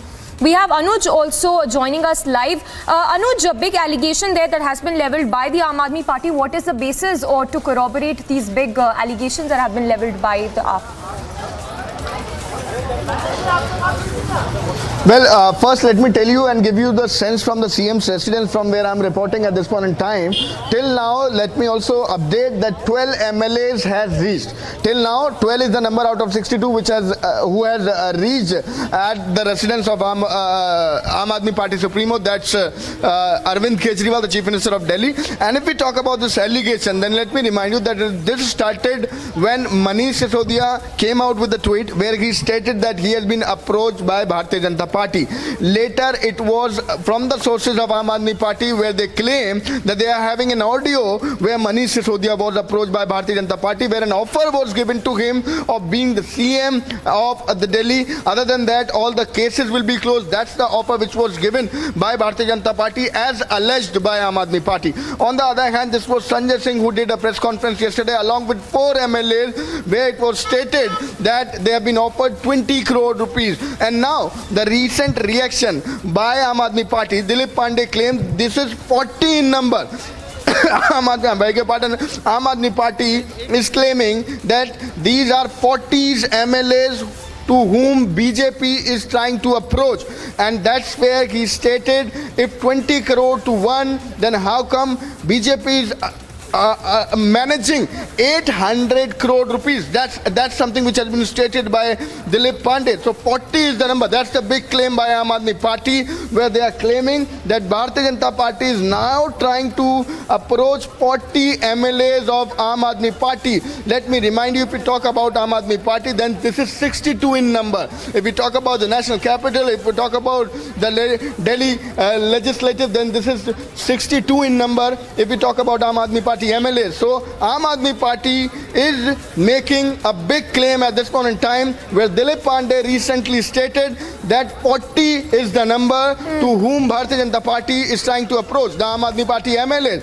On the other hand, let me tell you, I'm reporting from CM's residence. This is an important meeting which has been called at 11 a.m. So till now, 11 is the number. 11 MLAs has already reached. Out of 62, 11 is already there. We are waiting for the update. How many are going to attend the same? We asked the question to Dilip Pandey when Aam Aadmi Party was coming out with the reaction that who all are the MLAs whom you are not able to contact. They are saying, Aam Aadmi Party claiming that yes, there are few MLAs who are not able to be contacted as of till now. Aam Aadmi Party is trying, but yes, as Aam Aadmi Party is claiming this since from the day one that they have been approached. Manish Sisodia, more MLAs there I can see. And the MLA who was sitting with Sanjay Singh yesterday, who was claiming that he had been offered 20 crore rupees by the Bharatiya Janata Party. So the number reaches to 12. Let me give you an update. The number reaches to 12 after one more MLA enters the CM's residence. So 12 out of 62 is the number who has reached the CM's residence. This is going to an important meeting which is going to start at 11 a.m. We'll continue with the visuals once more because I can see some of the car coming. That's an MLA I can see. 13 is the number now. 13 is the number now. Out of 62, 13 MLAs have reached at the residence of CM Arvind Kejriwal's residence, where this important meeting will start at 11 a.m. So 13 is the number which has reached now. 62 is the total number. 13 is the numbers of MLAs who have reached at the residence of CM, that's Arvind Kejriwal. But this is going to be an important update from the ground because we are waiting for the full list. We are waiting for the full list that how many MLAs are going to be there who are going to attend this particular meeting and why this particular meeting has been called. Let me remind you that this was a PSC which was called by the Supremo of Aam Aadmi Party, that's Arvind Kejriwal, at this particular residence only to decide the future course of action, as they are alleging that they have been approached by Bharatiya Janata Party. their MLAs had been approached by Bharatiya Janata Party, and none other but the Deputy Chief Minister was the first who was approached by Bharatiya Janata Party. So that is the worrisome situation for the Aam Aadmi Party, where they called this particular meeting. This is called the legislative meeting, which has been called. One more MLA I can see. So 14 is the number now. 14 is the number now. We are continuously giving the update to the viewers that how many MLAs have reached till now at the CM residence. So one more MLA is there. So 14 is the number. So we were talking about the allegation.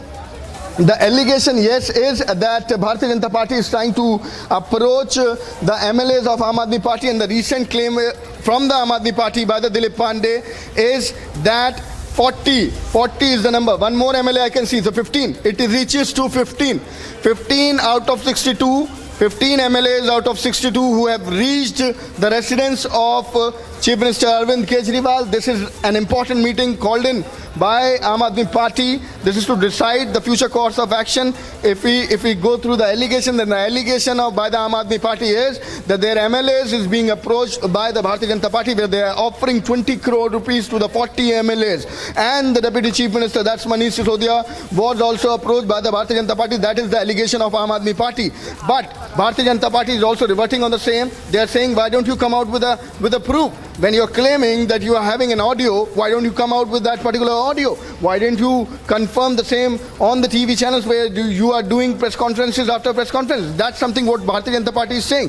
Let's stay with the visuals once more. 15, I'll remind you, 15 is the number. 15 MLAs have already reached out of 62. 62 is the total number of MLAs when we are talking about the national capital, when we are talking about the Aam Aadmi Party. 62 is the total number. Out of them, 15 has already reached. This has been alleged by Aam Aadmi Party that they have been approached. Their MLAs have been approached, and the big claim today, coming early in the morning, is what Aam Aadmi Party claiming is that 40 of their MLAs are in pipeline who are being approached by Bharatiya Janata Party. So that is the big claim which has been made in. I have been told one more MLA I could see. One more MLA. That's 16 in number now. 16 is the number now. 16 MLAs have reached. One more I can see. One more. That's Atishi. 17 is the number now. 17 is the number. We'll try and get in word from Atishi, as we have seen Atishi doing many press conferences. Atishi being very vocal about the issue. So we'll try and get in sense from Atishi, if we can get a word from Atishi what exactly she has to say about the same. देखिए, Bharatiya Janata party कई दिनों से कोशिश कर रही है कि आम आदमी पार्टी को दिल्ली सरकार को गिरा सके। हमारे विधायकों को पैसे के ऑफर दिए जा रहे हैं, धमकियां दी जा रही हैं। दिल्ली के उप मुख्यमंत्री को भी धमकी दी गई थी। उनको भी कहा गया था कि अगर तुमने हमारा ऑफर नहीं एक्सेप्ट किया तो फिर ये केसेस आगे बढ़ेंगे, नहीं तो केसेस विड्रॉ कर लिए जाएंगे। लेकिन ये आम आदमी पार्टी को तोड़ने का, दिल्ली सरकार को गिराने का पहला प्रयास नहीं है। भारतीय जनता पार्टी पहले भी कई ऐसे ऑपरेशन लोटस करने की कोशिश कर चुकी है, आज तक नाकाम रही है, आगे भी नाकाम रहेगी। 62 विधायक हैं आपके दिल्ली के अंदर, सारे विधायक आएंगे कि कुछ नहीं आएंगे, ऐसी भी लग रहा है? देखिए, हमें पूरा भरोसा है कि आम आदमी पार्टी के सारे विधायक आम आदमी पार्टी के साथ हैं और आम आदमी पार्टी के साथ। कुछ विधायकों से संपर्क नहीं हो पाया पार्टी ऑफिस का, जो उन्हें यहाँ मीटिंग में बुला रहे थे। अभी मीटिंग का समय 11 बजे है, हमें उम्मीद है कि तब तक सारे विधायक आ मुद्दे क्या होंगे? क्या ऑपरेशन लोटस जैसे ही मुद्दे होंगे या कुछ और, सीबीआई रेड, एक्साइज पॉलिसी, ये भी मुद्दे होंगे? देखिए, कई विधायक कल सामने आए हैं जिन्होंने ये बात रखी कि उनको 20-20 करोड़ के ऑफर दिए गए। उनको एक्स्ट्रा ऑफर भी दिया गया कि अगर वो अपने साथ और विधायकों को तोड़ के लेके आते हैं तो हम भी ये जानना चाहते हैं कि क्या और विधायकों से संपर्क हुआ है, क्या उनको कुछ धमकियां दी गई हैं, क्या उनको कुछ ऑफर दिए गए हैं। इसलिए आज विधायक That was Atishi of Aam Aadmi Party who was telling that what exactly is going to be the agenda. She was talking about the agenda of this particular meeting, where she is stating it very much clearly that many of our MLAs has been approached and they have been told if they can get more MLAs in their connection and if they can get it converted in the deal, where this has been alleged by Aam Aadmi Party that Bharatiya Janata Party is trying to approach the MLAs of Aam Aadmi Party. So that was Atishi. We were just interacting with Atishi of Aam Aadmi Party. There the claim remains the same. 17 is the number. 17 is the number. I'll get a sense if we can get more visuals, if anyone else has reached till now. 17 is the total number. 17 MLAs have reached till now, but the big claim by the Aam Aadmi Party, because Dilip Pandey, they are stating that 40 is the number. 40 is the number. When we are talking about the MLAs, Bharatiya Janata Party trying to approach 40 MLAs. He's talking about the money. He's talking about the money. That is Atishi again interacting with the media. We'll remain with the visuals. We will remain with the visuals, as 17 is the number who have already reached. So we are reporting live on the story from the CM residence. This is an important meeting which has been called in by the Aam Aadmi Party Supremo, that's Arvind Kejriwal, and the meeting time is 11 a.m. 17 MLAs have already reached. We are waiting for the update that what is going to happen next, because this is the claim of Aam Aadmi Party itself that many of the MLAs are not being able to contact, and where Aam Aadmi Party on one side is claiming, because we have just heard what Atishi was saying, that everybody is going to come, but we are waiting for the update that how many is going to be the number who are going to finally attend this particular meeting, because this is going to be a very, very important meeting. And the agenda of the meeting was stated by Atishi there, where it was stated that they are going to discuss about the same. If we talk about this particular Lotus operation, what has been named by Aam Aadmi Party, that's something what Aam Aadmi Party named it, that what exactly is going to be the strategy for the same, how they are going to deal with the same, as they have been stating it very much clearly that many of the MLAs had been approached. 20 crores rupees is the amount which has been offered by Bharatiya Janata Party. So we are waiting for the update from the CM's residence. I'll keep an eye on the more MLAs who are coming. 17 is the number. 17, let me remind viewers, 17 is the number, the total MLAs. More people I can see now. If he is an MLA, no. So that's something what we are, one more MLA I can see. That's 18. The numbers reached to 18. Finally 18. Out of 62, 18 have reached 19. On my left, I can see one more MLA. 19 is the number now. 19 is the total number of MLAs. 20 is the number now. 20 MLAs have reached. Out of 62, we are live with the visuals. Out of 62, 20 MLAs have reached at the residence of Chief Minister Arvind Kejriwal. This is going to an important meeting. Half an hour from now is left. That is, the meeting is lined up for 11 a.m. and the big claim by Aam Aadmi Party, as we have gone through the reaction, that 40 is the number. 40 is the number which Aam Aadmi Party is claiming at this point in time. 20 MLAs have already reached. 40 is the number which has been claimed by Aam Aadmi Party. आज की बैठक में जरूर पहुंचाएं। कहा जा रहा है 40 विधायक उनके संपर्क में मैं माफी 20 आ गया ना total. Voting story from Chief Minister's residence, and 20 is the number. The MLAs whom we are talking about, the Aam Aadmi Party MLAs who have already reached here at the residence of CM, that's Arvind Kejriwal. This is an important meeting which is lined up at 11, and this is going to be the discussion about the strategy, about the future course of action, because this has been alleged by the Aam Aadmi Party that their 40 MLAs are being approached. Rather, the Bharatiya Janata Party is planning to approach their 40 MLAs to get the party divided. One more MLA I can see. We'll go with the visuals also. We'll keep an eye on the visuals also. 21 is the number then. 21. On my left I can see one more MLA. Then 22. 22 is the number then. 22 is the number then. 22 MLAs have reached. 22 MLAs have reached at the residence of CM Arvind Kejriwal. This is an important meeting which is going to start at 11, half an hour from now. Not more than half an hour rather. But this is an important meeting which is lined up. And we do remember what's the allegation that has been alleged by the Aam Aadmi Party, where they are saying that their MLAs are being approached by the Bharatiya Janata Party, and Bharatiya Janata Party is offering them 20 crore rupees. We have seen the first tweet where this trail has started, where this poaching story has started. This was none other but Deputy Chief Minister Manish Sisodia himself, who came out with a tweet stating that I was approached by Bharatiya Janata Party. They were offering me the Chief Minister's seat. They were telling me, Bharatiya Janata Party was offering me that every of the cases, whether being it CBI, Enforcement Director, or whatsoever it is going to be closed. That is something what has been claimed by Aam Aadmi Party and the Deputy Chief Minister himself. Later, this was Aam Aadmi Party who confirmed that they are having an audio. They are having an audio in which this discussion has been done, and later it was none other but Sanjay Singh himself. Sanjay Singh, I can see one more MLA. So the number is increasing. 23 is the number now. 23 is the number now. One more MLA has seen.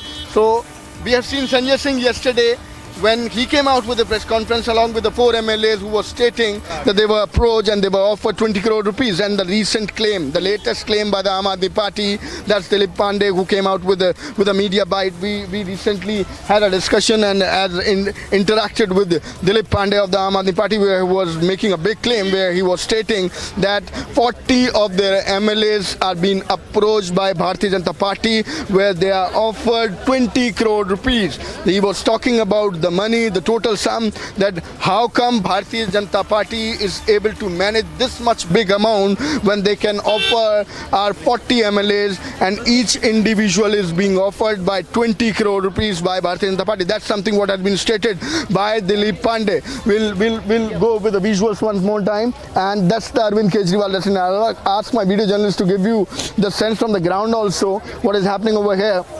That's the main entrance gate of Arvind Kejriwal's residence. That's the CM of Delhi, the Supremo of Aam Aadmi Party, and on my left is a smaller gate where we are seeing every of the MLA who are reaching here is getting entry. 23 is the number.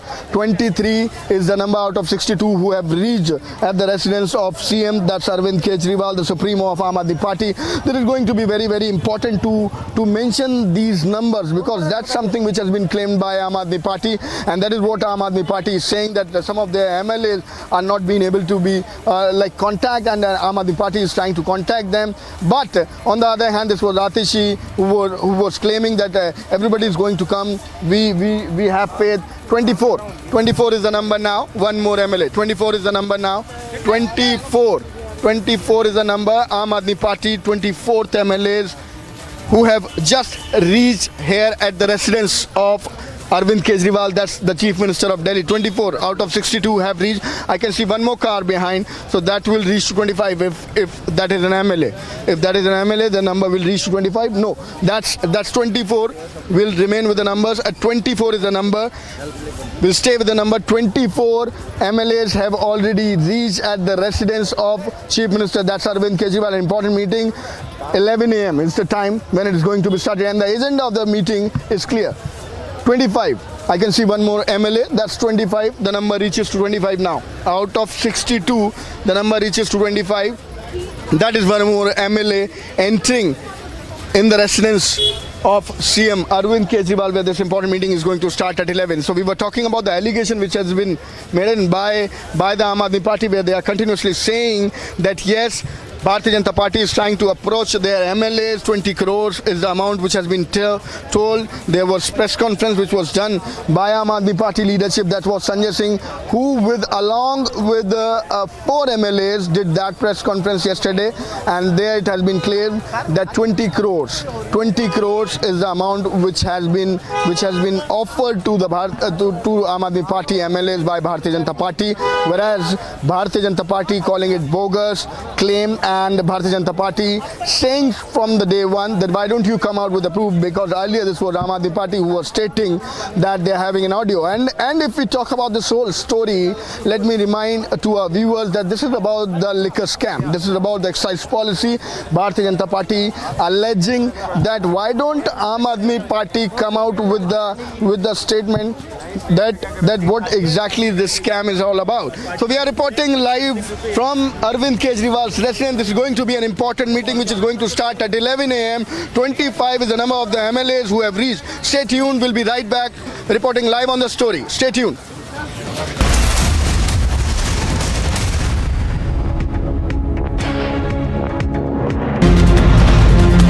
কি আশা করছেন? The CBI's raids are being conducted at Sunil Singh's residence. The Yuva Morcha of the BJP is holding a protest outside the assembly in Thiruvananthapuram.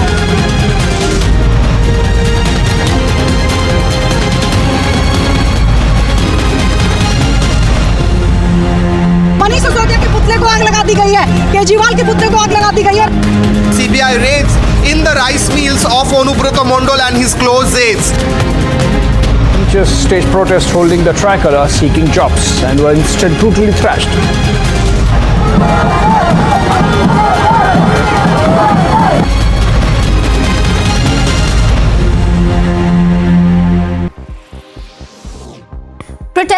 gathered in Bangkok following the suspension of Prime Minister Prayut Chan-o-cha and the announcement that his deputy Pravit Wongsuwan will become acting premier.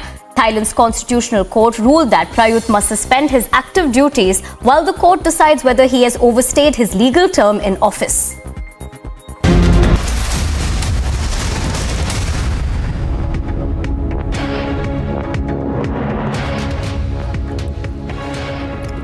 And tracking closely all the updates coming in, Anuj continues to be live with us, reporting live from outside Kejriwal's residence. Anuj, in just a few minutes from now, that key meet is going to start. Give us the numbers, how many MLAs are present for this meet currently?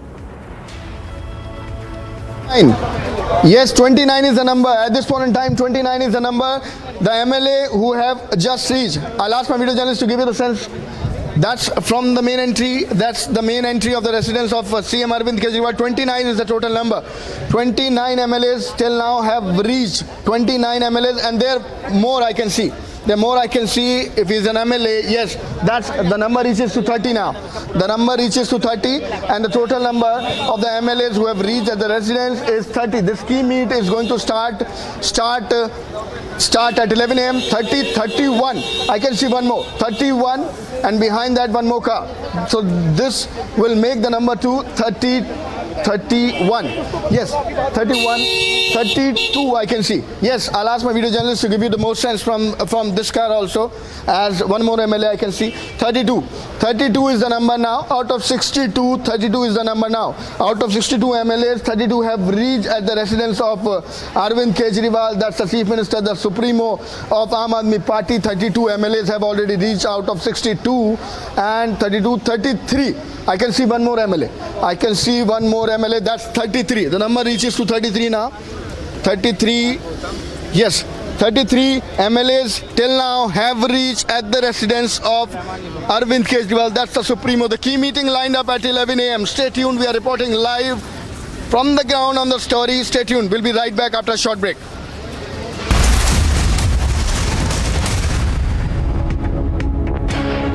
Manish Sisodia के पुतले को आग लगा दी गई है, केजरीवाल के पुतले को आग लगा दी गई है.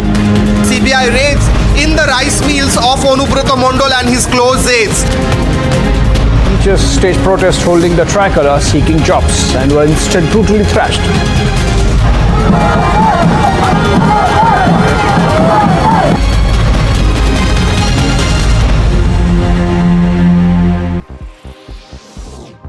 Protesters gathered in Bangkok following the suspension of Prime Minister Prayut Chan-o-cha and the announcement that his deputy Pravit Wongsuwan will become acting premier. Thailand's constitutional court ruled that Prayut must suspend his active duties while the court decides whether he has overstayed his legal term in office.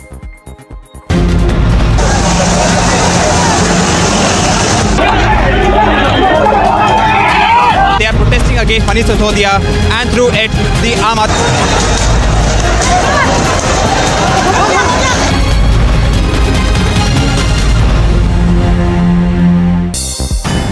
The other international news that we're tracking at this hour, NATO chief Jens Stoltenberg called upon the members of the alliance to invest more on defense in an increasingly dangerous world. He said this is in the pretext of the ongoing Russia-Ukraine conflict. We need to spend more on defense, and I have been a politician myself for many, many years, and I know that, of course,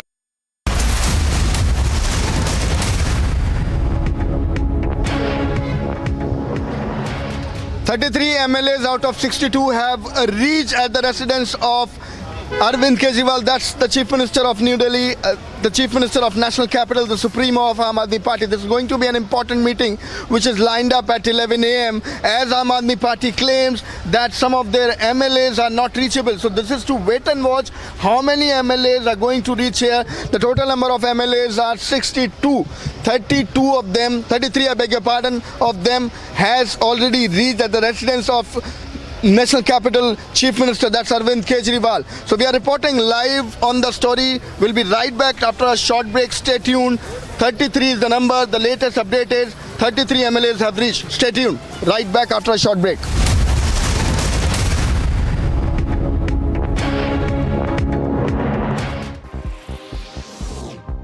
Protesters gathered in Bangkok following the suspension of Prime Minister Prayut Chan-o-cha and the announcement that his deputy Pravit Wongsuwan will become acting premier. Thailand's constitutional court ruled that Prayut must suspend his active duties while the court decides whether he has overstayed his legal term in office.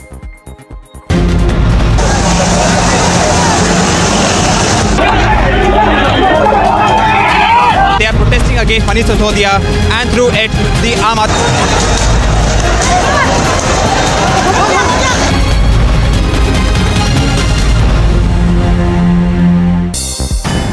The other international news that we're tracking at this hour, NATO chief Jens Stoltenberg called upon the members of the alliance to invest more on defense in an increasingly dangerous world. He said this is in the pretext of the ongoing Russia-Ukraine conflict. We need to spend more on defense, and I have been a politician myself for many, many years, and I know that, of course, it is always more tempting to spend on healthcare, on education, on infrastructure, instead of spending on defense. But when we live in a more dangerous world, when we see the aggressive actions of President Putin against a sovereign, peaceful nation in Europe, Ukraine, and all the threatening rhetoric against NATO allies.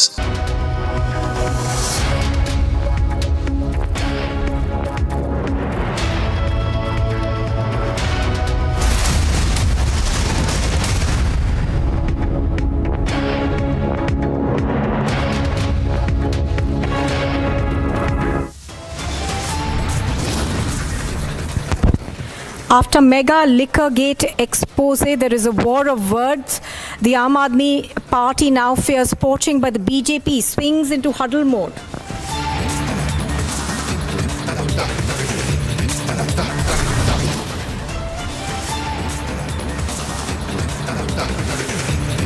The BJP refutes the poaching charge, calls it mere diversionary tactics.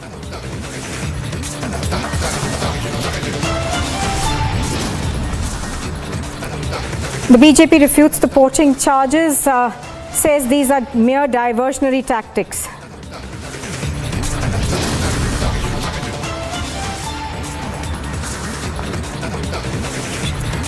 Late night protests in Hyderabad, hours after the flag march, stones are pelted, more provocative slogans are raised.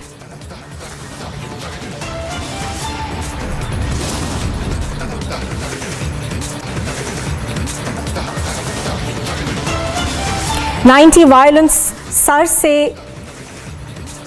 Tan Se Juda slogans are raised after OAC's intervention. After all-day raids and mega recoveries, ED's news titan Soren's business associate is now under the arrest in Jharkhand mining scam.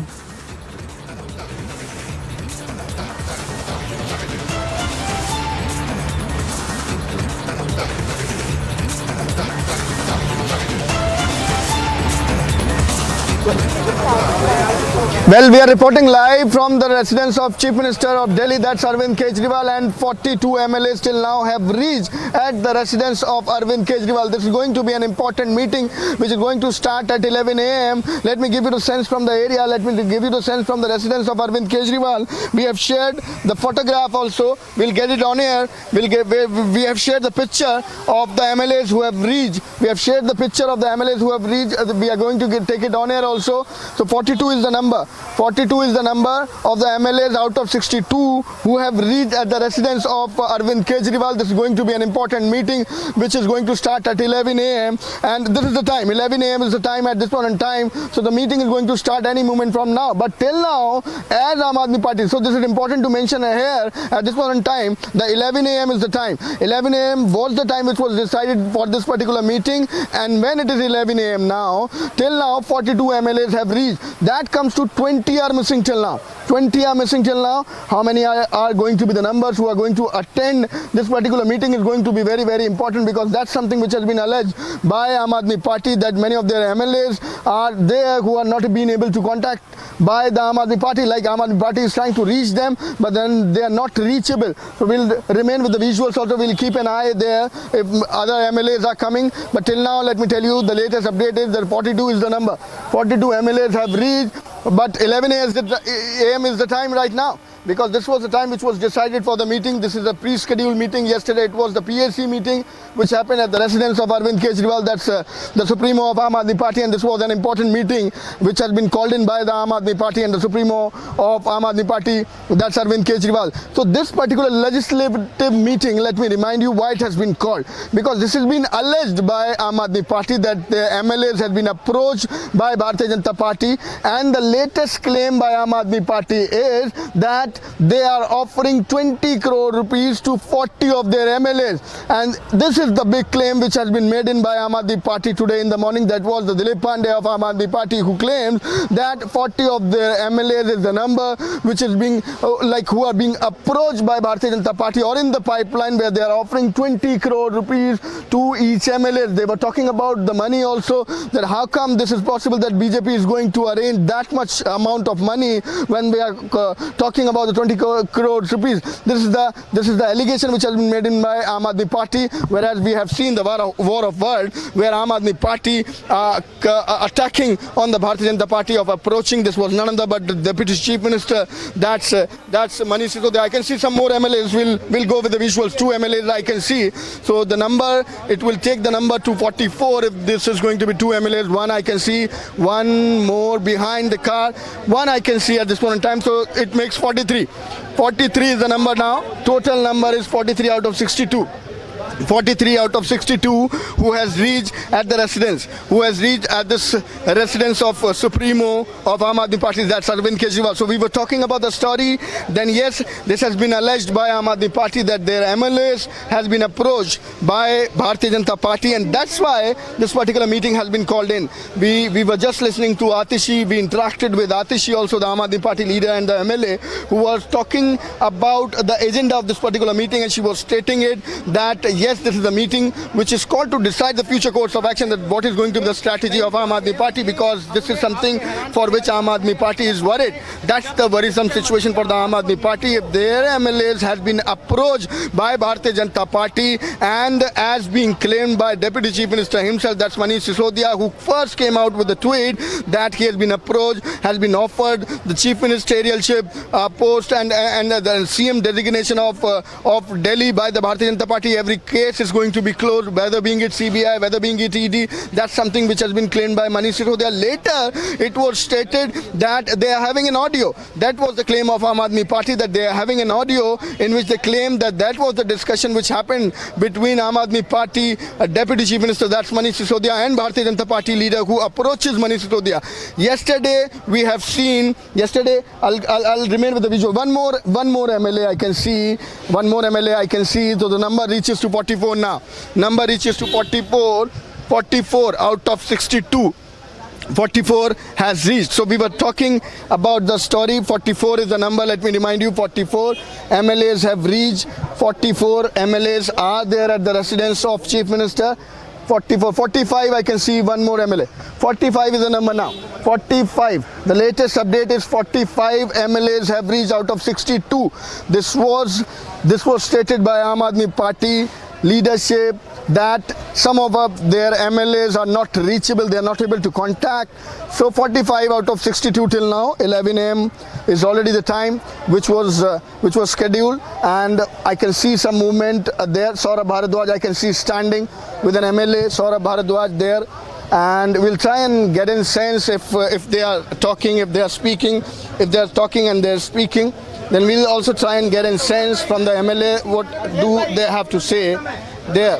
ऐसा है, मुंगेरी लाल के सपने जो पाल रहे हैं उनका मुगालता हमेशा अरविंद केजरीवाल जी ने तोड़ा है और तोड़ेंगे। आने वाले समय में ये पूरे देश से साफ होंगे। सौरभ जी, अभी भी विधायक मीटिंग शुरू हो पाएगी कि नहीं? सब आएंगे। सरकार जो है, नंबर की चिंता मत कीजिए, सरकार स्थिर है। ये अरविंद केजरीवाल की सरकार है, ये गिरने वाली नहीं है। लेकिन अब आगे बढ़ी क्योंकि 11 बजे का टाइम का दावा किया आपकी पार्टी के द्वारा। विधायक आ रहे हैं, आ जाएंगे।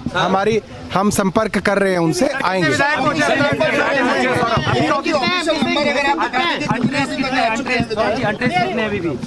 अभी कुछ विधायकों से संपर्क नहीं हो पा रहा है। ट्रैफिक वगैरह की वजह से कम है, आ रहे हैं। आपने बैठक बुला रखी है, बड़ा गंभीर आरोप आप लोग लगा रहे हैं। सर आप ये गंभीर आरोप आप कह रहे हैं विधायकों से संपर्क नहीं हो पाया है, किस वजह से संपर्क नहीं हो पा रहा रास्ते में? कई बार क्या है, विधायक फोन वगैरह नहीं रखते अपने पास, कई बार किसी मीटिंग वगैरह में होते हैं तो संपर्क नहीं हो पा रहा है। हमारा ये मानना है मुख्यमंत्री की मीटिंग है, मुख्यमंत्री के साथ मिलना है एक विधायक के लिए, मुख्यमंत्री की मीटिंग से बड़ा कुछ नहीं। हमारा मानना है आम आदमी पार्टी की सरकार नहीं गिरेगी। दिल्ली वालों को आश्वस्त करना चाहते हैं, सरकार स्थिर है, मजबूत है।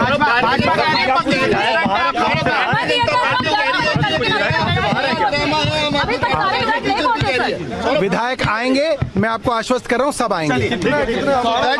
That was Saurabh Bharadwaj who was saying that MLAs will be there. MLAs will be there, but till now, I believe 45 is the number. 45 or 46, we'll just get in confirmation on the same. But 45 is the number. What I've been told, what we are counting till now, who have reached at the residence of CM, and that was Saurabh Bharadwaj whom we were interacting with, and we were trying to get inside. But whether being it Atishi, whether being it Dilip Pandey, whether being it Saurabh Bharadwaj, claiming that they are going to come, there may be some network issue. That's the point which has been taken. That's the reason which has been rather given by Saurabh Bharadwaj. We'll stay with the visuals. We'll try and get in sense. I'll ask my video journalist. We'll go out. I'll ask my video journalist to go that way. 46 is the latest. 46, what I've been told. 46. I have just got the confirmation. That's 46. I can see one more. I can see. Yes, 47 is the number now. 47 is the number now. Sir आज meeting बुलाई है, काफी MLA से बातचीत नहीं हो पाती, 11 बजे का टाइम था, कुछ पहुंचे नहीं। मीटिंग में जा रहे हैं हम लोग, मीटिंग में बात हैं, जो डिसीजन होता है क्या कोई अप्रोच कमेंट मीटिंग से आने दो। So 47. Let me give you the count again. 47 is the total number. 47 is the total number. 47 out of 62 have reached at the residence of Chief Minister that is going to an important meeting. I believe the meeting would have started, or they might be waiting for the other MLA that they are saying that they're not able to contact the other MLAs. 47 is the total number. 62 is the total number in the assembly. 47 is the number who have reached here at the residence. Saurabh Bharadwaj could be seen standing there. Saurabh Bharadwaj coordinating with the things. Saurabh Bharadwaj giving us the confirmation that 47 is the total number of the MLAs who have reached here. Let's see how many of the MLAs are going to reach here. 62. Let me remind you viewers, 62 is the total number of MLAs if we are talking about the assembly of Delhi. Then 62 is the Aam Aadmi Party MLAs. If we talk about the number, 47 out of them has already reached. And when we are talking about the story, let me remind you viewers that yes, this has been alleged by Aam Aadmi Party that their MLAs are being poached. Their MLAs have been approached by Bharatiya Janata Party where they are offering 20 crore rupees to 40 MLAs. Each MLAs has been offered by 20 crore rupees by Bharatiya Janata Party. This has been stated by none other but Dilip Pandey himself, the Aam Aadmi Party leader and MLA of Aam Aadmi Party. And if we talk about this story, and if we talk about, yes, we will go with the visuals. We're getting से बढ़ा के 12% क्यों किया आपने? Dry day की संख्या 21 से घटा के 3 की, इसका जवाब नहीं, और उसके जवाब ना देने पड़े इसलिए ड्रामे हैं।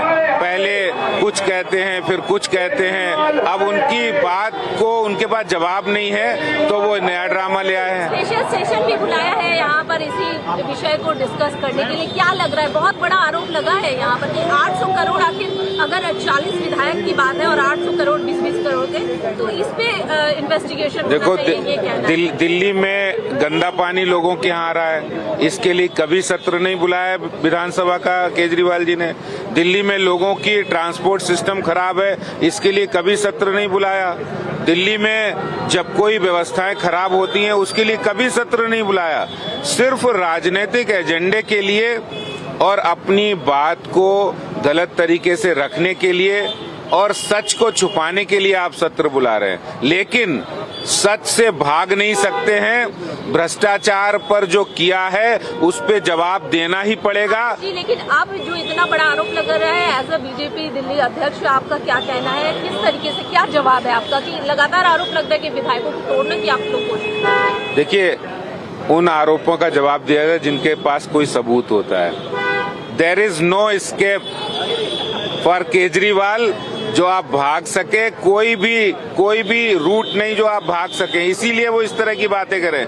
जब चोरी पकड़ी गई तो उस चोरी की सजा मिलेगी, और चोरी को छुपाने के लिए, चोरी को डाइवर्ट करने के लिए ये तरह तरह के हथकंडे अपना रहे हैं। लेकिन आज दिल्ली की जनता और देश की जनता ये जानना चाहती है, केजरीवाल जी आपने दिल्ली की जनता को अनदेखा करके हजारों करोड़ रुपए शराब के ठेके में जो भ्रष्टाचार किया है, हजारों करोड़ रुपए आपने जो दिल्ली की जनता की टैक्स की कमाई को शराब के ठेकेदारों से मिलकर गबन किया है, भ्रष्टाचार किया, इसका जवाब दीजिए आप।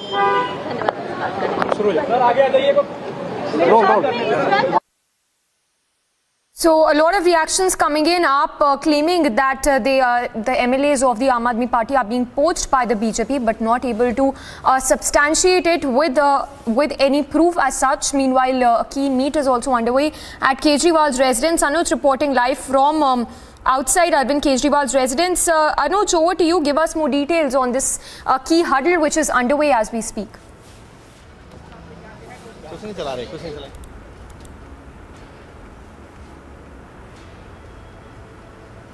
49 is the number. 49 is the number now. 49 total. 49 MLAs have reached. 49 what we have been told, and we are waiting for the update that what exactly is going to be the last figure. If you talk about the total figure and the total MLAs who are going to reach over here, then this should be 62. 49 till now, and we are waiting for more update. We are continuously trying to track the movement also, as we are reporting live from the ground, and this is Arvind Kejriwal's residence from where I am reporting. So we are getting an update that 49 we have given the visuals. 49 MLAs till now have reached at the residence of Arvind Kejriwal, that's the Supremo of Aam Aadmi Party. And if we talk about the story, then yes, this has been alleged by Aam Aadmi Party that they have been approached by Bharatiya Janata Party 20 crore to an individual. 40 MLAs being approached by Bharatiya Janata Party. We have seen the war of word between the two parties. We have seen the war of word, the press conferences after press conferences by Bharatiya Janata Party and Aam Aadmi Party, where Aam Aadmi Party claiming with the MLAs that how they were approached, where Aam Aadmi Party earlier claimed that they are having an audio also, and this is all like what Aam Aadmi Party is claiming, whereas the Bharatiya Janata Party is stating that this is all bogus. If they have the proof, why don't they come out with the proof? If they have the audio, why don't they come out with the audio? And why Aam Aadmi Party is not speaking about the liquor policy, why they are not speaking about the waive of money, why it was waived off, why they are not speaking about that what exactly the policy all about. Will remain with the visuals. I'll try and get a sense if any more MLAs are coming. Yes, we were talking about the allegation and the questions which has been asked by Bharatiya Janata Party. Then Bharatiya Janata Party, let me remind you, is continuously saying and talking about this particular liquor policy, and we do understand, we do know that this started when Manish Sisodia's residence was raided by CBI. This was CBI who has already registered an FIR. 15 people are named in that particular FIR. This was the Excise Commissioner whose residence was raided. This was the Deputy Commissioner of Excise whose residence was raided. There were several names in that FIR, and the CBI has questioned 5 of them.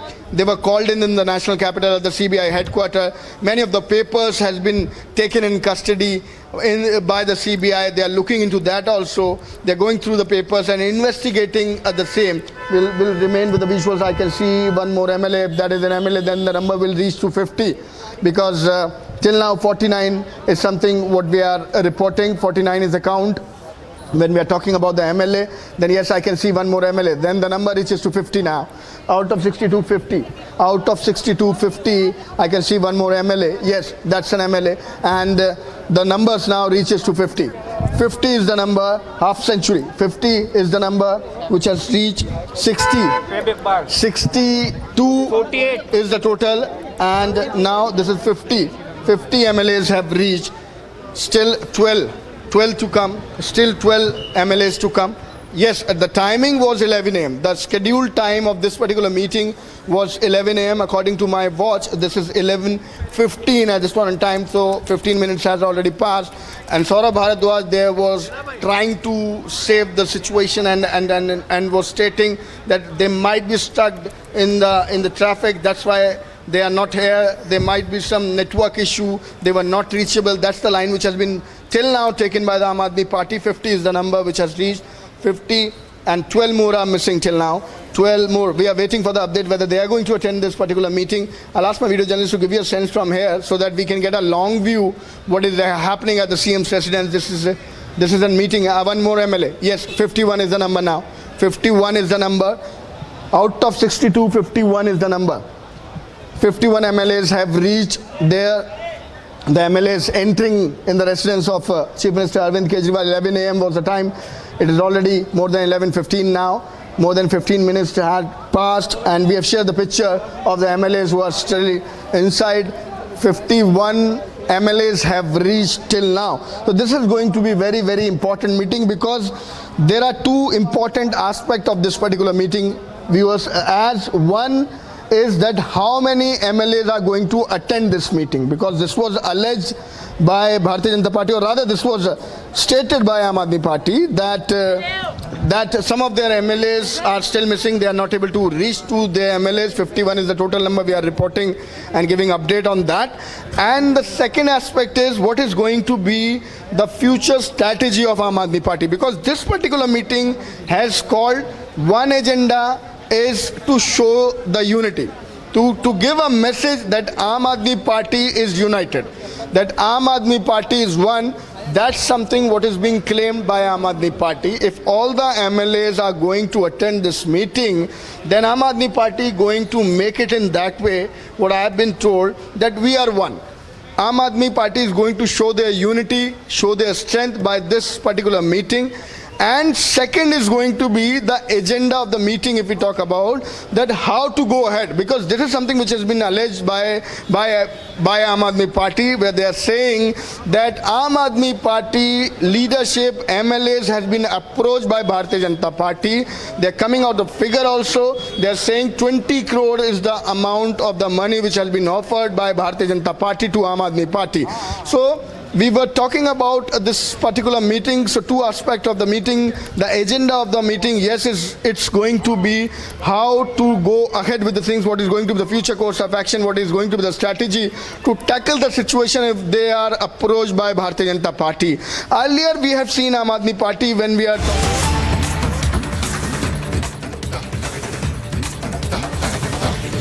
And on to the big breaking news coming in, Prime Minister security breach matter, which is being heard in the Supreme Court. What we understand as of now is that the committee has found that the Punjab police officer, the SC appointed committee, beg your pardon, has found that the Punjab police officer failed to discharge duties in ensuring security of Prime Minister during his visit to Punjab in January. We'll go across to Rhythm as well to get us those details. But what we are learning as of now is that the report has found that there was a failure on part of Punjab police. That's the report. Remember, the plea relates to security lapses during Prime Minister Modi's visit to Punjab in January. We have Rhythm with us. Rhythm, over to you. Take us through the findings of this report by the SC appointed committee. Happened today as we are looking at this case is the Supreme Court has now been told by the Justice Indu Malhotra committee that there was a breach by the Punjab police officials. There was a failure by the Punjab police officials in carrying out orders. Remember, in Jan of this year, the Prime Minister of the world's largest democracy, Prime Minister Prime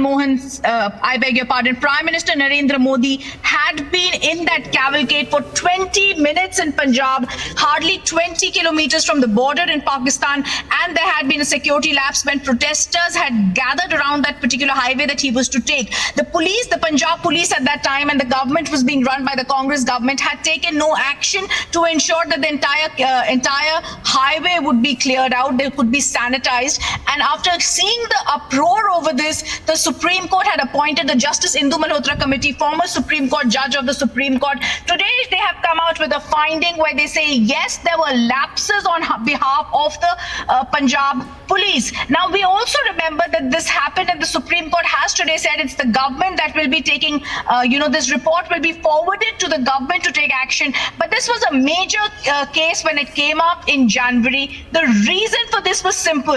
Like I said, it was the Prime Minister of the world's largest democracy, Prime Minister Modi, when he was going from one place in Punjab to another, that his cavalcade had been stuck for 20 minutes on a highway, and he had been vulnerable at that time. It was very dangerous. We were asking questions, and several people asked questions whether this was a political stunt by the Congress party. Was this a deliberate lapse because the Prime Minister was not given the kind of attention that the Punjab police needed to give?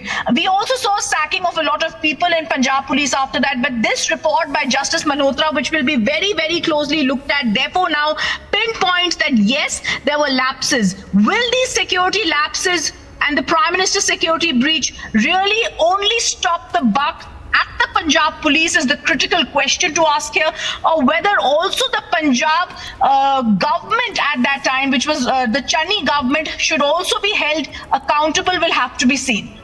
Well, absolutely, Rhythm. Stay with us. If you can talk to us more, give us the context of this, talk to us more about this incident and how Channi at that point of time was clearly evasive, So clearly a lot of answers that will have to be answered by the Congress itself when we talk about this incident as well as findings of this report.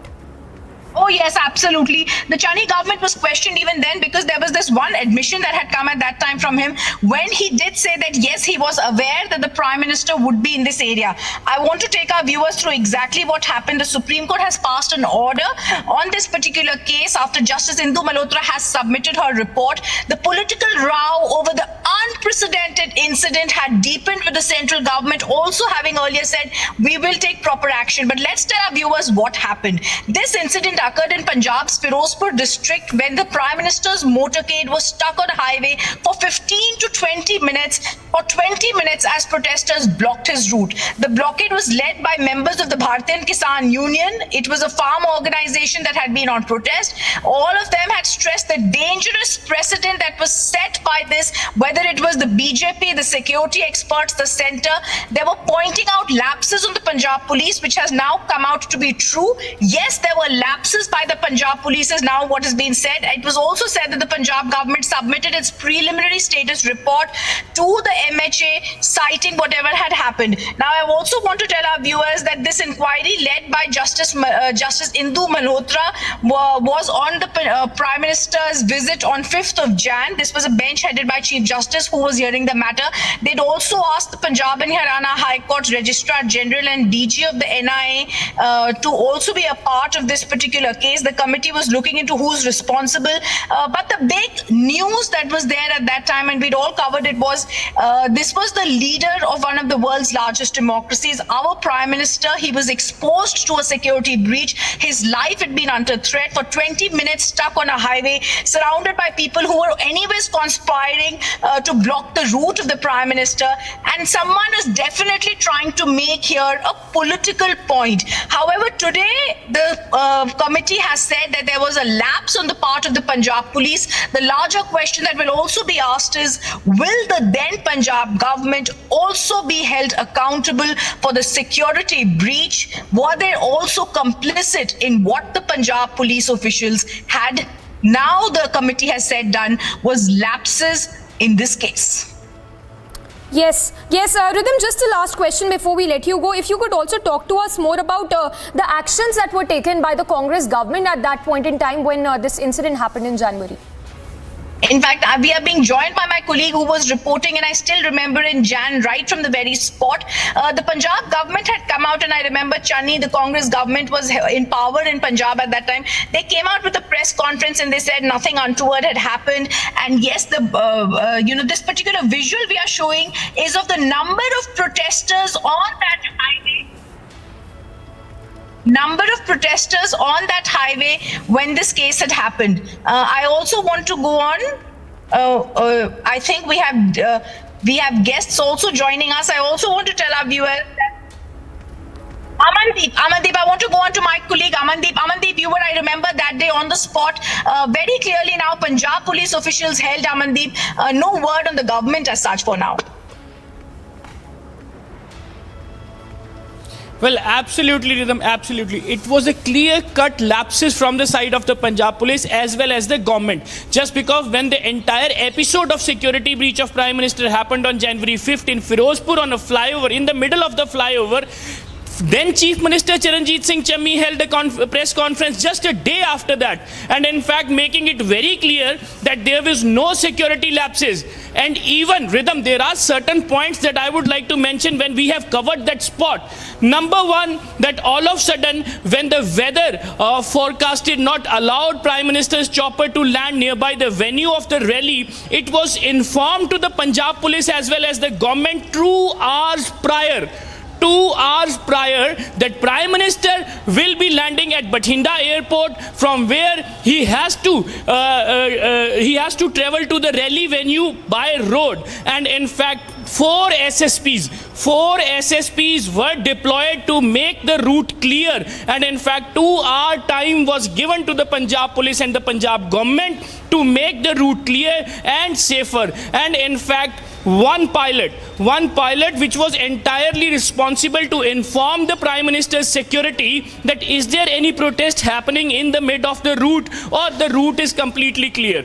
Number 2 point, Rhythm, the most important point is, though Channi, Chief Minister Channi has washed his all hands from the entire incident, and in fact that protest was not spur of the movement, was not happened all of a sudden. It was a scheduled protest. The call was given by the Kisan unions days before the Prime Minister's visit in Firozpur. And in fact, not on that flyover, the call was given at the multiple locations as well.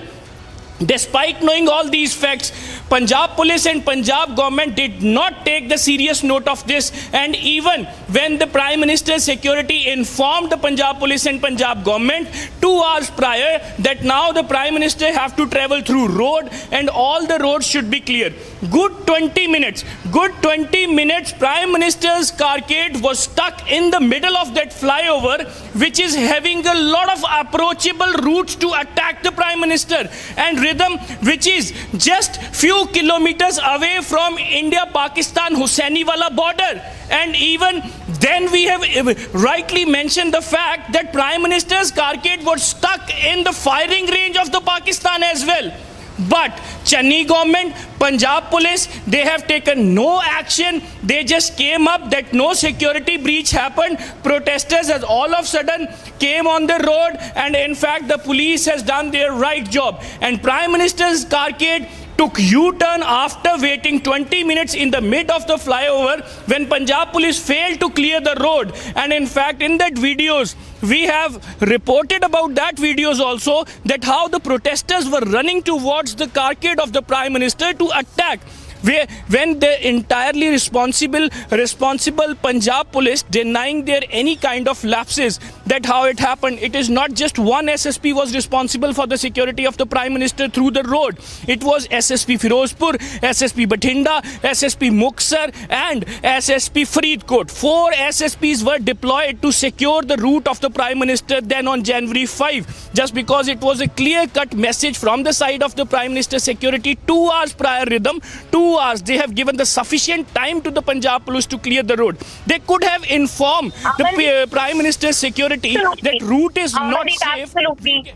And Amandeep, since you were on ground, you would know more than anyone the kind of security lapses that had been there by the Punjab government, by the Punjab police, which has now been ascertained by the Supreme Court appointed committee set up under the leadership of former Supreme Court Judge Justice Indu Malhotra, that has said, yes, there were lapses on behalf of the Punjab police, and that will have to be seen. We thank you, Amandeep, for joining us. Viewers, there's non-stop breaking news that's coming in. Stay on with us.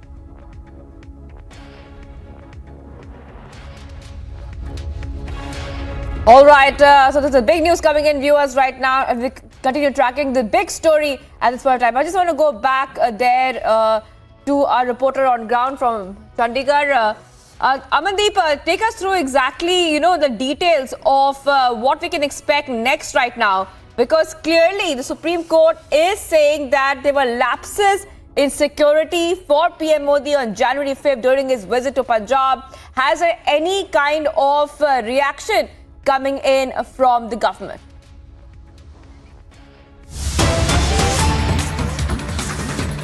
All right, we'll get to Amandeep a little bit later. Let's have a look at the other big news we're tracking at this point of time. Supreme Court is examining a report constituted to look into allegations of unauthorized surveillance using Pegasus. Technical communication says that out of 29 phones examined, 5 contain some malware, but there is no conclusive evidence that Pegasus malware was found. So that's the big news coming in at this point of time, where there's a top court order saying that no conclusive evidence on the malware. Rhythm is joining me to take us through this big developing story. Rhythm, take us through the top update we are getting, because this is an issue which we have been tracking very closely, the Pegasus issue, where now they're saying that no conclusive evidence that Pegasus malware was found. What are the repercussions of this study report which has come out? Let's tell our viewers that the Supreme Court has today examined the report that was constituted to look into allegations of unauthorized surveillance using Pegasus. The technical committee says out of 29 phones examined, 5 contain some malware, but there is no conclusive evidence that Pegasus malware was found.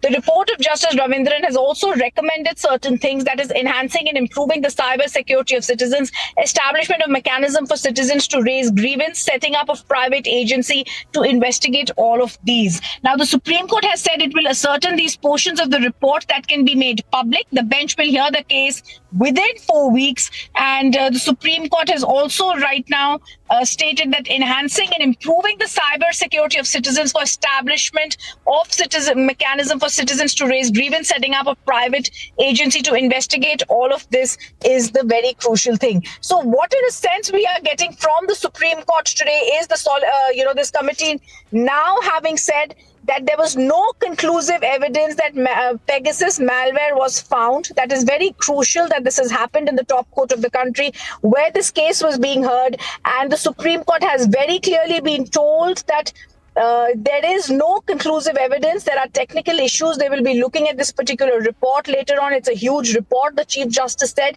it's concluded that 5 phones had poor cyber security. They're reading out the parts of the report in the Supreme Court where the Chief Justice's recommendation for mechanism to submit grievances is there.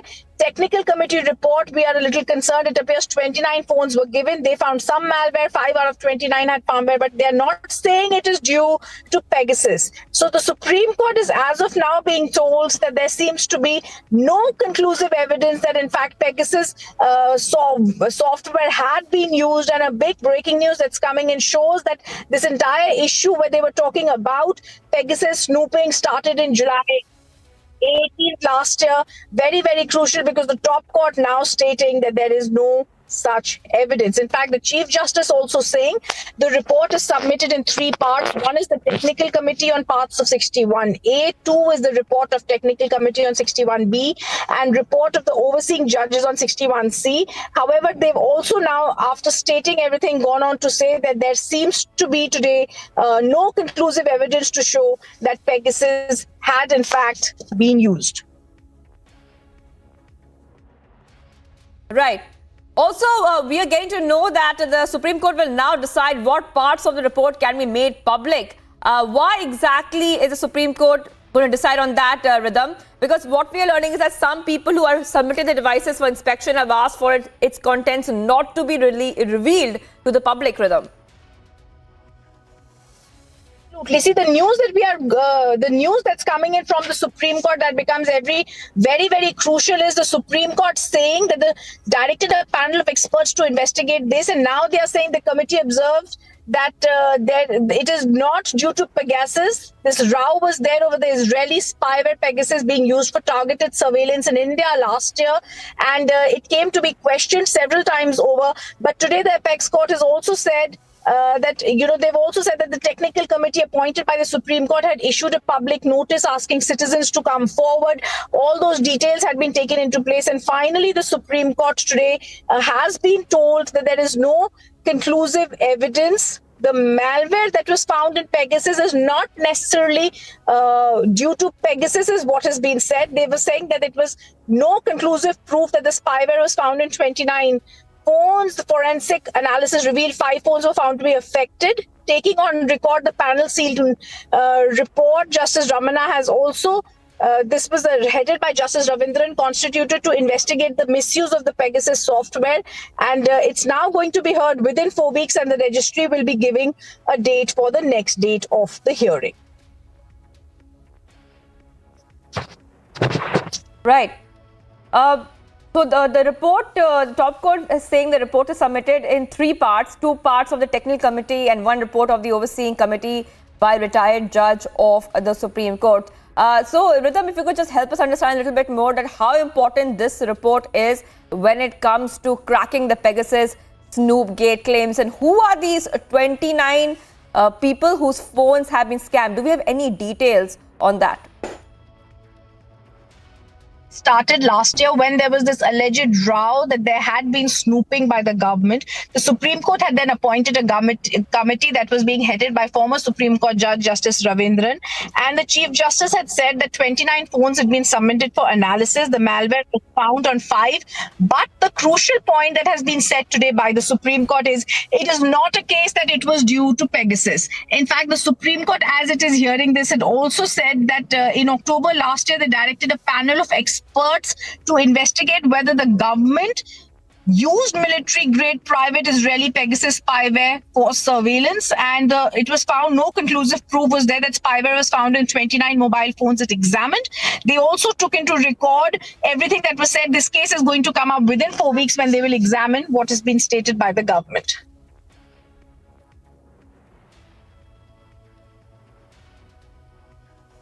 All right, Rhythm is getting us all the top updates at this point of time. What we are learning so far, viewers, are the top updates coming in on the Pegasus Snoopgate games. 29 phones were examined and the malware was found in some phones, but no conclusive proof of Pegasus spyware. That's the big news coming in, that there's no conclusive proof of Pegasus spyware being found. The Supreme Court bench has said this, and it's added that the committee has said that in fact, Rhythm is joining me to help us understand what we can expect next. Rhythm, over to you.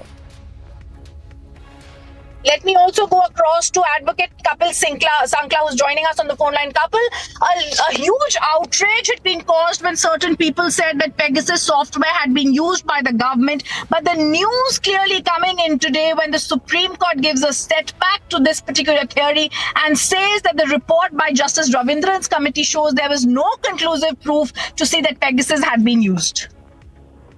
You're absolutely right. This is what we have read. And interestingly, you see, there is nothing wrong with that, because courts are court of inquiry as far as facts are concerned, and Supreme Court is a court of law where the law is free. Section 45 of the Evidence Act is very clear as far as what an expert evidence is. So it seems that no expert evidence or no tangible expert evidence was brought to the notice of the Honorable Supreme Court. And therefore, the Honorable Supreme Court said that, there has been some malware that has been found, but there is no evidence to show that this was Pegasus software or that Pegasus software had infected the numbers that were claimed. So, without any evidence before the court and without there being any expert evidence before the court could not have come to any other conclusion. So, there was a lot of hullabaloo that was raised, and there was a lot of hue and cry. But when you go to the court, you cannot actually go on optics. You have to go on law. And since this matter was devoid of law clearly, and there was no expert evidence clearly that was, as I said, tangible in nature, that could be used by the court, could be seen by the court has come to a conclusion that no software which is Pegasus in nature seems to have infected these mobile phones. And the 2 mobile phones which they show that there was some kind of malware, it is not shown that this was Pegasus in nature. So it is a landmark judgment. It's a great judgment as far as the law before the Supreme Court is concerned, and as far as the issue pertaining to Pegasus is concerned, because it was all over the news and the opposition was also crying foul about it. So I'm glad that it has reached its logical end in the Honorable Supreme Court. Absolutely. Let's tell our viewers that this is happening, Kapil. Like you rightly said, where the Supreme Court today has been told by Justice Ravindran committee that there is no conclusive proof that the spyware was found in the 29 mobiles it examined. It's a setback to the claims that Pegasus Snoopgate had happened and this particular software had been used by the government. The forensic analysis revealed 5 phones were found to be affected by some malware, but the panel said it was unclear if it was Pegasus. Taking on record the panel sealed report, the Chief Justice, Justice Ramana, noted the government was going to be looking at this. They were going to be looking at this matter. It had submitted its final report in July. Within 4 weeks after they've examined it, they shall be looking at this case.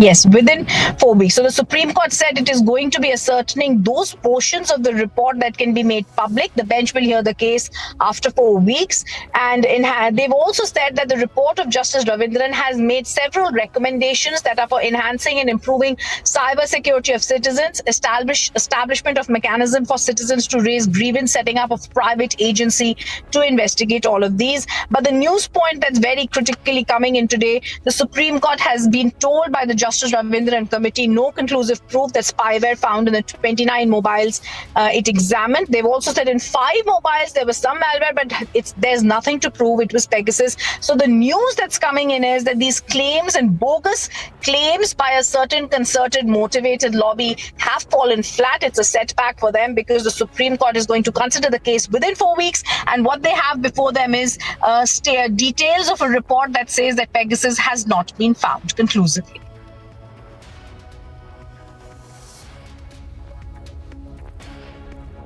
Right, Rhythm. So it's a big setback to Pegasus Snoopgate claims. And when this setback is coming in, it's very, very clear that those 29 phones, no conclusive evidence has been found of the Pegasus as spyware.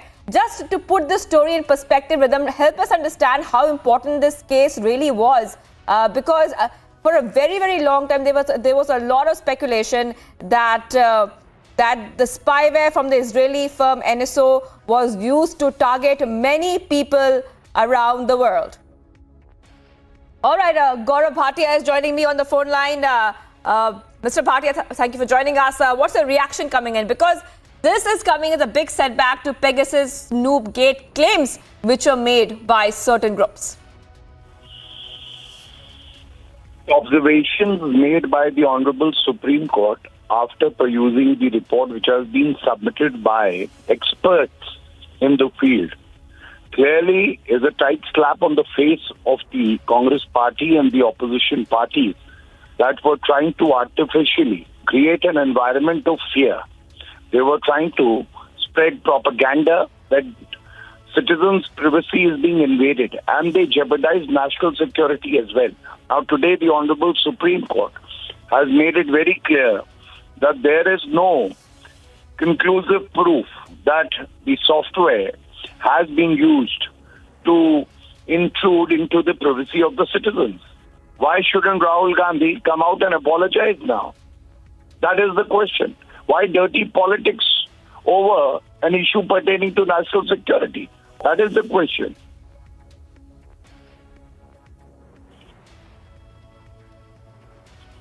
Right. Gaurav Bhatia, also now that going forward, what do you think is going to happen next politically now with the Supreme Court also saying that there's no conclusive evidence coming out? And this, in fact, Gaurav Bhatia, is a very, very strong statement coming in from the Supreme Court itself that some malware was found in those 5 phones, but no conclusive evidence it was a Pegasus software. And can you just tell us a little bit more about what you think, how this really sets the precedent going forward from this point of time? You are absolutely right. This artificial environment that was being created, and I remember the Congress spokesperson and leaders coming out and trying to instill fear in the mind of the citizens of the country, especially women, saying that your phone is being spied upon. You can't take it inside the house and the bathroom.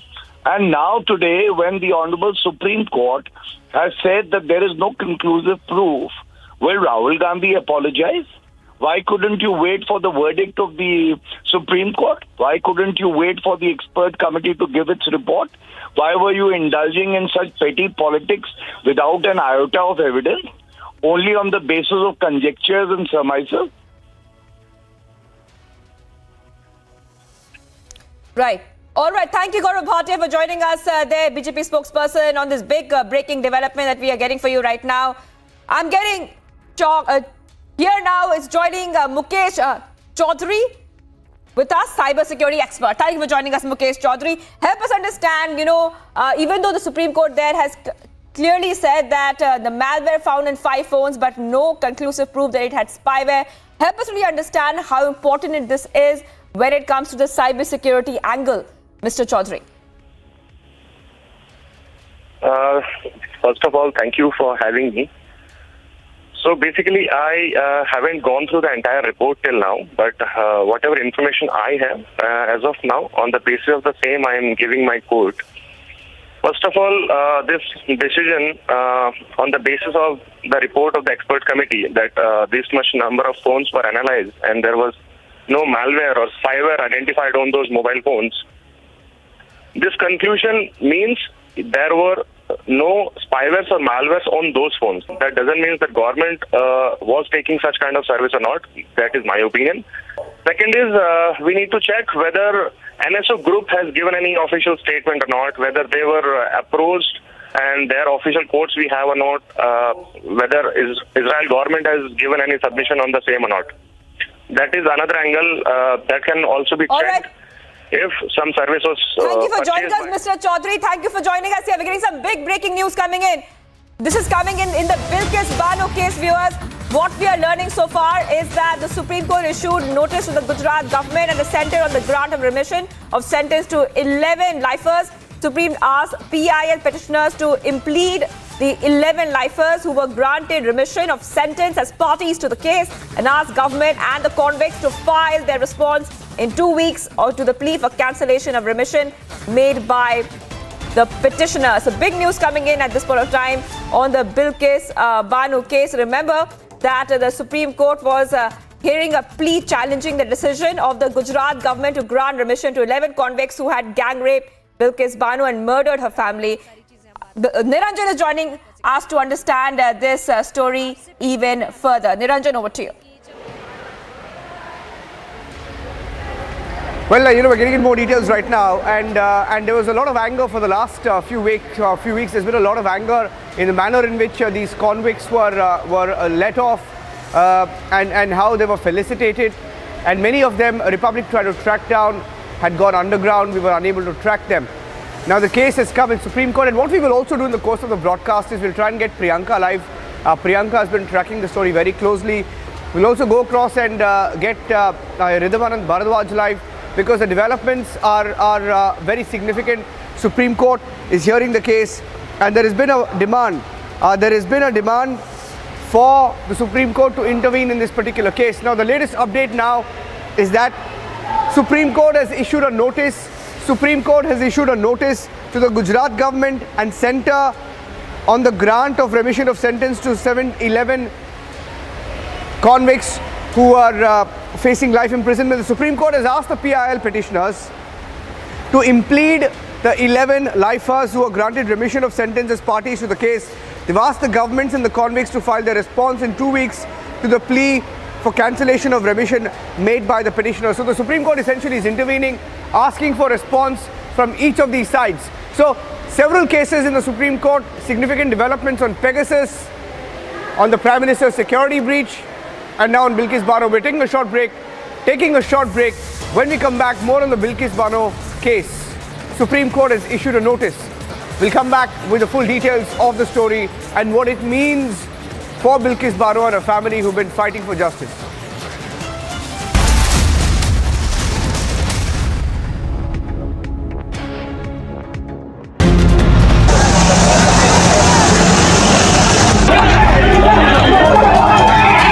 They are protesting against Manish Sisodia and through it the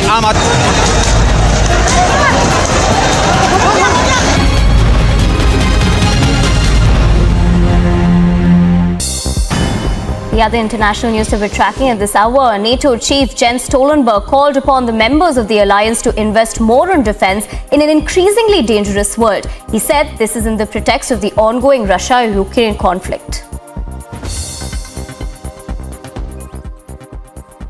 We need to spend more on defense, and I have been a politician myself for many years, and I know that of course it is always more tempting to spend on healthcare, on education, on infrastructure instead of spending on defense.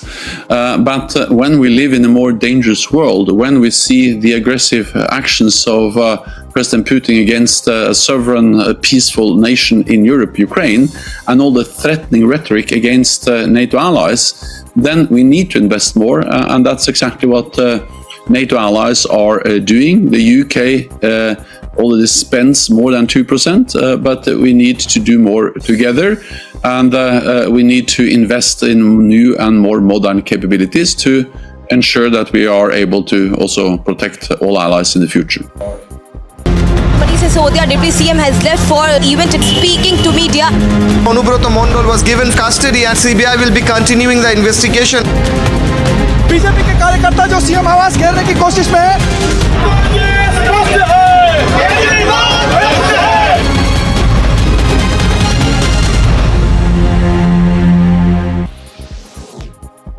Ukrainian President Zelensky made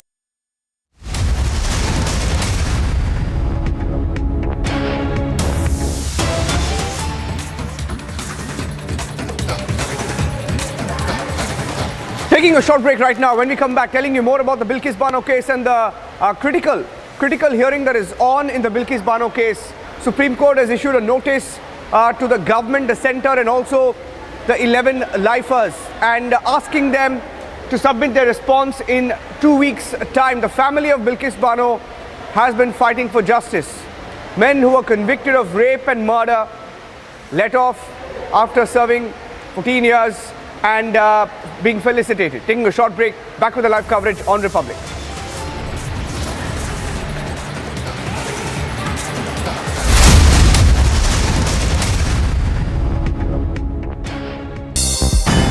The other international news that we're tracking at this hour, NATO chief Jens Stoltenberg called upon the members of the alliance to invest more on defense in an increasingly dangerous world. He said this is in the pretext of the ongoing Russia-Ukraine conflict.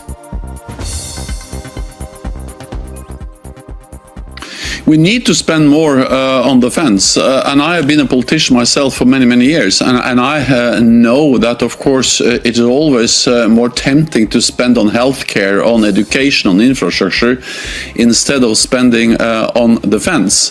But when we live in a more dangerous world, when we see the aggressive actions of President Putin against a sovereign, peaceful nation in Europe, Ukraine, and all the threatening rhetoric against NATO allies, then we need to invest more, and that's exactly what NATO allies are doing. The UK already spends more than 2%, but we need to do more together, and we need to invest in new and more modern capabilities to ensure that we are able to also protect all allies in the future.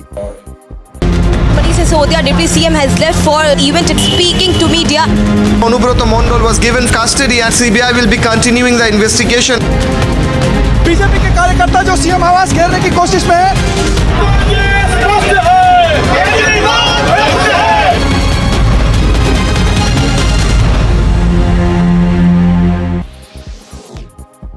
Ukrainian President Zelensky made a rousing address to his nation on Wednesday to commemorate Ukraine's Independence Day and mark 6 months since the start of the Russian invasion. Speaking in front of destroyed Russian tanks and mobile artillery, Zelensky said that in the past 6 months they have changed the world and its history.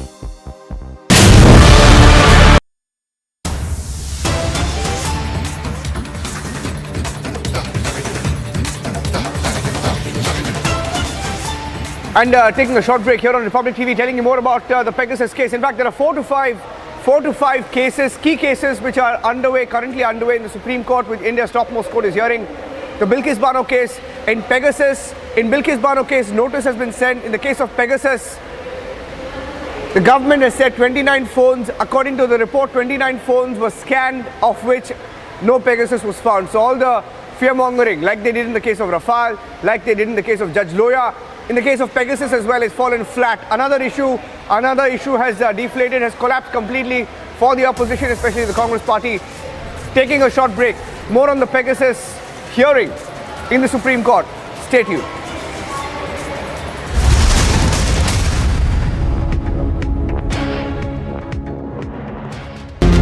Sisodia, Deputy CM, has left for event speaking to media.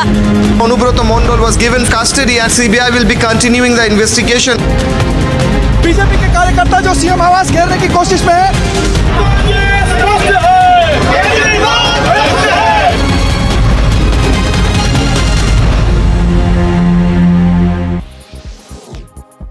Ukrainian President Zelensky made a rousing address to his nation on Wednesday to commemorate Ukraine's Independence Day and mark 6 months since the start of the Russian invasion. Speaking in front of destroyed Russian tanks and mobile artillery, Zelensky said that in the past 6 months they have changed the world and its history. These are basically the Norus surveillance video. What you can see is the two movement that's taking place. That's where the terrorists are basically trying to move cross over, and this is where they're trying to hide. The moment they reach here, that's the place that they are hiding, and you'll see there in a short while, that's the explosion. Quadcopters were used to locate these terrorists who were neutralized as part of the anti-infiltration grid. Tactically, the bodies were retrieved. Also, huge cache of arms and ammunition has also been recovered by the Indian Army.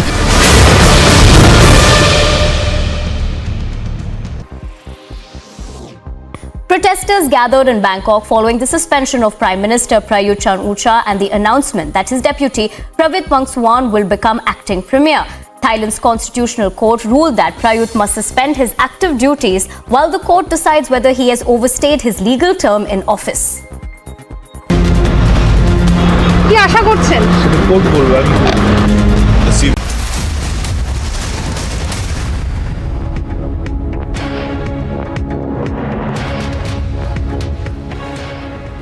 Quick update that in the case of Jharkhand Chief Minister Hemant Soren, there's been a quick news update coming in. The Jharkhand Raj Bhavan has received the opinion of the Election Commission of India on Chief Minister Hemant Soren on the Office for Profit Matter. That story coming up in just about 2 minutes. Will Hemant Soren have to resign as an MLA? Will he have to step down? Stay tuned. Coming back with the full story.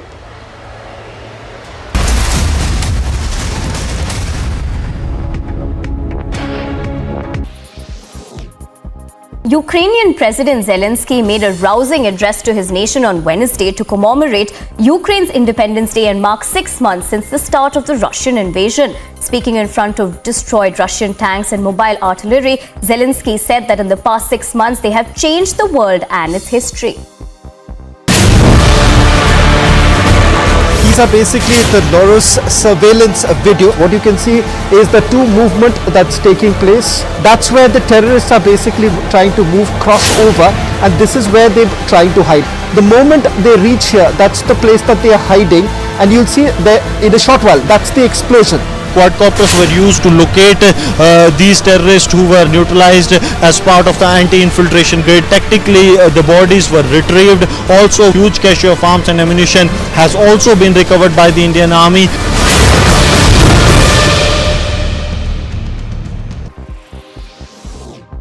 Protesters gathered in Bangkok following the suspension of Prime Minister Prayut Chan-o-cha and the announcement that his deputy Pravit Vongsuwan will become acting premier. Thailand's constitutional court ruled that Prayut must suspend his active duties while the court decides whether he has overstayed his legal term in office. কি আশা করছেন? Court বলবে CBI's raids are being conducted at Sunil Singh's residence. The Youth Morcha of the BJP is holding a protest outside the assembly in Thiruvananthapuram.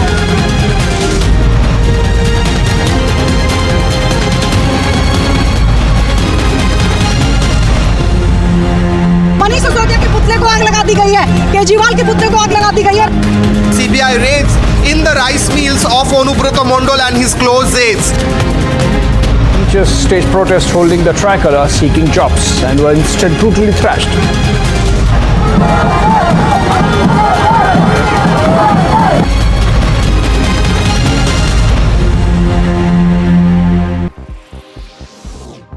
Protesters gathered in Bangkok following the suspension of Prime Minister Prayut Chan-o-cha.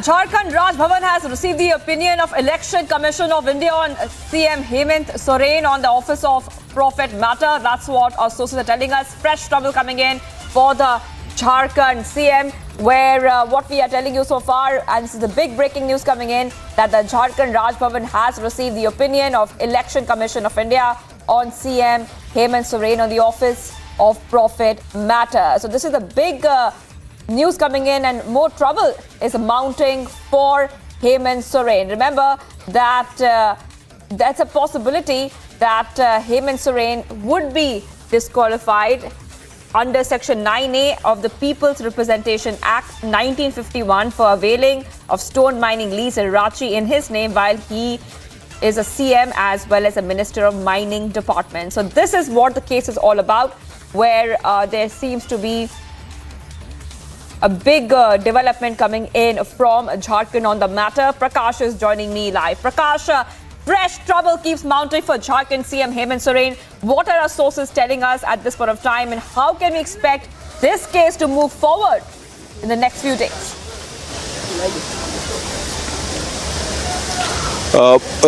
We get to know that the Election Commission of India has terminated the membership of Jharkhand Chief Minister Hemant Soren from Barhet Assembly constituency, and these are source-based information.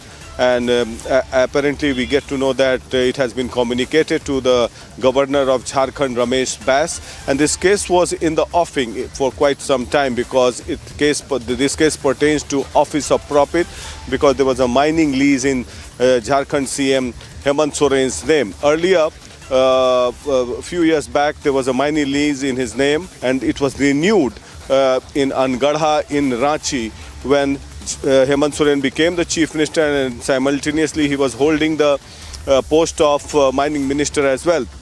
And that tantamounts to Office of Profit. And after that, the Jharkhand Governor Ramesh Bass had written a letter to the Election Commission of India to inquire into it, and thereafter there was a PIL in the Jharkhand High Court as well. So now we get to know from the source-based information that the recommendation has been made. The Governor of Jharkhand, Ramesh Bass, would be reaching Ranchi at around 1:30, we are told, and after that it will be communicated. So as far as the politics in Jharkhand is concerned, there will be a vacuum as far as the Jharkhand government is concerned, because he will have to demit his office as Chief Minister of Jharkhand automatically since his membership is terminated. So now, who will be the successor of Hemant Soren? That is the million-dollar question. Apparently, a week back, a meeting of the UP MLAs were held in Ranchi, which comprised of Congress MLAs as well as the JMM MLAs. The numbers is not a problem at all in Jharkhand, because there are 30 odd members from the JMM, Jharkhand Mukti Morcha, and the leader is Hemant Soren, and Sibu Soren is also the party president. Apart from that, 18 members belong to the Congress party, and they are supported by NCP and few independents as well. And all right, Prakash, thank you for joining us with all those details. Prakash, thank you for joining us on the news coming in from Jharkhand. I just want our viewers to shift our focus to New Delhi right now, where there's a press conference happening from the Aam Aadmi Party. और वो 1 करोड़ क्या है? एक शराब के कारोबारी ने दूसरे शराब के कारोबारी को 1 करोड़ रुपए चेक से ट्रांसफर किए। वो ये कह रहे हैं ये घोटाला है इसके अंदर, कि ये मनीष सिसोदिया के पास गया है पैसा। हास्यास्पद बात है, मैंने कभी नहीं सुना देश में 1 करोड़ रुपए की रिश्वत बैंक से मंत्री को दी जाती हो। पूरी की पूरी FIR हास्यास्पद है। अब आज की बात पे आते हैं। आज सुबह से भारतीय जनता पार्टी वालों ने शोर मचाना शुरू कर दिया, ये प्लांट करने शुरू कर दिया कि भारतीय जनता पार्टी कहने लगी आम आदमी पार्टी के विधायक जो है संपर्क में ही नहीं है।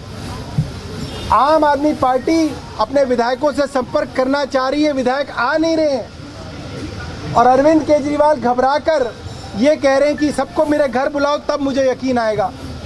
ये सरासर झूठ है। भारतीय जनता पार्टी अफवाह फैला के एक चुनी हुई सरकार को गिराने की कोशिश कर रही है। मैं सबको बताना चाहता हूं, आज भारतीय जनता पार्टी का ऑपरेशन लोटस दिल्ली के अंदर अरविंद केजरीवाल ने फेल किया। ऑपरेशन लोटस की फेलियर को मैं आज यहाँ पे अनाउंस करता हूँ, ऑपरेशन लोटस फेल। आज हमारे इस मुख्यमंत्री जी के आवास में आपने देखा 53 विधायक मौजूद थे, 68 विधायक है, 62 विधायक है इस बार हमारे, 53 विधायक अंदर मौजूद थे। उसके अलावा स्पीकर साहब देश से बाहर गए हुए हैं टूर पे, मनीष सिसोदिया जी हिमाचल प्रदेश गए हुए हैं। इसके अलावा जो बाकी विधायक हैं जैसे विनय मिश्रा, दिनेश मोहनिया, मुकेश अहलावत, गुलाब सिंह यादव, शिवचरण गोयल और अमानत, इन सबसे फ़ोन पे लाउड स्पीकर पे लेके मुख्यमंत्री जी ने बात की। सभी विधायकों का कहना है, जब पूछा गया 12 विधायकों ने कहा कि हमसे भारतीय जनता पार्टी के किसी ना किसी आदमी ने संपर्क किया कि आप आम आदमी पार्टी तोड़ के भारतीय जनता पार्टी में आ जाएं। और आज सभी विधायकों ने कहा है कि हम सब लोग अपने आखिरी सांस तक अरविंद केजरीवाल जी के साथ हैं। दिल्ली की सरकार स्थिर है। मैं आप लोगों को इसका यकीन दिलाना चाहता हूं, सरकार पे कोई खतरा नहीं है। और यहाँ फैसला लिया गया कि अभी हम सभी लोग महात्मा गांधी की समाधि पे लेके जाएंगे, हम सब लोग जाएंगे। लोगों ने ये भी कहा 20-20 करोड़ का ऑफर हमारे 40 विधायकों के ऊपर नज़र लगा रखी थी इन्होंने, 40 विधायक ये तोड़ना चाहते थे। मैं जानना चाहता हूं इन लोगों से, 40 विधायकों का 20 करोड़ के हिसाब से 800 करोड़ रुपया इनके पास कहां से आया? ये तो काला धन है। ये 800 करोड़ रुपया कहां छिपा के रखा है? क्या देश की सीबीआई, क्या देश की ईडी इसको ढूंढेगी, इनका पर्दाफाश करेगी? कल महाराष्ट्र के अंदर 50 खोखा की आवाज़ लगाई गई। इतना पैसा 1750 करोड़ रुपए भारतीय जनता पार्टी के पास कहां से आया? क्या ये ईडी ढूंढेगी? आज फैसला हुआ है, सभी विधायक साथी और मुख्यमंत्री जी महात्मा गांधी जी की समाधि पे जाएंगे, उनसे प्रार्थना करेंगे, वहाँ पे ध्यान करेंगे और देश के लिए प्रार्थना करेंगे कि ऑपरेशन लोटस से महात्मा गांधी देश को बचाएं। महात्मा गांधी ने देश को अंग्रेज़ों से बचाया था। महात्मा गांधी ऑपरेशन लोटस से देश को बचाएं। बहुत बहुत धन्यवाद। बस अभी निकल रहे हैं, आप लोगों के साथ साथ ही। लेकिन सौरभ, ये और भी लगातार कारों में अपने अपने वाहनों में जाएंगे सब लोग। Saurabh, one big question is being asked again and again. What is the proof? Just as you counter the BJP by saying that if a BJP spokesperson makes an allegation, it need not necessarily be true. So what is the proof that you have to offer that this has indeed happened? What you are alleging is it has indeed happened. 40 विधायकों, 4 बार चुने हुए विधायक खुद आके कह रहे हैं, देश की किसी भी अदालत के अंदर एक चुने हुए विधायक की अपनी गवाही मुझे लगता है सबूत मानी जाती है। आप पता कीजिए। ऑडियो टेप की सौरभ की बात हो रही थी, उसके लिए अभी तक कुछ नहीं बताया। सही समय पे सब कुछ आपके सामने रखेंगे और ऐसे ऐसे सबूत सामने रखेंगे कि भारतीय जनता पार्टी के नेताओं के पैर के नीचे से जमीन निकल जाएगी। सौरभ, 40 नंबर दिया आपने, 4 आप सामने लेके आए हैं, बाकी 36 कौन से विधायक हैं जिनके संपर्क में बीजेपी है? 12 से संपर्क हुआ है। हाँ, 12। 40 का इन लोगों का इरादा था। 12 के नाम बता। तो बाकी 8 कौन है? जो 8 लोग नहीं थे, मेरे को नहीं पता। सत्येंद्र जैन के अलावा जो 8 लोग नहीं थे, उन सभी से फोन पर बात हुई। देखिए, स्पीकर साहब से फ़ोन पे बात नहीं हो पाई, वो कनाडा में है इस वक्त, कनाडा में रात होती है। मनीष जी इस वक्त हिमाचल प्रदेश में स्टेज पे हैं, उनसे बात नहीं हो पाई। अमानत भाई मुझे लग रहा है रास्ते में है। बाकी विनय मिश्रा से, दिनेश मोहनिया से, शिवचरण गोयल साहब से और गुलाब भाई से, इन सब से जो है लाउड स्पीकर पे सभी विधायकों के सामने जो है सर ये 12 लोग इंक्लूडिंग मनीष सिसोदिया जी हैं, ये 12 लोग बैठक पूरी तरह से फुल ड्रामा है। कौन बोल रहे हैं? मनोज तिवारी। अरे मनोज तिवारी जी का बड़ा बुरा हाल है, मैं आपको बताऊं। मनोज तिवारी जी मुझसे अभी परसों कह रहे थे कि दिल्ली में शराब पीने की न्यूनतम उम्र 18 साल है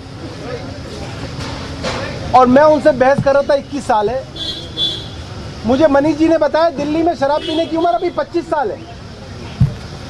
इस लेवल का झूठ भारतीय जनता पार्टी बोलती है कि मुझे भी लगा कि हाँ यार शायद 21 हो गई होगी। दिल्ली में 25 साल उम्र है।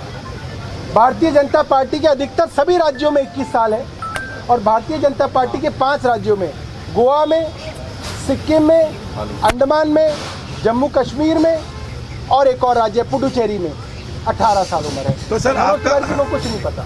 सर आपका मतलब ये कहना है कि विधायकों से संपर्क में कहीं कोई दिक्कत नहीं थी, ये अफवाह बीजेपी की तरफ से फैलाई गई कि उनसे संपर्क नहीं हो पा रहा है। देखिए ये एक खास मोडस ऑपरेंडी होती है। जब आप किसी विधायक को तोड़ते हो तो आप उसको बोलते हो तुम्हारे अलावा बहुत सारों से संपर्क है, वो हमारे साथ आ चुके हैं, तुम ही बचे हो। इसी तरीके से भारतीय जनता पार्टी ने यह अफवाह फैलाई कि आम आदमी पार्टी के बहुत सारे विधायक जो है आज नहीं आएंगे मीटिंग में, जो कि गलत साबित हुआ।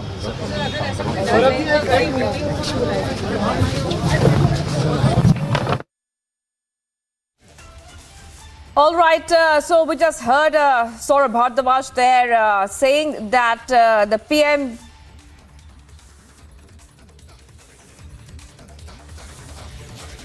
All right, we just heard Saurabh Bhardwaj there speaking on a couple of points there where he's saying that the BJP is trying to topple the Aam Aadmi Party government, and also remember that Operation Lotus that Aam Aadmi Party is talking about again and again, saying that they are trying to poach our MLAs. Anuj is joining me live, and Anuj has been tracking the story very, very closely ever since morning. Anuj, now a lot of questions are put toward Saurabh Bhardwaj, where they even asked him, the press present, that do you have any proof of the rate card which was offered there of 20 crores per Aam Aadmi Party MLA? But still, no definitive answer has come out. Take us to the details, Anuj, what's happening on ground? Well, at this point in time, the meeting has ended, and that was Saurabh Bhardwaj. We are just trying to get in sense from Dilip Pandey also, as we were talking to Saurabh Bhardwaj.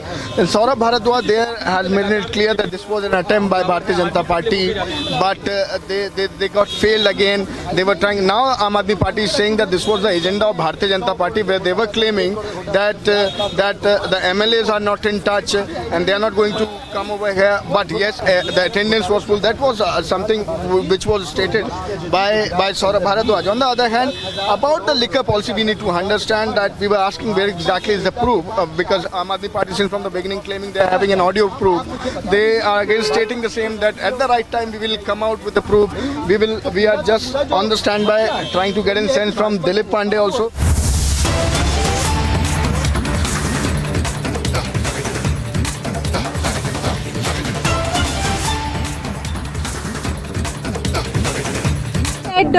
That they will be looking into whether the remission was correct or not, whether the government followed the remission policy and the rules or not.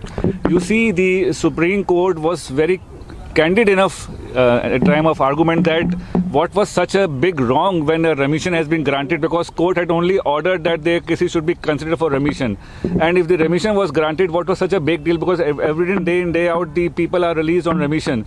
So court was prima facie not inclined, but still they had issued notice, so we will file our appropriate reply to in this case. And one thing more I want to add here also is this, that I have never seen such a petition in Supreme Court for last 25 years, where the petition basically challenges the grant of remission order.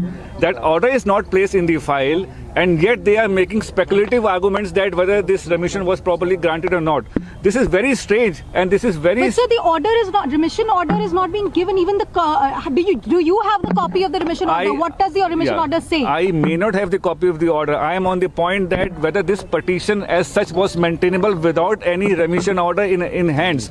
How can they attack on a remission order without even seeing the order? How can they make grounds in the writ petition without seeing the remission order? So this was very very speculative writ petition which was filed in the Supreme Court, and that too by a third party, a political outfit. So in any case, court has implemented us as party respondent in this case, and we will file our appropriate reply in this case also. Sir, आज क्या हुआ जो याचिका बिल्किस बानो के मामले में पहुंचे? 2 हफ्ते का ये देखिए, मैंने अपनी जिंदगी में ऐसी याचिका नहीं देखी। उसी मसले पर दोबारा बिल्किस बानो वाले मामले में कन्विक्ट के वकील हैं ये, ठीक है? ओके, आप ये नहीं आराम से यार। ऋषि मल्होत्रा नाम है जी। देखिए, मैंने अपनी 25-30 साल की प्रैक्टिस में सुप्रीम कोर्ट में ऐसी कोई रिट नहीं देखी जिसके अंदर आप एक रेमिशन ऑर्डर को चैलेंज करना चाहते हैं, आप स्पेकुलेटिव रिट पिटीशन फाइल करते हैं जिसके अंदर आप ये कहते हैं कि रेमिशन ऑर्डर इसलिए गलत है या इस ग्राउंड पे गलत है, और वो रेमिशन ऑर्डर कोर्ट के सामने प्लेस भी नहीं किया जाता।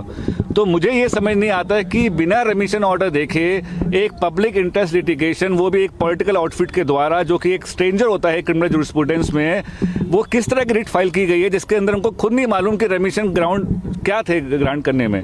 Point number 1। पॉइंट नंबर 2, दूसरी बात ये है कि ये हमारे खिलाफ रिलीफ लेना चाहते हैं कि हमारी जो रेमिशन सो कॉल्ड ग्रांट हुई है वो गलत है और हमें वापस कस्टडी में लिया जाए।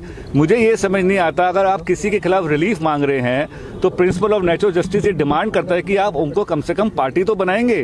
क्या कोर्ट बिना सुने हैं उनके खिलाफ कोई ऑर्डर पास कर सकती है? तो जब हमने ये ऑब्जेक्शन कोर्ट में उठाया तो कोर्ट ने पटिशनर को ये डायरेक्ट किया है कि आप सारे कन्विक्टेड अक्यूज को रिस्पोंडेंट पार्टी बनाएं, और उनका तर्क अब हम लोग कोर्ट के सामने पेश करेंगे, जो कि आपको मैंने पहले बताया है कि ऐसी रिट पटिशन एक स्ट्रेंजर के द्वारा मेंटेनेबल नहीं होती क्रिमिनल लॉ के अंदर। हाँ, अगर विक्टिम आता है या कोई कंप्लेनेंट आता है तो फिर भी बात समझ आती है, पर public interest litigation criminal jurisprudence में कहीं भी रिकॉग्नाइज नहीं है। और ये आज का कानून नहीं है, ये कम से कम 20 साल पुराना कानून है।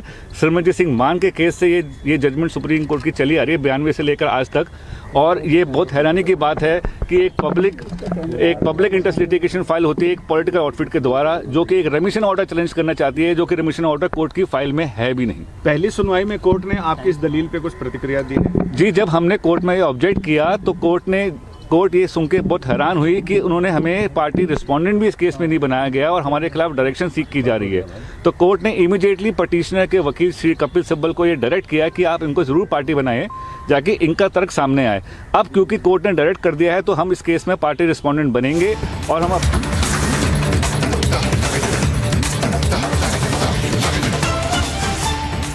ये पब्लिक से भी, हैदराबाद के शहरियों से भी, और मैं उनका शुक्रिया अदा करता हूँ जिस सब से उन्होंने काम लिया है।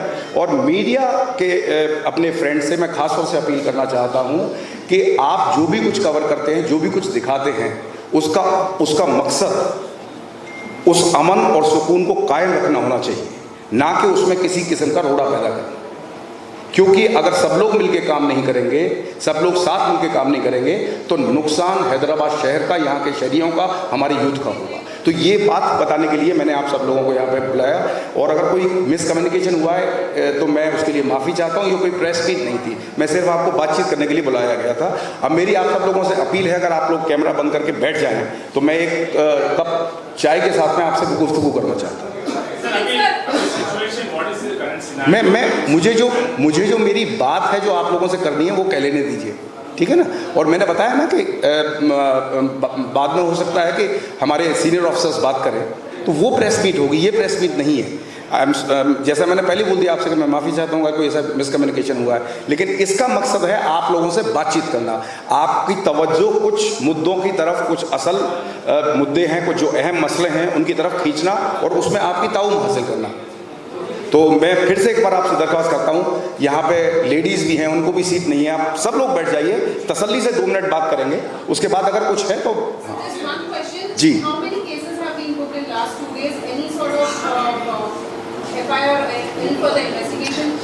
Ma'am, absolute, see ma'am, as I told you already, it was meant to be something else. So no, we are taking all precautions, we are taking all measures to maintain the peace and tranquility of the city, and it is being maintained. and lot of efforts are going from the government, from the police. हमारे CP साहब भी कल यहाँ पे आपको पता ही है पूरे रात भर तमाम फिरके गए हैं. So once again let me clarify, the purpose was something else. So please आप मेरी 2 मिनट बात सुन लीजिए, उसके बाद अगर कुछ शक्को शुबा बचता है तो मैं आपसे बात करूँगा, ठीक है? आप प्लीज बैठ जाइए. बिल्कुल पीसफुल है, आप बिल्कुल पीसफुल है. अब आप लोग, वही मैं कह रहा हूँ, आप प्लीज, मैं तीसरी बार या चौथी बार आपसे अपील कर रहा हूँ, आप लोग बैठ जाइए, मेरी बात सुन लीजिए पहले. जो बात में जो मकसद है इसका उसको पहले हम कर लेते हैं, ठीक है? ये प्लीज कैमरा बंद करके सभी लोग बैठ जाइए, सभी लोग बैठ जाइए. नहीं, ये इस तरह के सवालों का ये मैं आपसे 3 बार कह चुका हूँ अभी तक, ये कोई प्रेस मीट नहीं है और कोई पॉलिटिकल प्रेशर नहीं है. इस तरह के सवाल प्लीज आप ना पूछें. ये इस मीटिंग का मकसद नहीं था. ये जो बैठक है, जो गुफ्तगू है, इसका मकसद कुछ और है. आप अगर 2-5 मिनट मुझे देंगे तो मैं वो मकसद आपको बताऊंगा. Yes, please shut down the cameras and please sit down.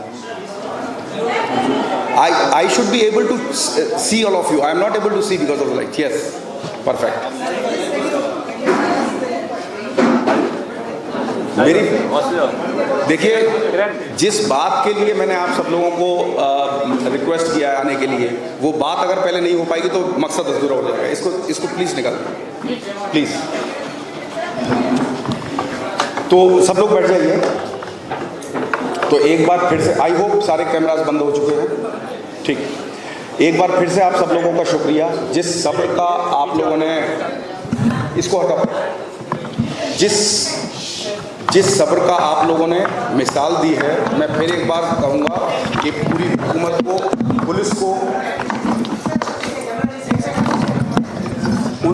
उन सभी चीज़ों पे हमको फ़ख्र है. जब भी हम कोई भी एक न्यूज़ दिखाना, चाहे वो, अच्छा ठीक.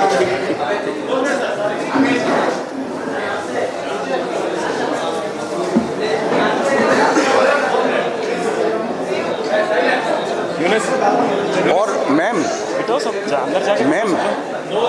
मैं आपको एक चीज़ बताऊं, नहीं चेयर्स लगाते हैं, मैं आपको 1 सेकंड, आप दोनों लोग, मैं आता हूं.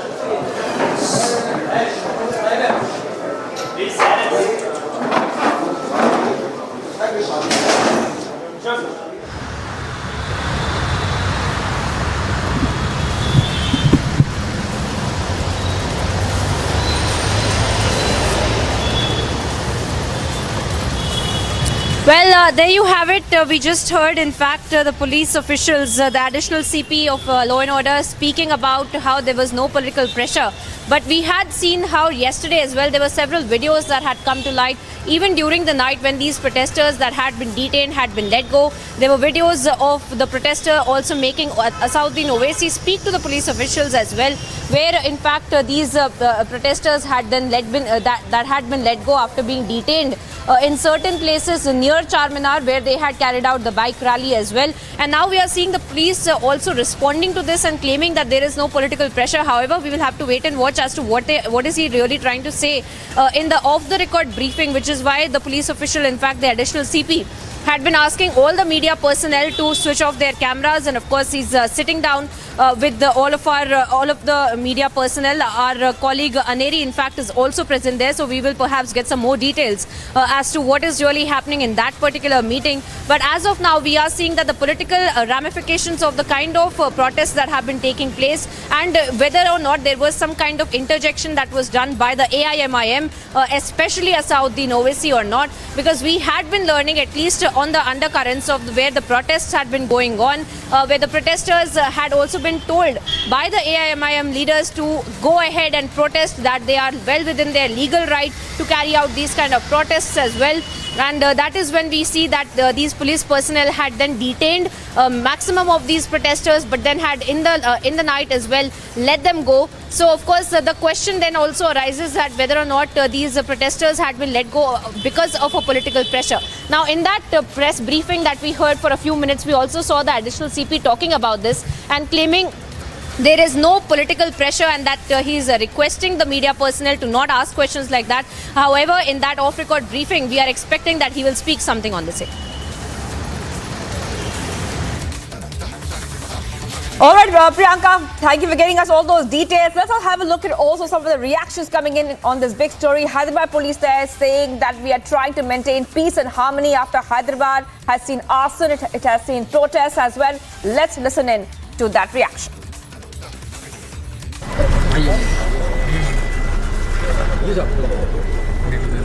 फतेह दरवाजे से शालीबंडा खादीपुरा के एक मकान में पुलिस जबरन घुसकर जो है दरवाज़ा तोड़कर वहाँ के उस मकान में रहने वाले 4 बच्चों को गिरफ्तार करके कंचनबाग पुलिस स्टेशन में लेकर आकर महरूस की थी।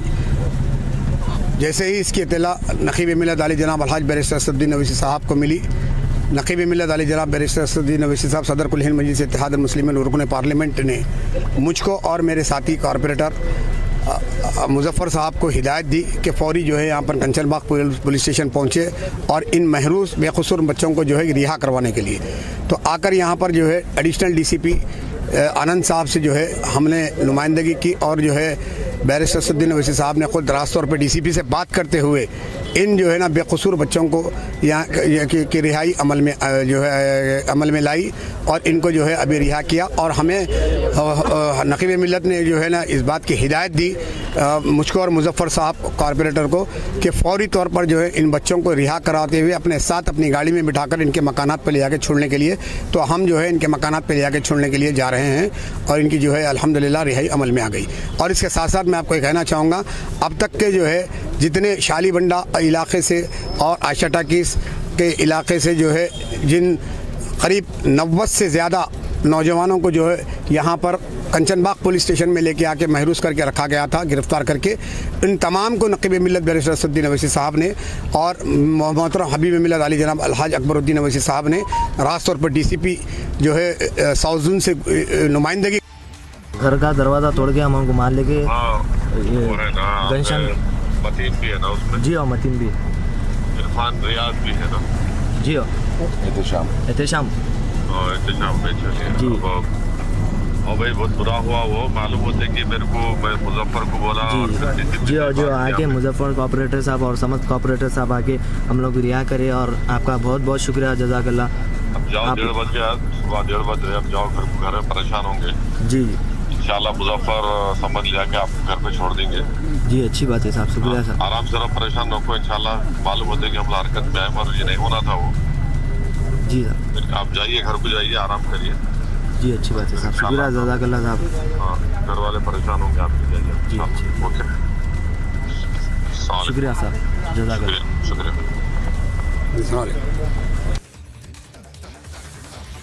All right, just heard there a conversation. I want to bring Priyanka back in. Priyanka, help us understand how this second video is stirring up a very big row right now, where OEC's involvement is looking very apparent from what we have accessed here on Republic TV when it comes to what happened in Hyderabad yesterday.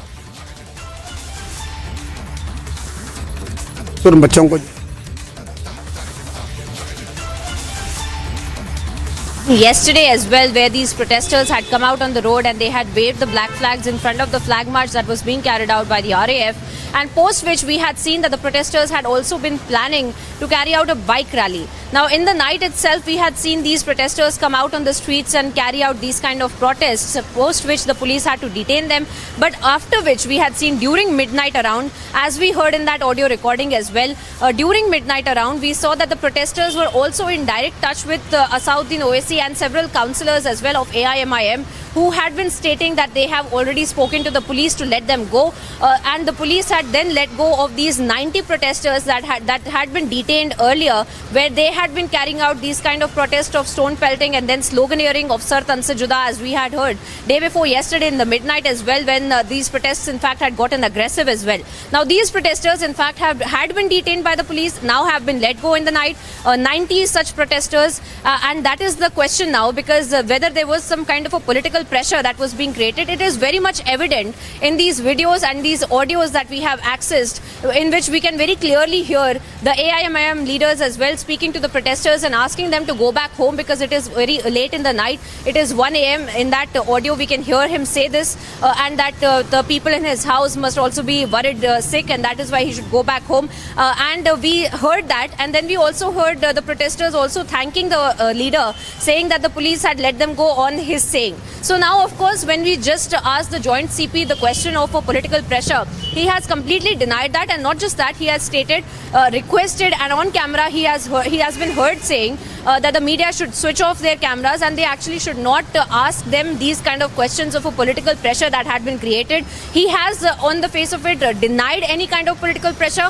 However, we have these videos, we have these audios which categorically prove that there was some kind of a political pressure that was created to let go of these protesters that had been taken into custody of the police. These were the protesters who were carrying out the stone pelting, protesters who had been sloganeering of Sar Tan Se Juda, and apart from that we also saw these children who were a part of this protest, the children that were being used as a front in this protest, children who were being made to chant slogans like Sar Tan Se Juda and several other as well, quite disturbing sloganeering that we had heard in these protests that had broken out. So of course this is a massive controversy now with respect to how the police had been working on the say-so of the politicians and whether or not they will in fact take responsibility of it, and why exactly were these protesters let go. Because remember, Shivangi, tomorrow is when it is a very sensitive day where in fact the Friday prayers will be organized, and post which they are expecting that there might be some kind of mobilization as well that will take place. And as of now, police not answering on this, but the videos and the audios are a clinching evidence of the political pressure that was created. Priyanka, you have been reporting from Hyderabad and you were there when those protests happened. You were also there when the flag march had taken place, where there was a big appeal for peace. Priyanka, tell us what is the situation like today, because we knew that schools would be shut today and petrol pumps would also be closed. What is the situation like on ground in Hyderabad?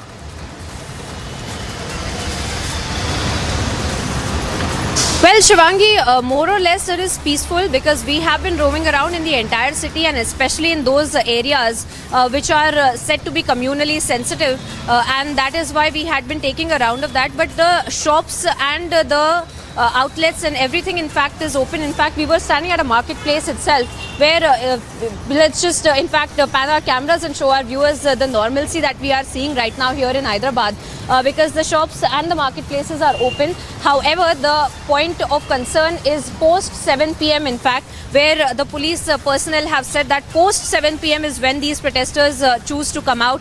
During the night is when they choose to come out, and that is why they will be carrying out flag marches towards sundown, and then they will be also carrying out these outreach programs to speak to these protesters, to tell them to refrain themselves from coming out and carrying out violent protests and carrying out sloganeerings like Sar Tan Se Juda. So these kind of outreach programs that we are seeing that the police is carrying out right now with the protesters. However, Shivangi, it is important to mention that the protesters in fact are extremely angry.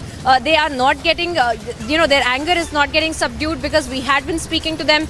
We had been seeing the kind of protests that had been carried out, and they had been demanding in a unanimous voice that there should be some kind of an action that should be taken against Raja Singh, and that he was in fact let go on a technicality, on a mere technicality, and that is why there is a lot more anger in the protesters, claiming that the government is not taking any action, the police is not taking any action, and that is why they